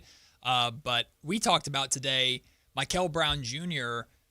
If there's a pitch to what type of point guard do you want Russell Westbrook to mentor, I feel like Mikel Brown Jr. is. I know you're not going to like the idea. I did not think 2 times now in this crosstalk. I have not seen. Didn't see it coming. Normally, I have an idea. Yeah. Whitey and now you, Matt. Well, thanks for listening to the show. No, it's not about that. I just haven't heard the words Russell Westbrook in a while. Well, we've spoke about that before. We've talked about bringing Russell Westbrook back potentially as a mentor for the point guard that the Kings are likely to draft. Yes. And I was watching Mikel Brown Jr. tape last night because I said I need to watch a little more Braden Burries too because I'm not as. He's next on my list. But I was watching Mikel Brown Jr. and kind of reading about him, and I was like, oh, he's really good in the pick and roll. Okay, Russ could help with that. Oh, he's really good. Like, I just started thinking, if the Kings are going to want to bring Russell Westbrook back in a mentorship role, Mikel Brown Jr. could be a good protege. Yeah, I mean, I don't see any reason not to. Feels like it's a foregone conclusion anyway. Of all the things I would want Russ to teach my young players, actually playing point guard is not very high on the list, if I'm being honest. All the professionalism, playing hard, yes. How to actually play point guard, yeah. Russ is good as a pick and roll ball handler, though. Sure. He's just not, he's a little more Russ, it was Whitey. It wasn't me. It was Whitey. Don't yell at me. Is it almost like we had Hunter Pence on, right? And somebody like Hunter Pence, I know when you break down a swing, a lot of times it is actually similar, but how you get there could look different. But it would be as if, hey, that works for Hunter. I don't know that I want Hunter teaching kids, hey, everybody hit like this because only Hunter Pence is Hunter Pence. 100%. And I think just in general, and you guys don't, again, don't have to agree with it. I do kind of feel like having Russ around a young point guard. I truly feel like he's a good teacher and a good habit person to have around. They seem to respond last year to it. So I guess for that reason, he'd be good, I think, with any of the point guards, honestly. And the thing, I heard you talking about Acuff and his defense, and it's fascinating. I don't know, this cuts both ways. Is it good or is it bad? You look at the video of him, and it's not so much that people are blowing by him. It's like he's not even trying to play defense. Right. So does that mean, he could if he applied himself, or does it mean good luck trying to convince him to care about that? I think that's a fair question. The question I asked Kayla and Kyle today is, do we trust the Kings, and because he's going to still be here, do we trust Doug Christie to be the right coach to get – I'm not expecting the Kings to turn Darius Acuff Jr. into a good defender, but can you turn him into an average net neutral defender so that offensively his game will speak for itself? Or you don't have to worry about – because I think it's a fair question to ask right now. If Darius Acuff Jr. is missing threes, what are you getting? But, I think the problem with that big picture is a guy like that is probably – even if he ends up being a superstar, he's going to have to be on a team that can cover for him. Right. And this team ain't that now. Right now, yeah. This is the Brunson thing, right? It's all, which is funny because Mike Brown is now coaching the Knicks, but it's the Jalen Brunson thing. Now, I have no clue if Darius Acuff Jr. will be as good as Brunson offensively, but that's the approach defensively. Surround him with a bunch of 3-and-D guys. And, I know there are a lot of different mocks, but Tankathon had – they had them taking essentially 2 point guards, and the last pick, that second rounder, was like a 6'2" guard. I'm thinking, there's no way. If you go with Acuff, it's welcome to 3-and-D nation. It's just the rest of the guys are a bunch of 6, 7, and up. 3-and-D dudes that are going to be able to protect them. And then we have to have the conversation about your center, even if that's not Domantas Sabonis, if it's Maxime Reynel. So it's a good point. The good thing is you have a model, but the unknowns are right in front of you. We don't know if Acuff is going to be Brunson. We didn't know Brunson was going to be Brunson. He wasn't supposed to be Brunson. And that's what's unfortunate about the Kings falling to 7 is in that top of the draft. Like, I'm not saying you don't need to surround A.J. DeBonsa with the right players or Darren Peterson, but their skill is so level in theory, or so high, their skill level is so high, it's like, okay, I can have success with this guy no matter what. Right. Versus now at 7, you have to start thinking about the guy that I feel most confident I can put the right pieces around. And that's where it gets a little more tricky. What do you guys got coming up on the show today? Coming up on the show today, I'm glad you asked. because it gives me time to try to remember. Who's Think on the about show it. today? Yeah. Oh, from No Ceilings. That's right. Yeah. Which one? We have Matt, which Scout. one? Because we got one tomorrow. we have Stephen Gillespie. Steven. Nice. We got That's- Tyler tomorrow. Yeah, Stephen, that's at 5 though. So hang with us. We got a bunch to get through. Giants beating down the Smurfs out there in LA. So Giants you with love some to see interesting that. celebrations post game. Yeah. Oh my gosh. Alan Yeah, wanted to I break saw down the for us. bumping. Just like the Russell yeah. Westbrook convo, I'm gonna sit this one out too. Alan says That's- they got that from his Temple Owls. No, They used to do Yeah, that. there was a little. They definitely did not. Little huddle. Kayla, look at this. Look at that. Yes, you're wearing Leonardo That's right. from the Ninja Turtles. That's Ninja- right. I can't talk What, today. Get me off the socks? show. That's right. All right. Teenage Leonardo- Mutant hold Ninja on. Turtle. Look at these socks. socks. Look at Those them. are awesome. Heroes in a half Shell shell. Turtle Power. That's right.